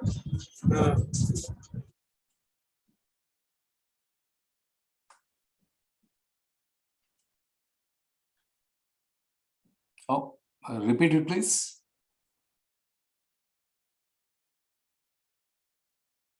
Output. Is the output, okay? Okay. Say, Generated data. okay. Thank you, Gangara. You can unmute yourself. You can mute yourself.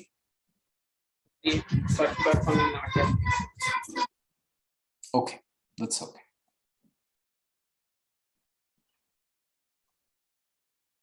Let's see who's next here. Harsha. Harsha, are you there? Yes, sir. Okay. Make note of you. Okay. Let's see what else we have. What is Hadoop, Harsha? Sir, Hadoop is nothing but which is used to it means divide the large amount of data into different servers. By using Hadoop, we can retrieve the data very fastly. Okay. For seeking of data protection, it means without losing data, we can retrieve it very easily. Okay. What is the command you use in Python for getting help? What is the command you use to get help? In Python, sir? Yeah. It gives the help information regarding to the Python commands.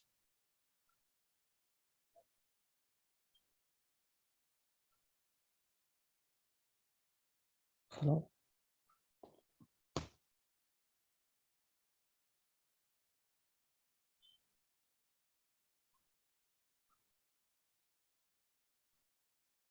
Hello.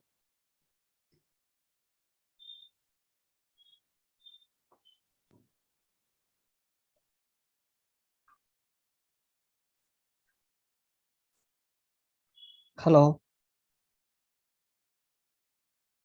Hello, Naveen. Hello. Is Harsha audible to you? Okay. Lakshmi, I'm audible to you? Yes, you're very much clear, Harsha. Yeah. Naveen has left. Yes, he'll rejoin back again. Team, only one insight from my side. Please focus on what question he is asking. Okay, understand the question first, friends. Okay, if you don't understand the question, ask Naveen to reframe the question. All right. So to make it more simple for you, your job should be easy. Like whatever it is, try to understand the question first. Okay, Harsha? Lakshmi, I have one doubt. Can you clear it? Yes, please. Can you tell me the remaining 8 names so that they can prepare? I cannot tell the remaining names. We'll do it as it comes. It will take more 10 minutes. So only 5 people. So more 3 are left. Yeah. Okay. Okay. Sorry about that. There's a power cut here. Sure. Where I was. What was my last question? Okay. I think Harsha, I was asking you, what is the command to get help in Python? Yes, sir. Just we can tab it and we can give the help command. It you use it to have the regarding to the object is it means what the passed arguments in the list are that way, sir. Okay. What is a matrix? Matrix is nothing but row and column. What is special about it? In matrix, we can we can add the element by element or a row or column wise data. Okay. And let's see. There is a subtle difference between array and a list. Yeah. In list, we can use different types of data. Whereas in array, we use certain amount of data like matrices like a 2D array and 3D array element by element likewise. Whereas in list, we can use a different combination of data. Okay. Do you remember what is the mantra of map reduce? Map reduce. Yeah. Mat or a map? Map. M-A-P. Map reduce. It is used, Naveen, exactly I don't know, but it is used to reduce the it means mapping the plots. Okay, good. Thank you, Harsha. Yeah, no. You can mute yourself. Next one, Durga Lokesh, are you there, buddy?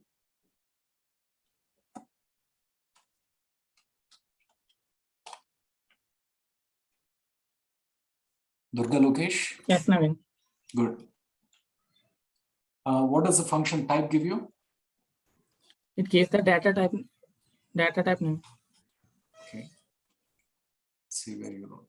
Okay. And let's see, come here. Okay. Do you remember what does the function linspace do?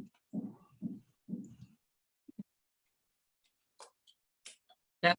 It gives the length, Naveen. One more time. Length of the data. Length of the data. Okay.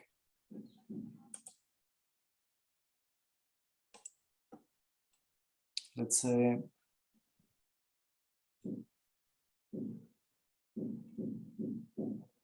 do you remember what is the function zeros used for?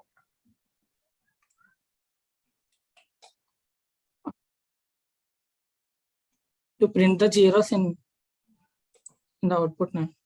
Okay. What does the command cat do? Concatenate. What does the command cat? Concatenate, Naveen. It Concatenate. reads the files. Pardon me? Reads the files. Okay. Yes. And let's see, come back here. Okay. Okay. What is the advantage of unstructured data?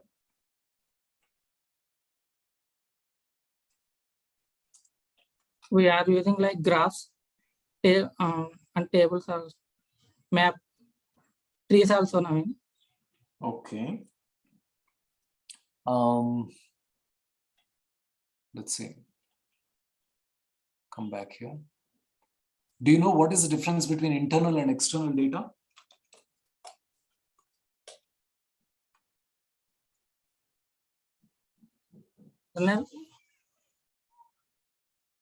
External data, we will give the input sign. Okay. So let's say this one should be good. And okay, that's it, the Durga Lokesh. Thank you, buddy. You can mute yourself. Let's see, next in the line is Subramanyeshwar. Can you come online, buddy?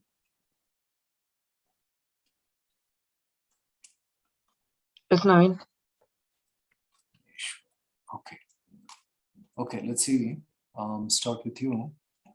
Please switch on your video, Subbu. Thank you. Yeah, but it's not working.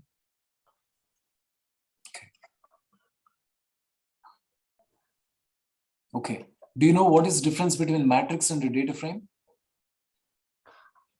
Matrix is a row and column, Naveen.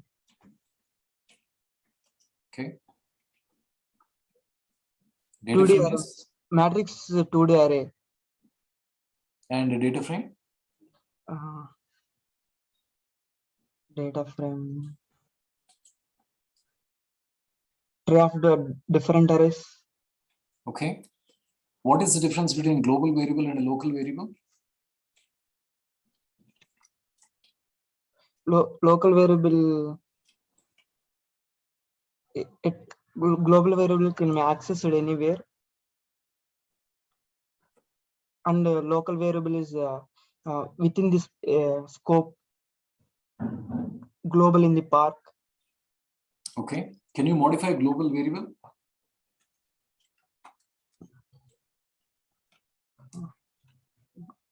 Local variable, Naveen.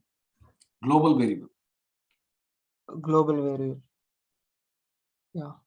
By using the word global, by taking the permission.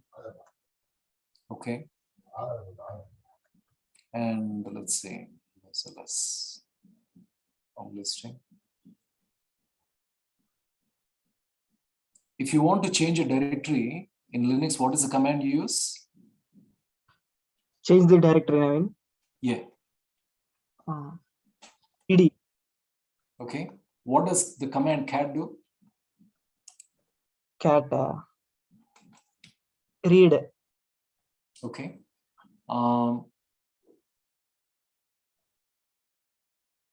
What is the meaning of data quality? Data quality.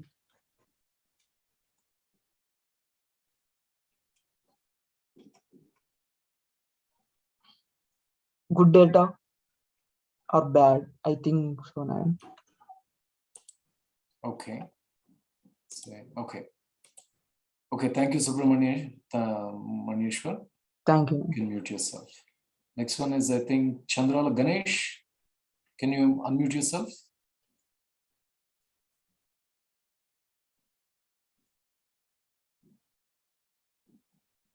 Yes, Naveen.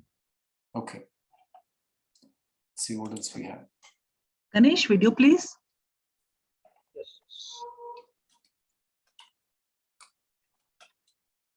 Thanks, Ganesh. Okay.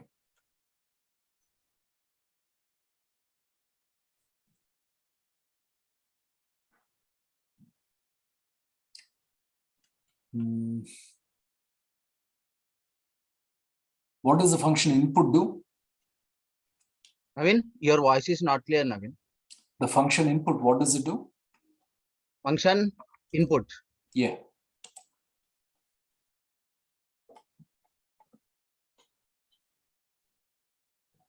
Net problem, Naveen. The function input, what does it do? Yes. It's insert value into program, Naveen. Please repeat. It inserts value in program.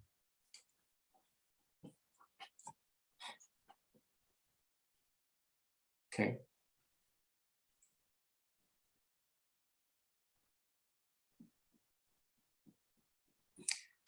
If you want to concatenate two strings, what is the function of the method that you use?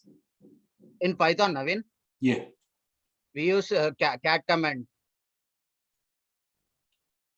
Okay. To concatenation of two strings. Okay.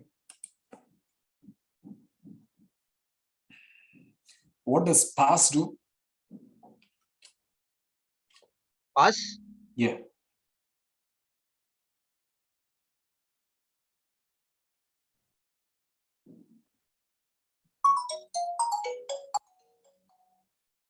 Hello, Naveen. What is pass? Pass, yeah. Pass is null statement, Naveen. Okay. And let's see, come back here.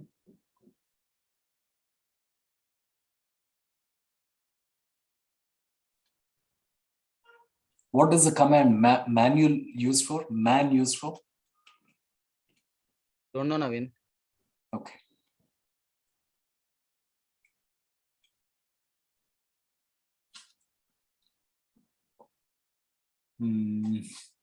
Can you give me an example of a data quality error or issue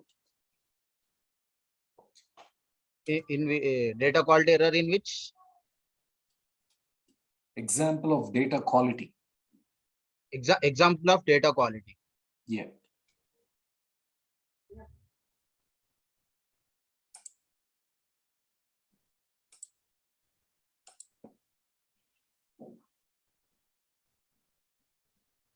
It's like duplicated data or something, interrupted data, something, Naveen. Okay.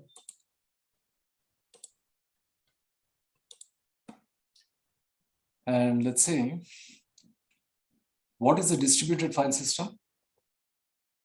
Distributed file system is it is used to have a to make use of a large files together to process in a single function system. Okay. Okay. Thank you, Ganesh. Okay.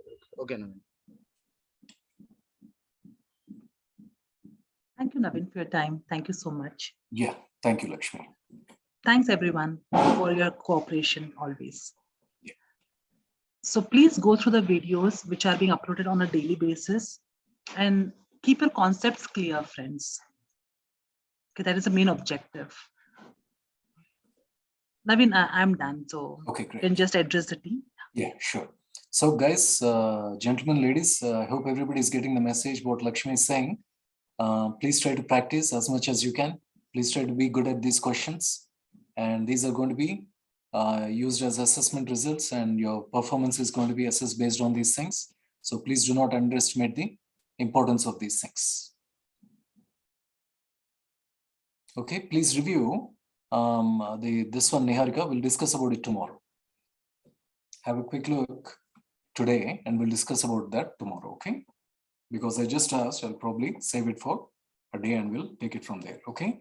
Gentlemen, ladies, all of you take care, stay safe, keep learning, but very important to stay safe, guys. It looks like on a daily basis, the corona, whatever that infection is increasing. So please take as much care as you can and do not unnecessarily get into the functions and the parties unless it is really needed. Try to be as safe as possible. Okay. So again, signing off for today, and thank you and bye for now, guys. Thank you again. Thank you, guys.